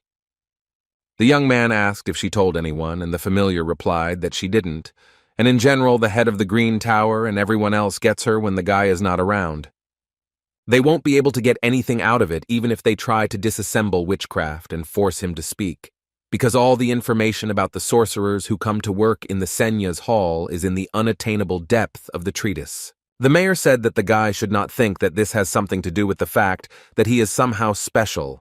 Such a function is needed out of respect for those who come to Acrion and also act in the interests of safety. Personal information cannot be revealed unless someone breaks the witchcraft into small pieces. Our hero said that if this is really so, then what he says will remain between them. Eugene told the mayor that he had been reborn, and the girl, unsure that she had heard everything correctly, asked again what he said. The young man repeated again, adding that he remembered everything that happened to him in a past life, and the familiar didn't believe it. She asked if this was some kind of joke, and if so, then let the guy not expect a reaction from her, because he is not funny. The guy replied that in a past life his name was Gaml and he was Senya's former brother. The mayor stood in shock for a while, and then asked if our hero was serious, and he understood that he might not believe in such a thing. The girl thought it was hard to believe, but if Eugene was telling the truth, it would explain some of the features of his behavior. It only took him 2 years of first learning magic to understand the principle of operation of the eternal whole, and also to ground it using only his innate instinct, and then also to adjust it to suit himself. The familiar said that Gaml was an amazing person in many ways. Senya grew up in an elven forest, where she was taught magic. Moron was the son of the leader of the Bayar tribe, and became famous for his warriors throughout the northern lands. Reliable Anise was a candidate for the Holy Maiden of the sacred Eurus Empire, and the cardinals of the empire invested all their efforts in her upbringing.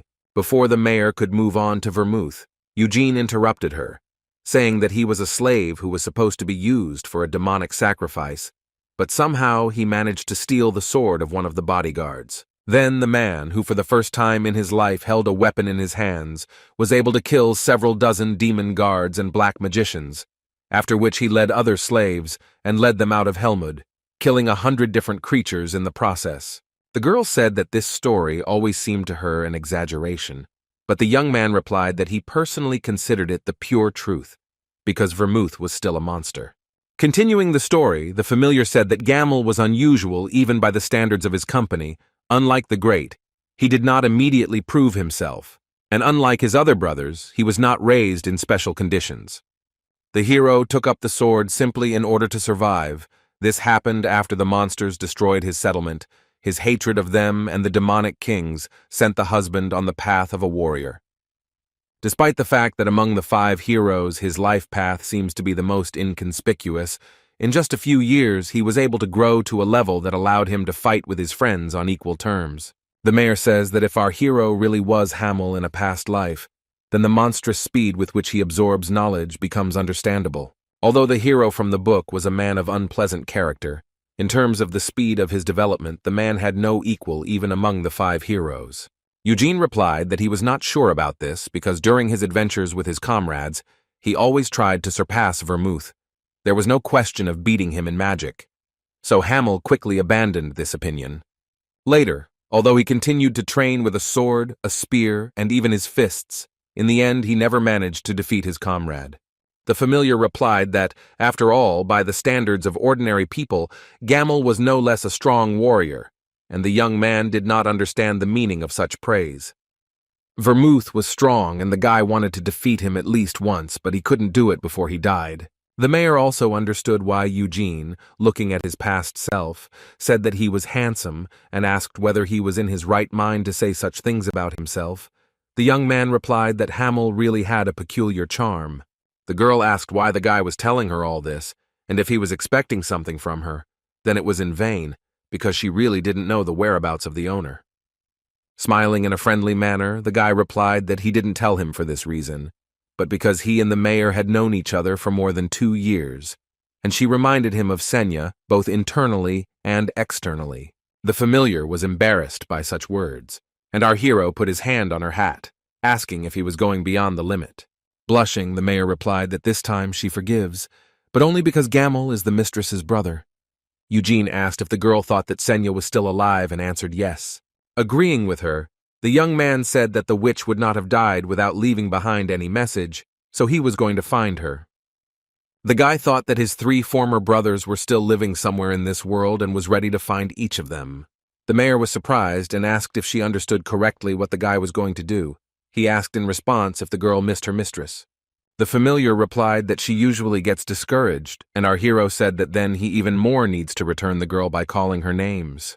The mayor asked not to call Senya names, but Eugene noted that he was allowed to do so, because in a past life he had heard enough insults from the sorceress.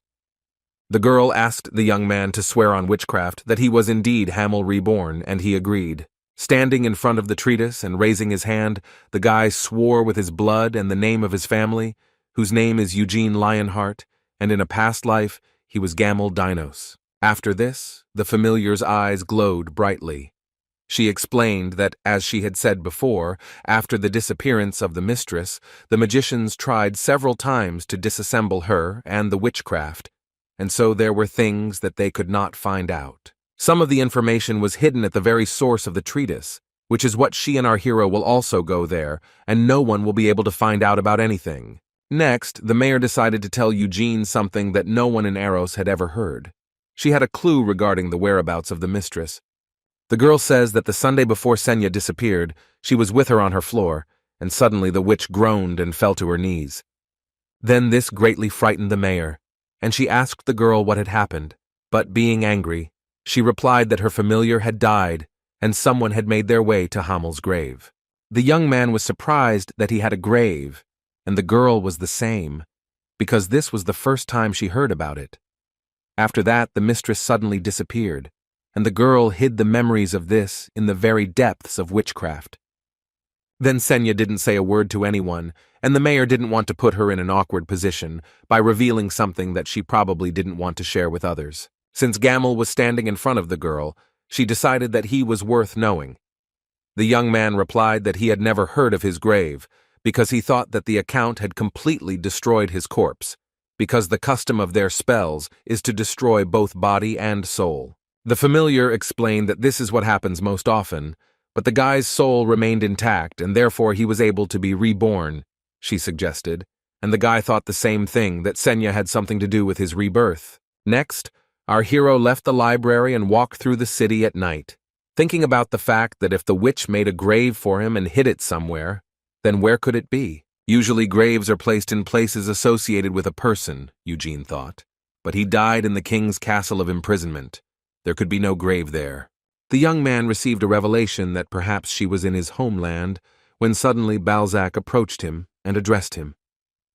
The guy said that he noticed the surveillance, but decided to pretend that he did not see the sorcerer, and therefore he still had to say hello to him. Rubb said that every time he and the guy see each other, for some reason he is out of sorts, and asked if it was because of him. Our hero answered yes. The black magician says that he heard talk that Eugene is leaving Aros the day after tomorrow, and going to Ruhar and Nahama. This worries him, because the middle Ruka is very close to Helmud.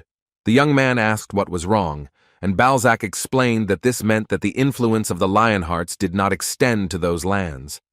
At first, There was a strict ban on the entry of demons and black magicians in Ruhar, but 5 years ago, the royal family stopped persisting. There are many demons in Helmut, and there are those who go against the will of the King of Imprisonment, because at first, he was not the only one in charge of that place. The guy asked the sorcerer if he was hinting that the King of Destruction was preparing for war again, but Balzac immediately replied that that was why he did not like violence, and besides, he respected the King of Imprisonment, so he would not act first.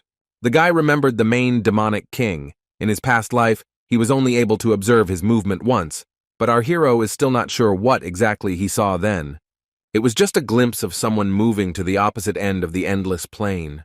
No one thought of fighting the demon, and if not for Anisa's prayer, the heroes would have fallen into complete madness. Continuing, Rudby's emphasized that even if the King of Destruction did not act, while the King of Imprisonment was inactive, this did not mean that all demons behaved in the same way. These demons are very aggressive.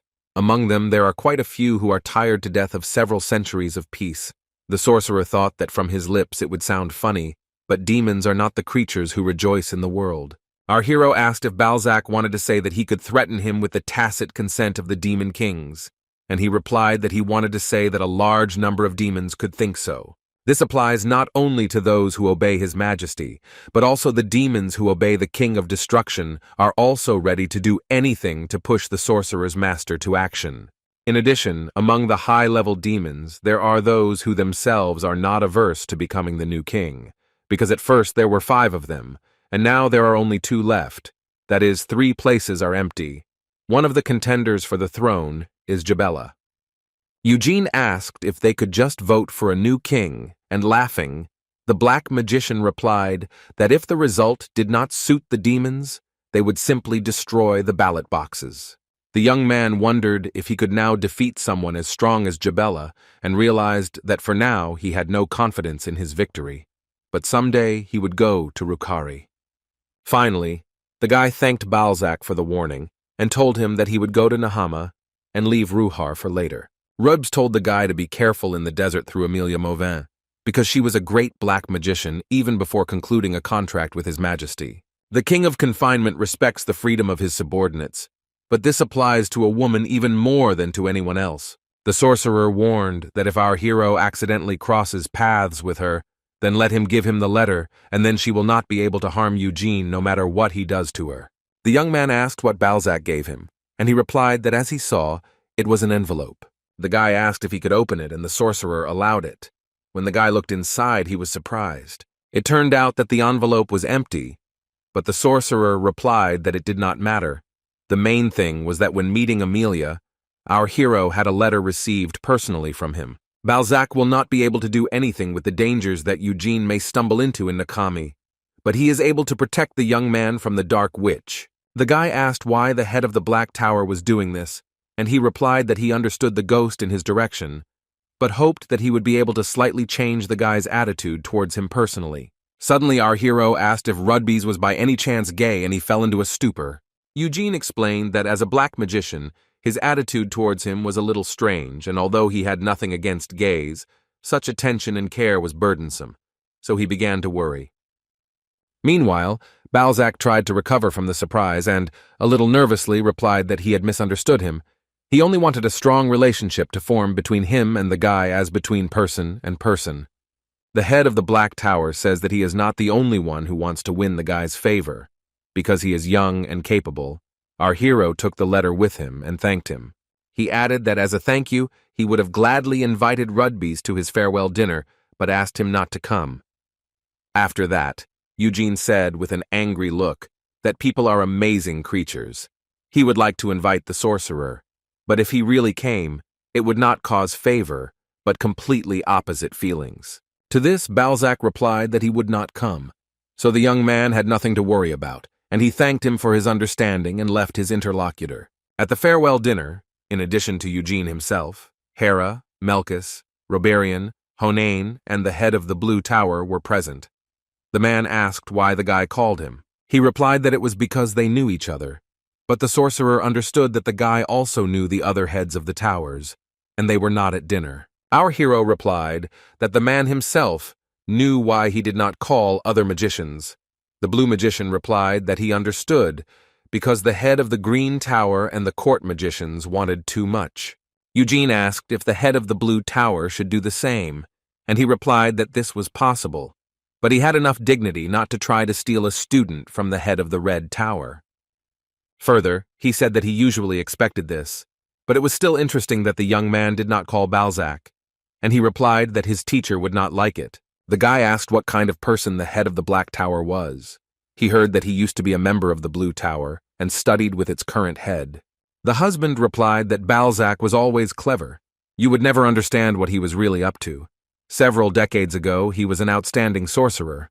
No one doubted that he was destined to become the next head of the blue tower. But suddenly, he left Aros and went to Helmut in order, according to him, to expand his magical knowledge. The blue magician admits that he was behind Rudbez at that time and was able to take his post only because he left. And 10 years later, Balzac returned as a black magician. He went to the Black Tower, where he received the support of most of the magicians, and as a result became their leader. The husband believes that his former colleague could go down in history as the strongest head of the Blue Tower, but it seems that this was not enough, because no matter how strong human magic is, it will never surpass the level of demonic kings. The blue mage decided to change the subject and asked if Eugene was going to Nahama and said that their deserts were also an unpleasant place, so he advised not to go there. But if the young man was serious, then at least not show that he was Lionheart. The guy replied that Reborn told him the same thing. The head of the Blue Tower added that times are not the best now. There are rumors that the Nahami assassins, who previously kept a low profile, are now operating openly. And although he does not believe that they will cause trouble for the Lionheart family of Kiel, it is better not to attract their attention, just in case. The guy thanked us for the advice, and then we are transported to the Naham Desert, where he was on the way to his goal. Our hero was pleased that the shadow mantle was able to change its appearance. It resonated with the nervous system of its owner, monitoring the outside temperature and body temperature, and therefore allowed one to feel comfortable even in the heat. Eugene looked at the magical map that Reborn had given him. It was tied to his coordinates and changed accordingly, so it was able to show the environment anywhere in the world. Now the young man was in the very west of Nahama. Far to the north from here was Turus.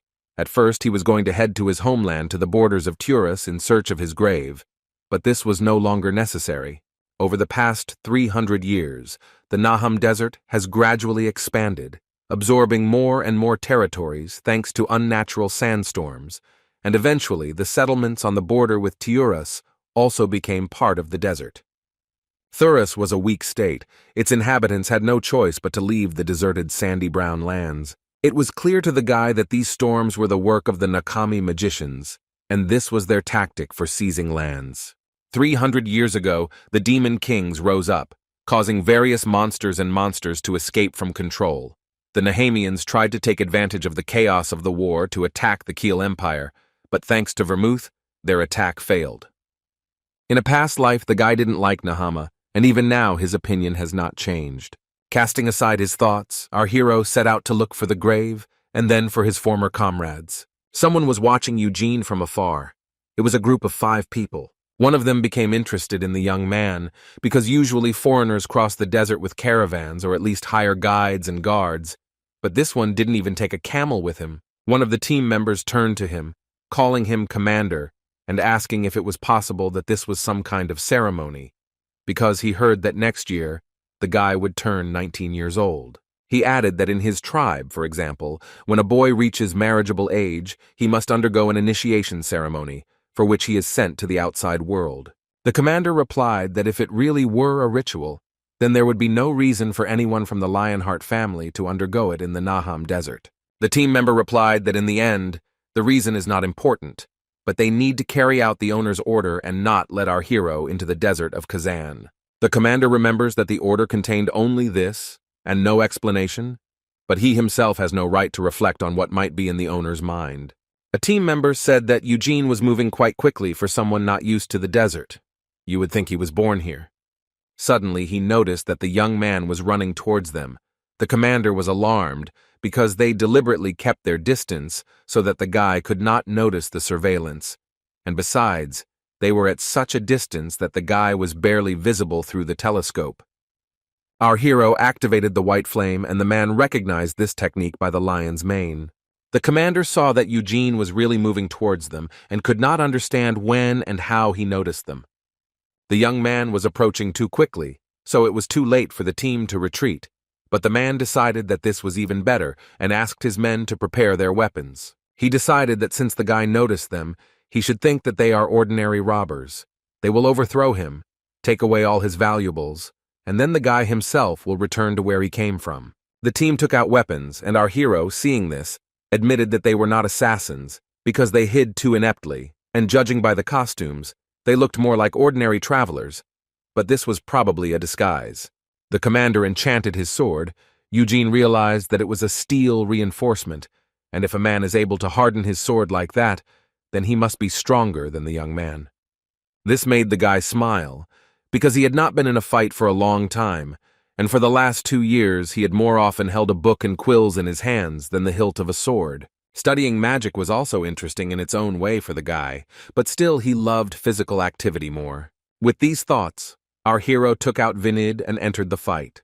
The group leader almost lost his sword from the blow and quickly jumped away. After that, the team surrounded Eugene and he began to use magic. The commander became nervous, because the young man does not pronounce the spell when he uses it. The guy launched magic missiles at the men and they fell to the ground.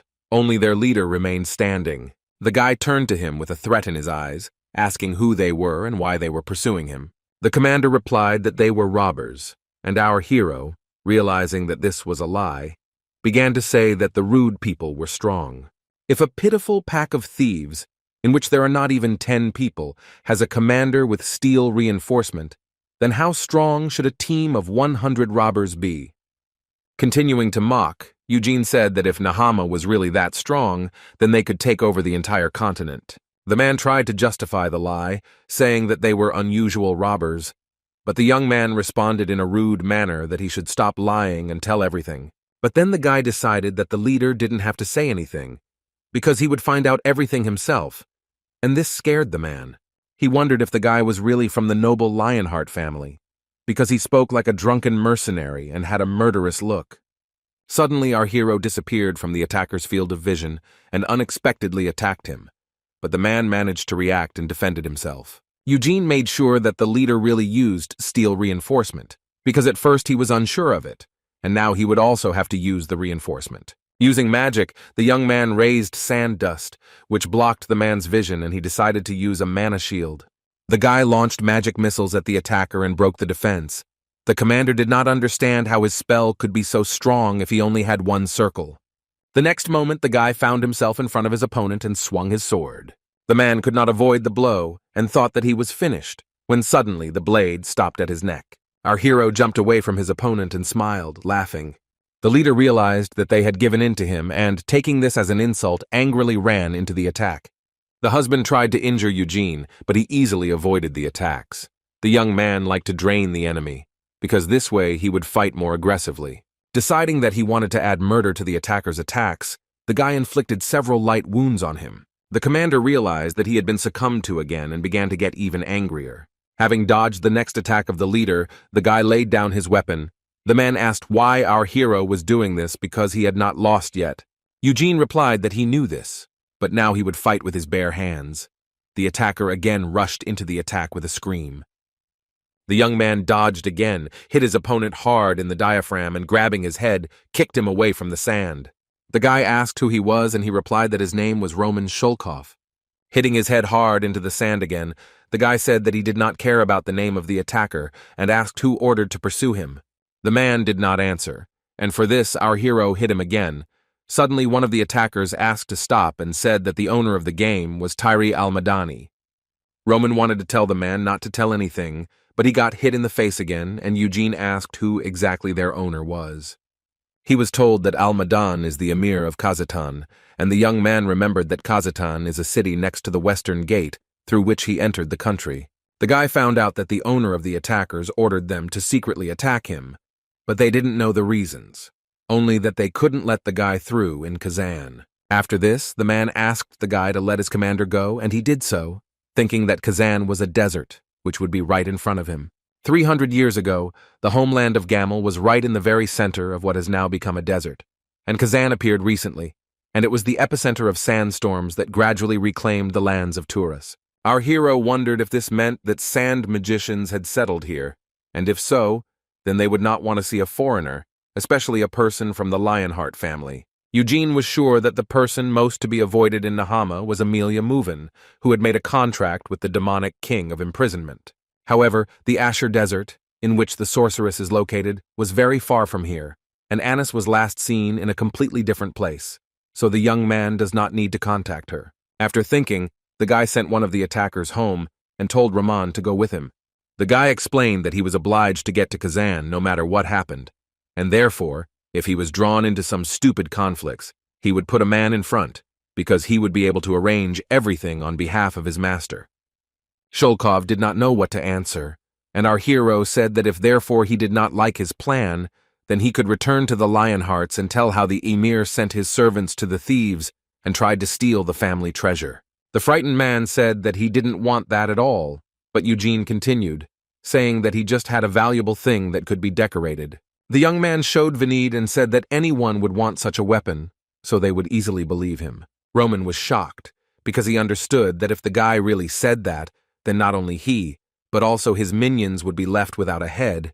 Even the owner himself could be in danger. Bowing his head, the man gave up and agreed to do as the guy said, and he smiled evilly. Then they continued to walk. Rahman was reproached by a feeling of guilt for having betrayed his owner.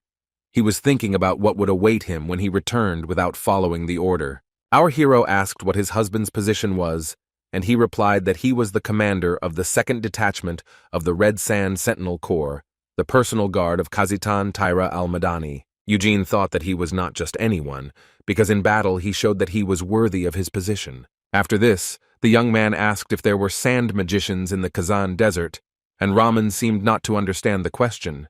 The guy threatened to stop pretending that he didn't understand what he was talking about, or they would have fun again, and the husband nervously replied that this couldn't happen. Sand mages serve exclusively the ruling family, so Roman did not understand what they should do in the desert far from the capital. Hearing this, the guy came closer to his companion and, looking into his eyes, rudely asked if he was in his right mind. He further explained to Shulkov that the desert of Kazan first belonged to Turas, but suddenly sandstorms came and turned all the lands and forests into mountains of sand.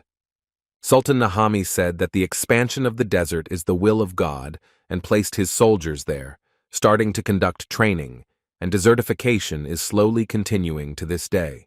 The Keel Empire is too strong to do such things with it, and Tyurus is an easy prey, so Nahama took it on. After listening, Roman replied that this could not be, and even if our hero was right, he did not believe that his owner would get involved in such a dirty business. Then Eugene said that you couldn't tell from a man's appearance that he was so naive.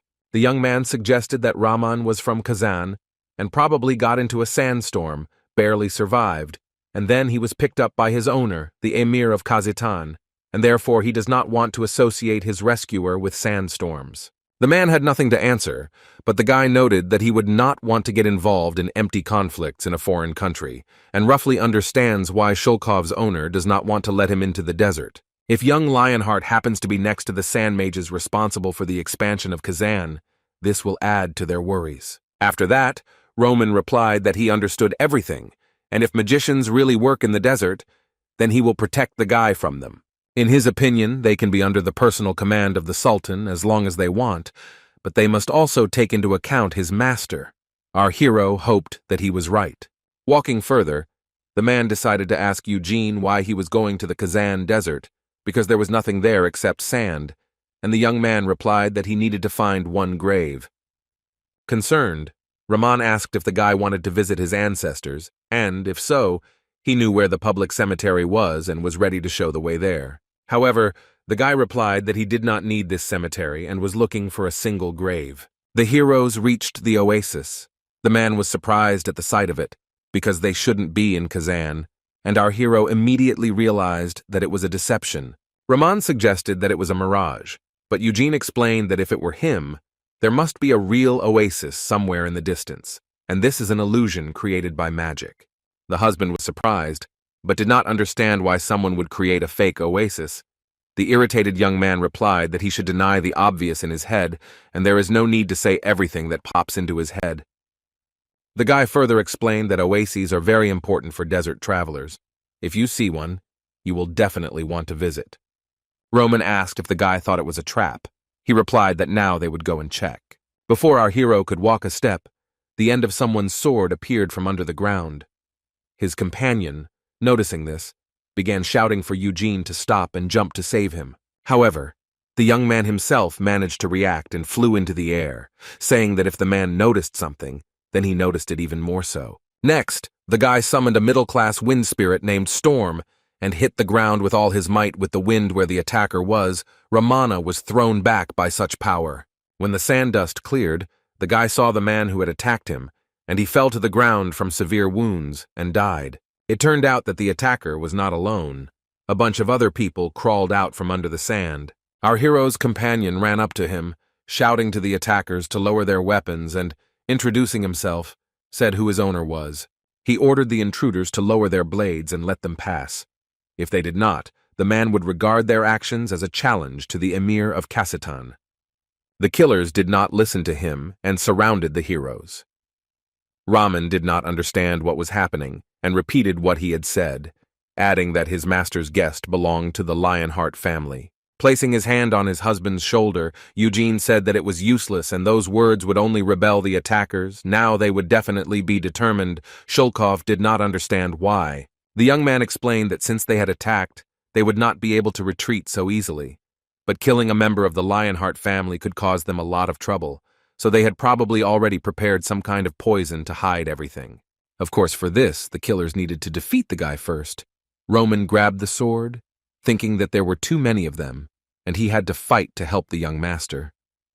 Meanwhile, the guy, with battle passion in his eyes, told his opponents to attack, and they instantly rushed at him. Our hero began to remember the times when he was with Gaml. Then Anis asked him why he always carries a weapon with him that he doesn't use anyway, and he replied that if he carries it, then someday it might be useful to him. Senya told the priest to leave the warrior because no matter how much they tell him, he still won't listen. But in Anis's opinion, this was wrong, because all this pile of weapons belongs to Hamel, but Moron is pulling the cart with it. The guy explained that it was because he won rock, paper, scissors, and the priest replied that this was also wrong, because why were they even gambling on who would carry his weapon? An irritated Gaml asked if Anis wanted to constantly make others feel guilty, and noted that in the stroller not only his things, but also a lot of holy water, as well as Moron's axe. The girl with anger in her eyes replied that if the warrior believes that the holy water belongs only to her, then she will carry it herself, but for some reason Hamel and Senna need it most. The guy began to complain about the witch, saying that she should have drunk less holy water, and in general, if she had put everything together right away with the help of magic, they wouldn't have had to drag the cart in principle. The girl was indignant, saying that at first the warrior said that it would be best to carry it himself because otherwise it would take too long to pull out the weapon every time, and now he blames him. Then Hamel turned to Vermouth, demanding that he say something and ask why the hero himself does not pull the strollers. The man replied that all his weapons were with him, because he uses the magic of space. Senya said that if Gaml wants, then she will teach him to do something similar too, but only if he gets on his knees and starts begging. Remembering all this, Eugene grinned and thought that if he had had a shadow robe in his past life, then there would probably have been fewer such quarrels. Next, the young man straightened his robe and took out 2 spears from it. The attackers swung at him, but the guy quickly flew into the sky and threw one of the spears directly at the attacker's head. The guy slammed his weapon into the ground with all his might. The third wanted to attack from behind, but our hero instantly found himself behind him and cut off his head with a sword. The following opponents received metal knives to the head from Eugene. The young man armed himself with 2 swords from his robe, preparing to meet other attackers. He skillfully blocked attacks on one side, killing the enemy on the other, and, if necessary, took out new weapons. Raman froze in place. His hand was shaking. He was shocked by the all-consuming power of the guy. He was too fast. The next moment, all the killers were dead and the guy put the weapons back into his robe. The husband realized that our hero did not even take out Vinid's sword and used only auxiliary magic. He asked whether it was so necessary to kill the attackers. Eugene explained that execution of orders always comes first for assassins. They are so tough that they will not make a sound even if their arms and legs are broken and then cut off. The young man added that he did not have the talent to make them talk and invited his companion to disperse, explaining that he took him to see how they would react to the name of the husband's master. But the local assassins seemed indifferent to Emir Kazitan. For this reason, the guy no longer had a reason to lead Rahman with him, but he replied that he couldn't just return, and the guy asked why. Did the man really want to see what was happening in the depths of the desert? The young man added that there was no special help from his companion, but he promised that he would not get in the way. Our hero agreed and wanted to say that if something happened, he would not help. But suddenly the ground shook under his feet. Eugene quickly took off. The corpses of the assassins began to decompose. The young man realized that they were being sacrificed for summoning magic. The sand began to shift to one point, and the guy felt a large amount of mana gathering deep underground. Something was moving in their direction. The novel remaining on the ground shouted to the guy to run, and the next moment a sandstorm formed. The man understood that a tornado of this size could not form so unexpectedly. He realized that magic was involved, and our hero was right. The storms that consumed Kazan were the work of sand magicians. The man remembered that as a child, he desperately watched his settlement being destroyed by a sandstorm and ran towards the tornado in anger. Rahman wanted to break through the storm, but realized that he had miscalculated his strength and began to tighten the underground. Meanwhile, Eugene realized that the wind that the storm creates is not enough to get out of the storm. At best, it allows you to simply stay on top. The young man thought about trying teleportation, but changed his mind when he felt something rising underground. The guy heard the screams of his companion, and with an irritated expression on his face, picked him up and threw him outside the storm. Roman was worried about the young master, but he told him to run, and suddenly a giant sandworm crawled out of the ground, heading straight for the guy. Our hero realized what kind of creature was in front of him, after which he closed it in his mouth. Seeing this, Rahman clutched the sword in his hand and decided to cut the belly of the worm to get Eugene out of it. Levitating in the creature's body, the young man remembered that sandworms need a lot of energy, so they completely break down their food. They also do not have excretory organs, so if you get inside such a monster, there is no way out. The guy decided that in this case, he could only break through it himself and used a rotating flame. The next moment, the young man was free. He found himself in an underground labyrinth. Our hero realized that due to the previous summoning magic, only shifting sands and a storm appeared. But it had nothing to do with the worm, which originally lived in this area. Eugene realized that he was in the creature's lair, and remembered Senya's stories that when magicians do not want anyone to interfere with them in their search, they build similar shelters for themselves. That is why sorcerers who settle in desert regions sometimes call sandworms the creators of dungeons. Gnawing into the depths of the earth, these creatures form real labyrinths. And besides, it takes them very little time. 10 days is enough. Because of this, very soon, intricate passages appear deep underground, which make wonderful shelters. The sorceress explained that you only need to kill the worm, and then use magic to strengthen the walls. After listening to her story, Gaml asked if she too was going to move to live in such deserted tunnels, and the angry girl replied that she had no need for that. Using the map as a guide, our hero found a passage and thought that this way he could even get to the area where Gaml's parental home was. Meanwhile, Rahman came to his senses in the underground caves. A group of people with their faces covered stood in front of him. The motionless man recognized them as sand mages and asked what they were doing in such a place. One of the magicians said that it was funny to watch the prisoner try to fight the worm, and then explained that they brought him here to ask a question. The sorcerer asked what Eugene was doing here, because in his opinion there was nothing in the desert of Kazan, and why the warrior of the Emir of Kazakhstan accompanied the young man.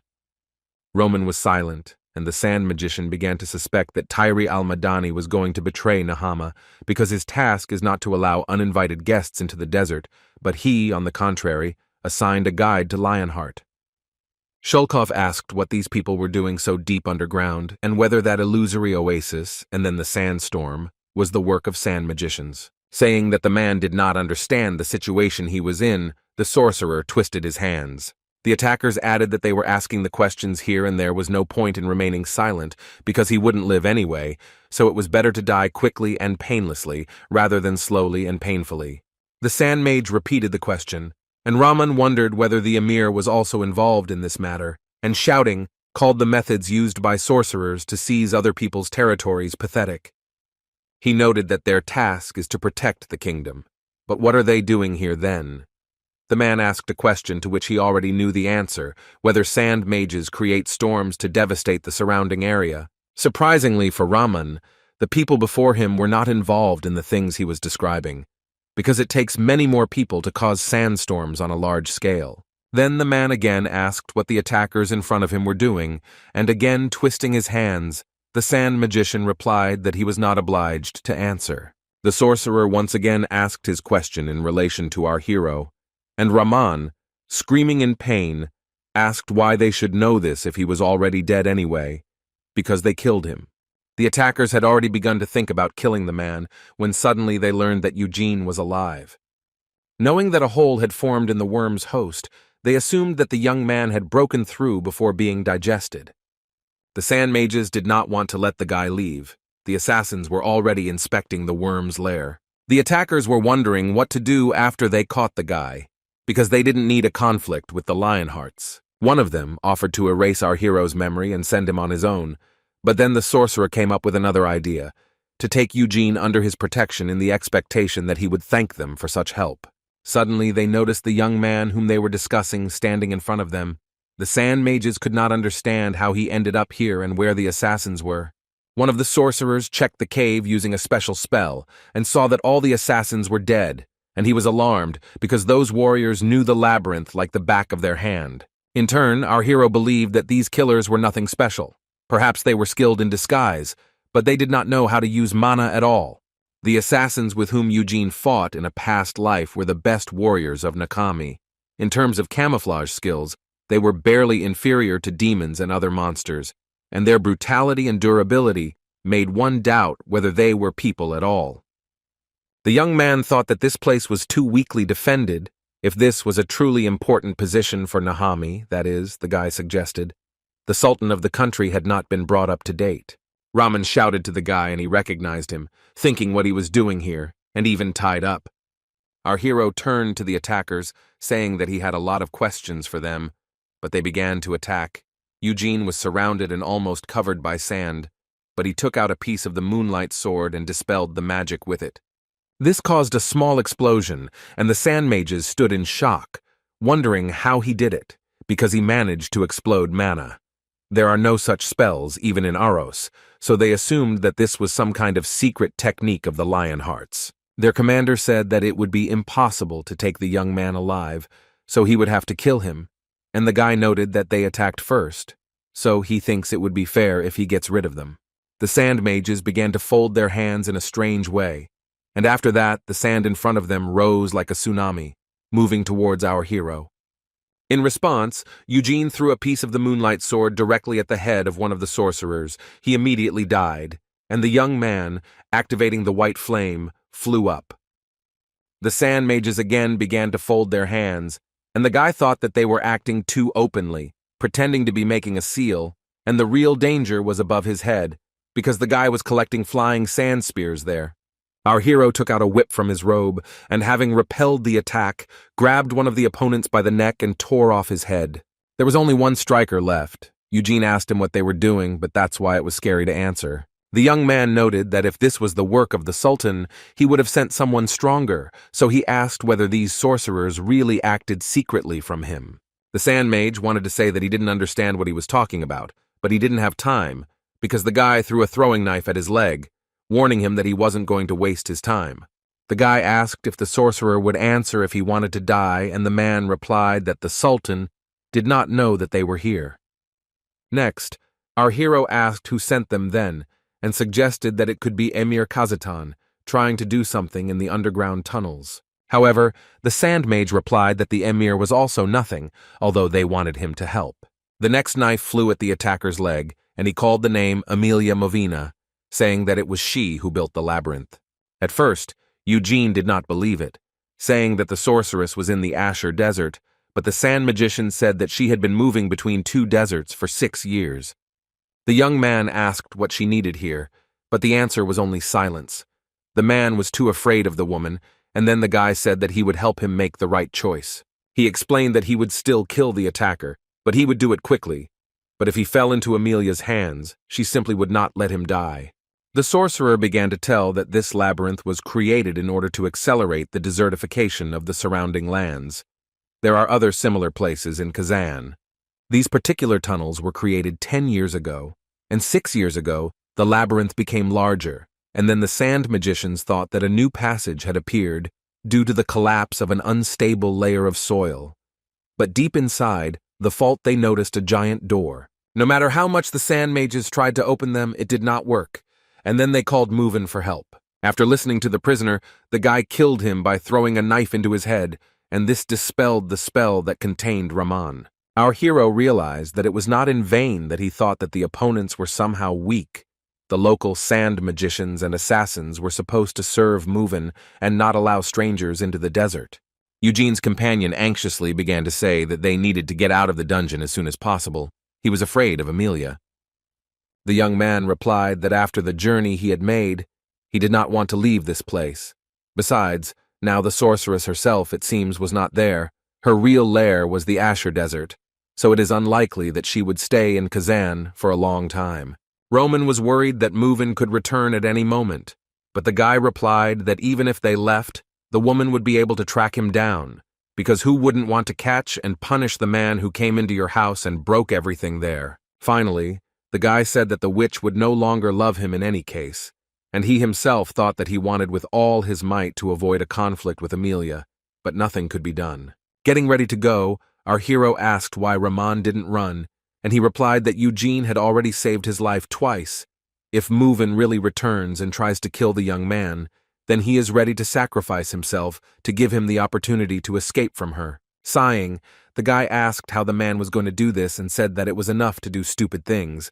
Let him return home. But Roman, standing his ground, replied that he couldn't leave the guy. Moving behind his companion, our hero knocked him out and again told him to return home. Eugene went his way, leaving behind the unconscious Raman, and reflected that the expansion of the labyrinth had happened 6 years ago, and he was then 13, just at the time of the blood rite. The young man recalls that it was then that he received the right to enter Lionheart's treasury and notice his pendant there. This labyrinth has existed for 10 years, but the rift only appeared in the year of the blood ritual, so it is possible that when the guy received the pendant, the magic that was used to seal the grave dissipated. The guy merged, because he realized that Amelia was doing something in his tomb and finally reached the rift where his grave was. Next, our hero went down into the hole and saw there the same door that the sand magicians were talking about. It was open, which means it was possible to enter Muvin. Eugene entered the tomb and saw that there were traces of a fight. He thought that perhaps the Dark Witch had fought with Senya. Walking further, unexpectedly for himself, the young man found a monument to Hamel. Looking at him, the guy began to chuckle nervously, because at first certain images were written about him, but then he was described as brave, faithful, wise, and great. Those who wrote this expressed great regret that Tight Hamel went first, sacrificing his life for them. From such words, our hero was touched and began to cry.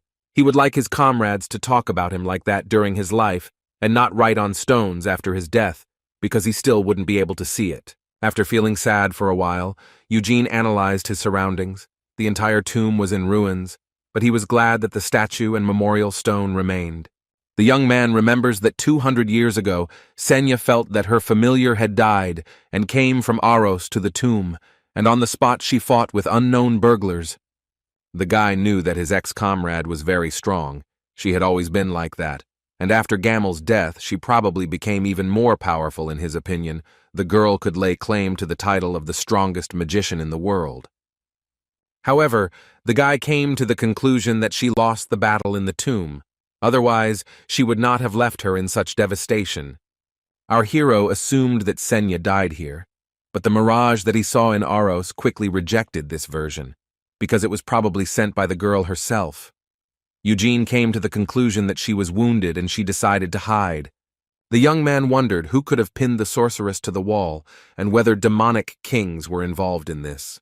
To answer all these questions, The guy realized that his thoughts alone would not be enough, and he would have to look for Senya, who could now be hiding anywhere. Gathering his thoughts, the guy decided to examine everything because suddenly he managed to find some clues. Our hero thought that Senya, Anis, and Moron probably cried their eyes out while they built his tomb and erected a monument. He was interested in whether Vermouth even shed a tear, but it was difficult for him to imagine his former comrade crying. Eugene recalled that during their travels, when everyone was rejoicing after the victory over a strong enemy, Vermouth, looking at his wounded comrades, said with dissatisfaction in his voice that they could do without casualties. The hero thought that he should have fought better, to which Gaml and Anis made dissatisfied faces. The first said that his brothers needed to calm down. Ticking his finger at his friend, the guy explained that he was the same person as all of them. He couldn't put everything on his shoulders. Otherwise, why would he travel with them? Anis said that Gaml shouldn't talk to Vermouth like that, and he didn't understand why she was saying that, because he was sure that she agreed with him. The priest replied that on the contrary, she felt that our hero would start talking nonsense. Realizing that such conversations were long in the past, Eugene again could not hold back his tears and suddenly noticed the open door. The young man decided to go in and saw another one there. But this time someone was sitting in front of them, blocking the road. The guy asked who the stranger was, and whether he was sitting there on purpose to prevent anyone from going to the door. He stood up, standing to his full height, wearing knight's armor and a sword with a skull on the guard. The guy assumed that the stranger was a demon, but then decided that he did not look like he was alive and had a runny nose. Our hero repeated the question, but this time more rudely, and he answered that he was Tight Hamel. Hearing this, Eugene angrily asked what he said, and noted that the creature may consider itself a hero, but in fact, he is a death knight.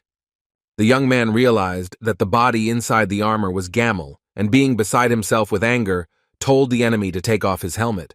After the runny nose ignored the guy's words, he angrily attacked him. Approaching the enemy, the guy jumped up and took out 2 swords from his robe. He asked what scoundrel put the creature in Gaml's body. Runny Nose dodged the attack but tried to hit back, but our hero quickly kicked him out of the way. However, the armor remained intact, and Eugene thought that the creature was using a mana shield. But then he realized that this was not so, because Death Knights do not use mana, but demonic energy, and with its help, the enemy made a shield.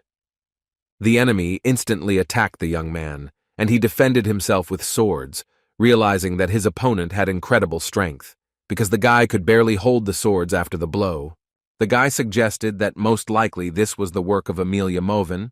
6 years ago, she opened the door of the tomb, and then made this monster out of Hamel's corpse, and since there was no soul in the body, she had to invest someone else.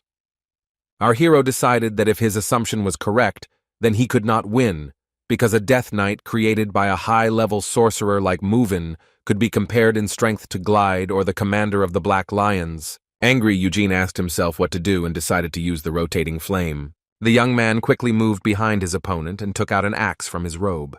When colliding with the knight's sword, the guy's weapon disintegrated, but without stopping, he took out the sword and tried to hit him on the head with it, dodged the runny nose, and knocked the weapon out of the guy's hands. Then our hero took out something, and the knight, being wary, covered himself with his sword. The next moment, the blow threw him back strongly, and it turned out that Eugene had attacked with a spear. Runny Nose noticed that the young man knew how to fight not only with a sword, and he replied that if the enemy wants to parody Hamel, let him at least learn to talk like him. The knight replied that he liked the guy's technique, but he was too weak to become a worthy opponent for him. Runny Nose rushed at the guy and tried to hit him, but he dodged, and an exchange of blows ensued between them. Suddenly the spear broke, and the enemy, thinking that this time he would get our hero, said that he was sorry, but the attack was repulsed. The knight asked how Eugene did it because this blow could not be avoided. Seeing the sword in the young man's hands, the Runny Nose thought that he had parried his attack, but in fact, in addition, the guy at the moment of the blow strengthened his sword and used mana resonance. However, it was not easy to repel the attack. Even with perfectly chosen timing, the guys could not parry it without consequences. Our hero understood that he would not last long and he needed to stop the monster right now at any cost. Eugene used rotating flames, but tried to attack the enemy from all sides. He had the feeling that bones and muscles were about to be torn into pieces. The young man realized that even his new body could not withstand such a load. But he did not despair, because in his previous life he fought with a much weaker body. The guy was determined to fight until he lost consciousness. Having lost his next sword, the guy decided to use Vinid. Sacrificing defense, our hero decided to channel all his mana into the sword, and thus managed to repel the enemy's attack, which made it open. Next, Eugene fired magic missiles at the knight from all sides, and finally hit Vinid on the helmet with a runny nose. The blow split him in half, and the young man was finally able to see the enemy's face. As he thought, the monster was placed in Gaml's body. At first a little surprised, and then calmed down, the guy assessed the appearance of the knight, saying that he looked good, although several centuries had passed. However, laughing, the guy added that the soul that was placed in the body was probably ugly. Runny Nose shook with anger and he screamed loudly, after which he threw a sword at our hero. Eugene dodged, but the next moment the enemy appeared in front of him and attacked with his hands. The young man was thrown away, but remained on his feet. He wondered what happened to the monster. He only threw away his sword, but at the same moment became much faster. The guy realized that this was what the knight specialized in, because with a sword, out of habit, he fought worse. The guy was wondering what to do next, because Death Knights can instantly heal most of their wounds. The only way to kill the monster was to hit its heart. Our hero was trying to assess whether the level of his abilities was sufficient for this, because he fought with the enemy for too long without a clear plan, and then spent a lot of energy in order to break through his defenses. Eugene decided that he had no time to feel sorry for himself, and had no choice but to win. Meanwhile, the monster instantly pounced on the young man, dark claws forming around his arms and legs. Barely reflected, the guy launched magic missiles at the enemy, but he was too fast to hit him. The guy realized that the monster formed its claws thanks to demonic energy, and, adding up the wild manner of fighting, the complete loss of mind and the stamina of a beast, he came to the conclusion that the soul of a lycanthrope had been stuffed into Gaml's body. The monster attacked again, and our hero tried to use a piece of the moonlight sword. He threw it into the enemy's hand, but this was not enough to neutralize the lycanthrope, but only weaken his energy. Eugene decided to try something and went on the attack, crossing his sword with the monster's claws. The lycanthrope's next blow hit the young man, but he, not paying attention to the wounds, resolutely applied a piece of the moonlight sword to the enemy's armor. The monster screamed as black energy came out of its body, forming spikes. Thanks to the artifact, the guy managed to dissipate the lycanthrope's energy and thereby weaken his defense. After that, the guy hit Vinid on the knight's chest with all his might, and also bombarded them with magic missiles. The armor that hid his chest was destroyed. Our hero sat down leaning on his sword, and after what he saw, he asked whether the monster still wanted him to believe that he was Hamel. A large red sphere was visible from under the broken armor. The lycanthrope covered it with his hands, telling Eugene not to look. The young man realized that this sphere was the heart of the Death Knight. The creature fiercely rushed at him and killed him violently into the wall. From such a blow, blood splashed out of the guy's mouth, but he was still able to tell the enemy that he was not Hamel, but a Death Knight, and did not have a human soul. In anger, the lycanthrope shouted that he was Hamel, and the guy, showing his middle finger, told him to shut up. Then the monster grabbed our hero's shoulders with his claws, and he began to think that he was going to die. But he immediately discarded this thought, because he had just been reborn and did not want to die so stupidly. Eugene had an idea, but thought that if something went wrong, then he risked losing the ability to move for a while. On the other hand, if everything worked out, then he would win, and the Death Knight would fly into small pieces.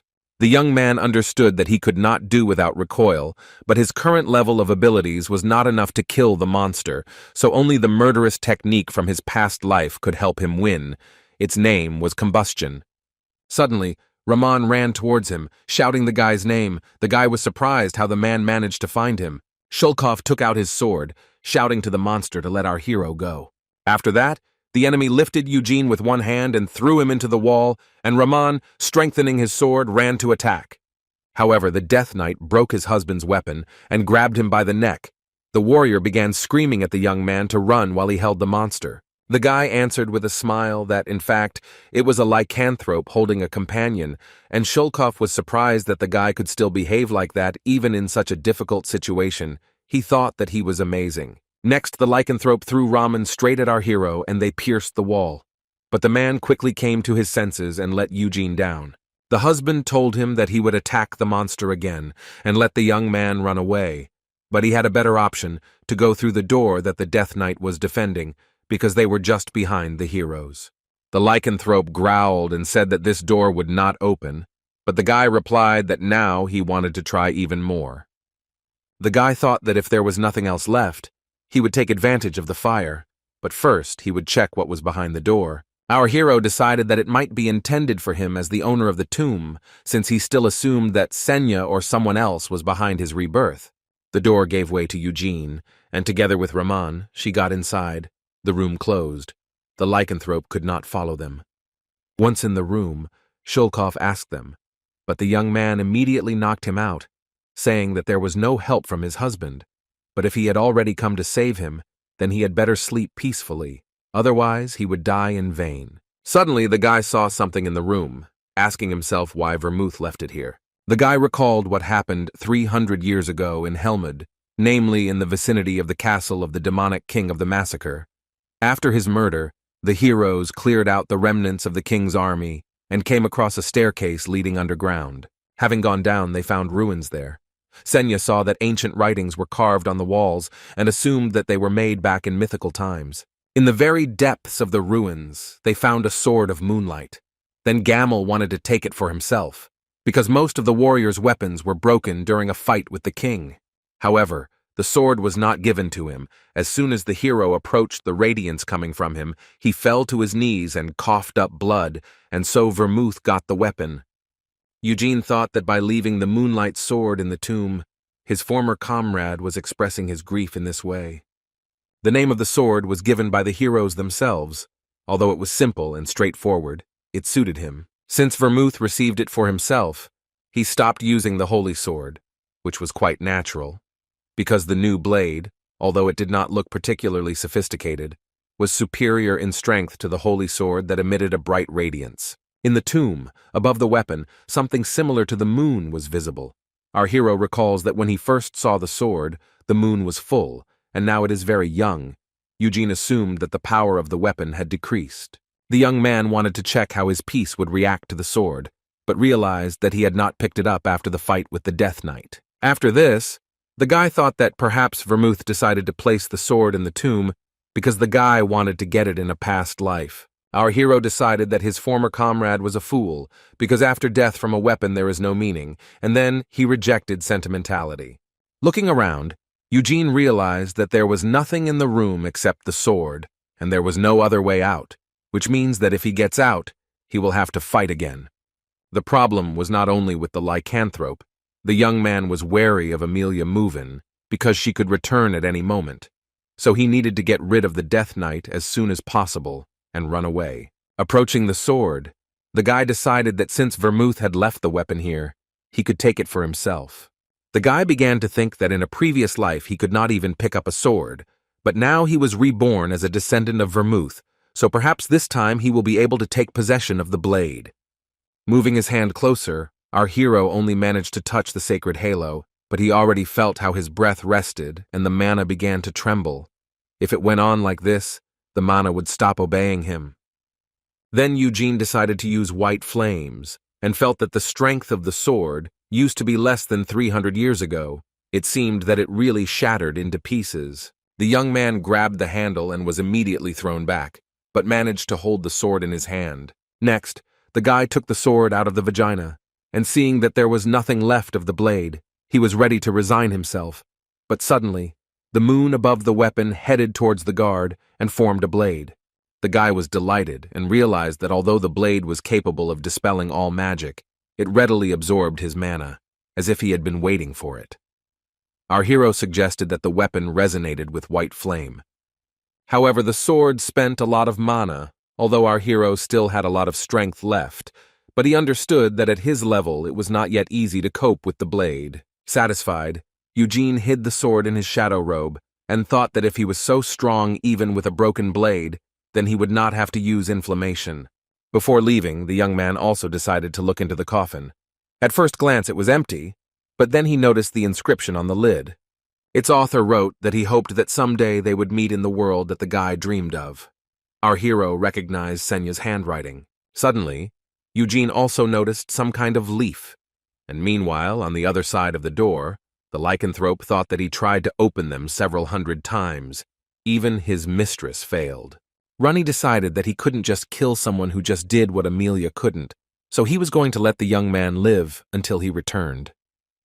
The helmet and chest plate were pierced. The Death Knight realized that he had not obeyed Muvin's order and released his claws. If she found out about this, she would definitely be angry. The monster knew that he had to prove his usefulness, or he would be destroyed. Suddenly, our hero came out of the room. The lycanthrope was surprised by this. The guy asked. He was waiting, and the enemy asked how he opened the door. Eugene replied that he just took it and went in. Then the runny nose asked what was inside, and the young man answered with a smile that it was a secret. After these words, the lycanthrope got angry and screamed towards the guy, and he took out the sword of moonlight, preparing to fight back. The guy's eyes were full of confidence. He easily parried the monster's attack and he quickly jumped back, not understanding what had happened. While the Death Knight was in thought, our hero almost fainted. He thought he had control of the sword, but one swing was enough to make him lose his breath and blur his vision, and his mana was quickly drained simply by holding the sword. However, Eugene was pleased with the power of the weapon, because although it was not possible to get the Death Knight himself, he managed to dispel his demonic energy. The irritated lycanthrope began to approach the young man without using his claws, and he, noticing this, said with a smile that this was not the best solution. The guy took Vinid in his other hand, and the monster began to actively jump around him, trying to confuse him. However, the guy noticed where the enemy would attack from, and he jumped away, canceling the attack. Mockingly, our hero asked why the lycanthrope was afraid, because he had not done anything yet, and used one of the techniques available to Vinid, which was called heavy wind. A giant tornado formed in the room, hitting the monster against the ceiling, and then Eugene used magic to direct pieces from it in the direction of the enemy. The young man said that if he had not been wounded, he would have killed the knight with his bare hands, and stepping with his foot, directed the mana formed in the form of a hand in his direction. But he managed to dodge, losing the shoulder part of the armor. Realizing the loss of defense, the enemy screamed with rage and surrounded himself with dark energy. Seeing this, the guy said that if the lycanthrope was capable of this, then it would be better to use his technique earlier, since the pity of his abilities could lead to the end. The next moment, the guy got close to the knight and he wanted to attack back, but our hero said that it was too late to react and the monster would be overcome. Since the moonlight sword was in Eugene's hands, he could control a piece of it and directed the artifact towards his opponent's hand to momentarily block the attack. This time was enough for the young man to get to the heart of the runny nose and hit it. The monster flew into the wall, after which it fell to the ground. The guy vomited blood even though he tried to control the power, but still spent too many lies, although in his opinion it was still better than if he used ignition. The guy noticed that when he had no lies left, the blade stopped glowing. This interested him. Hiding the moonlight sword in his robe, the guy approached the overcome Death Knight. He thought he had broken the core, but his body was still here, so our hero decided that he had not done it completely. Eugene was angry because of the disrespect for the dead and was going to break the core of the monster and then take Raman and run away. Suddenly his body stopped. He could not move, as if he was bound by some invisible but very powerful force. Smiling nervously, the young man realized that he did not have time before the witch arrived. The guy realized that he could only talk and asked the woman standing behind if they could talk face to face. Amelia replied that she was wondering what to do with our hero. Her head was spinning with many options, but she liked the one where she would pull Eugene up and bury him in the hot sand, but she wouldn't kill him right away, so she would leave his head on the surface so that he could breathe. She planned to leave the boy's eyes and mouth open so that his eyeballs would crack and his tongue would dry out like the branch of a diseased tree, and then the guy would become a scarecrow in the desert. Muvin would have broken his legs and woven them into a single hole, and inserted metal rods into his fingers. Suddenly, the guy dared to move a little, and the sorceress continued to describe the planned torture, placing her hands on him. She says that our hero will not be able to see what he will turn into because he will only have vision, but he will feel it, because he will not be able to forget such pain. Eugene replied that then he would simply die from painful shock, but Amelia explained that she would not let him, and he would stand as a scarecrow for many years until she got tired of his appearance. The woman asked if the young man knew who she was, and he called her by name. She replied that it was true, the mistress of the underground desert, the black thorn and death. It was all her. Movin further said that the guy killed her animal, and although it was of no particular use, it belonged to her, which means that only she could torture, destroy, or kill it. Our hero said with a smile that Amelia's pet was dirty and she should wash it, after which she hit him in the face with a stick. The sorceress noted that only she could talk about her favorites like that, and Eugene spat out blood.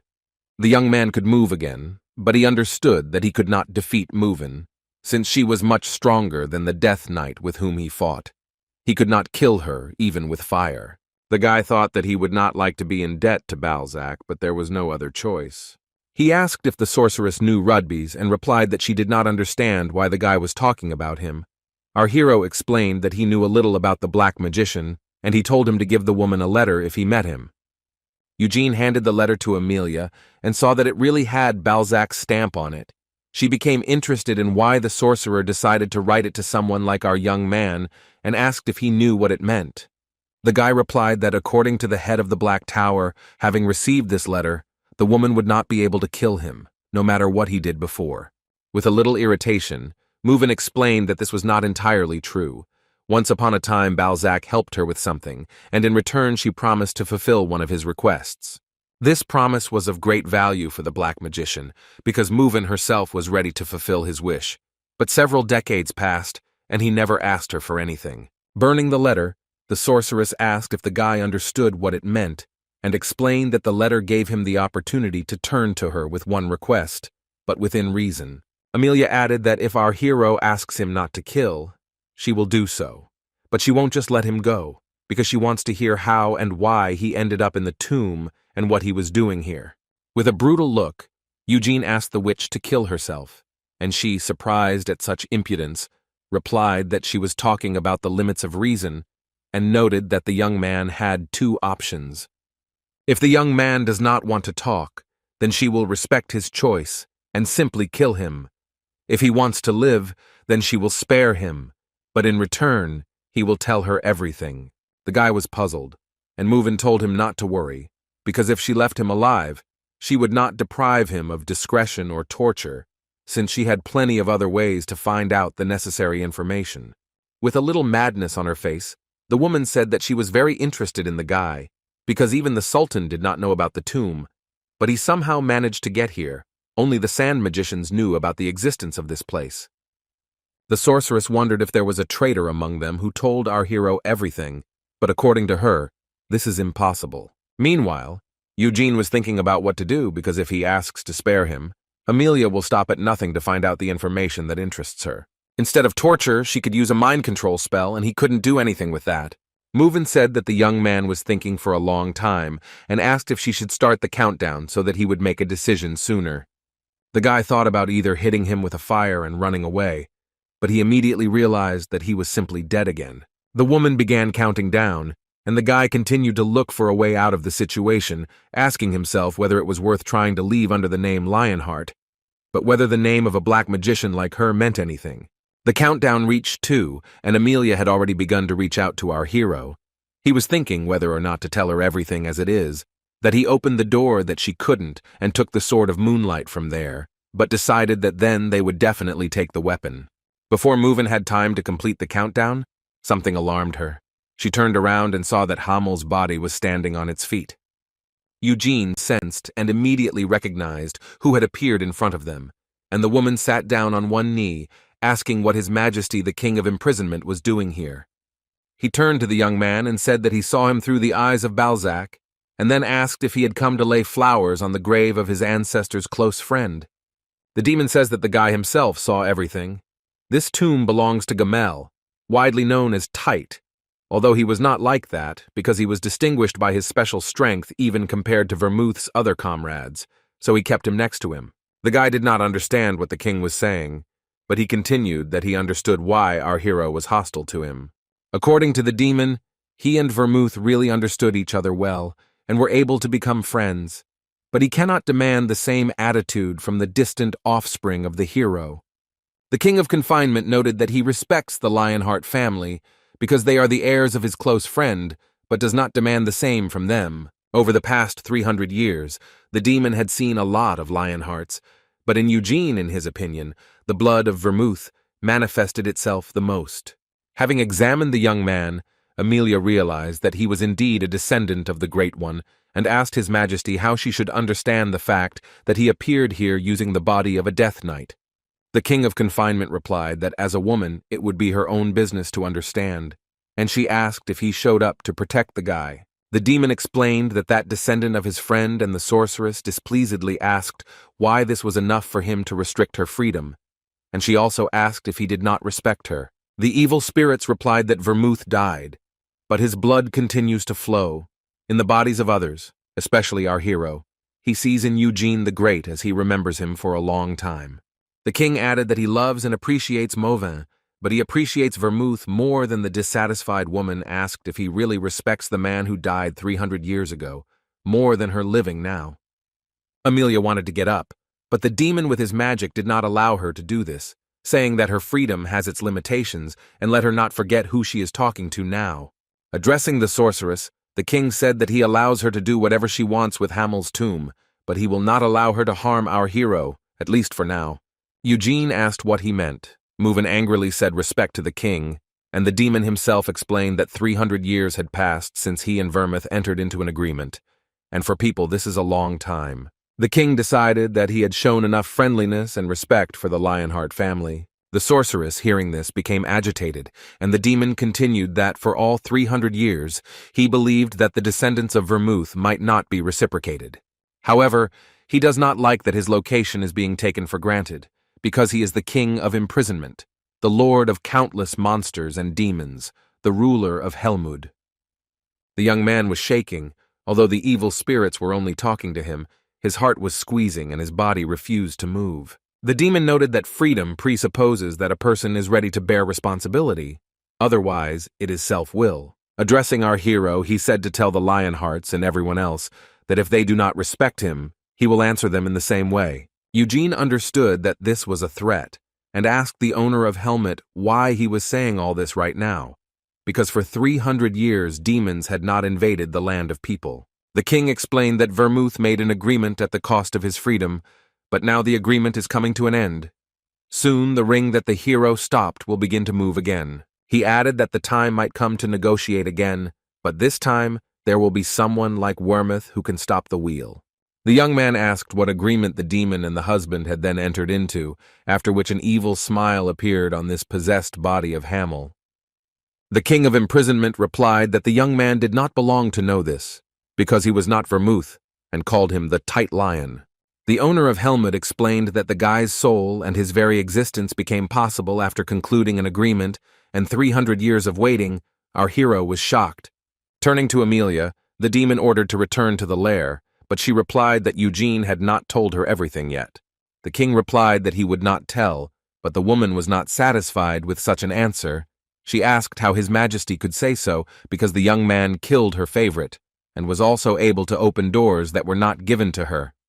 Hearing about the door, the evil spirits moved himself and his interlocutors to them, and turned them into sand. He told Mauvin to look, and noted that there was nothing there except Hamel's coffin. The sorceress was dissatisfied, but asked whether the owner liked the body into which he had moved, and he replied that he had finished with his business, so he was returning the body to the woman. With an evil smile, the sorceress asked if the king was sure, because it belonged to Vermouth's friend, whom he treasured so much. The demon replied that he had similar respect for Hamel and left the warrior's body. Amelia stood up and called our hero lucky, but added that next time it wouldn't be so easy. Leaving the tomb, the sorceress took the soul of her pet with her and thought that now she could not touch Eugene, but someday the promise would lose its power, and then she would certainly deal with him. Mauvin left, and the young man screamed angrily with all his might, beating the walls of the tomb. According to the king's conclusion, the guy realized that the scoundrel knew that he had been reborn. The guy was trying to understand how his rebirth was connected with the 300-year agreement. He thought that if Vermouth wanted to do something for him, he would have killed the demon king, and first of all the deal was made for the sake of peace, not his rebirth. Our hero regretted that he could not destroy the Death Knight, because he took Amelia with him and reflected on the king's words about the deal. Eugene was not going to make any promises, and decided that destroying the wheel while it was spinning would be better than stopping it. The young man asked himself whether Vermouth was involved in his reincarnation, and not Senya or Anis, and if it was the first, then he certainly did not expect anything from his comrade. Taking out a piece of paper found in the coffin, the guy tried to reproduce in his head what happened 200 years ago after the death of the great. Someone broke into the tomb, and Senya realized that something was wrong when she arrived here, and while fighting with the intruder, she disappeared.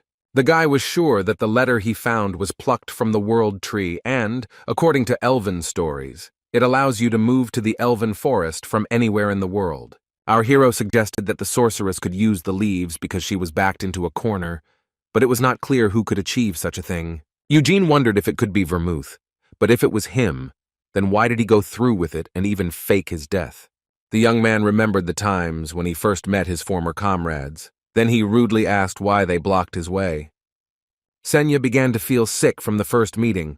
The girl did not understand why the group was going to take Gaml to their place. Anis compared him to a dog, saying that the guy has no dignity. In those years, Moron, in the opinion of our hero, behaved like an idiot. The strong man wanted to compete with one of the warriors of the Sea Kingdom. Then Vermouth said that it should only be Hamel, and asked the warrior to become his companion, but he refused, saying he had no reason to listen to someone weaker than him. The Great One replied that then he should agree if he overpowered him, and so it happened. Tight lost, but did not want to give up right away and demanded revenge. They fought until the sun began to set. In the end, Gaml admitted with annoyance that he was much weaker than Vermouth and asked why such a partner. But Lionheart asked if the guy promised that he would become his companion if he won, and he said that he did not understand, because it was enough for Vermouth to beckon someone with his finger, and they would follow him without delay. However, the warrior replied that the last should be our hero, because he needs his strength to destroy the demonic kings, and, extending his hand, asked to go with him. Eugene thought that if his former comrade was really involved in this, then the hero would have no problem leaving his pendant in Lionheart's treasury. However, the young man then realized that it was naive to think that only Vermouth was involved in this plan, because there were also greetings from Senya in Aros, and the text was left on the coffin. The guy thought that if that text was not talking about heaven, but about his reincarnation, then it was possible that the great Lionheart had betrayed the sorceress. Our hero was confused. He didn't want to believe that his former comrade could have attacked Senya, and decided that in order to find out the truth, he needed to find the girl.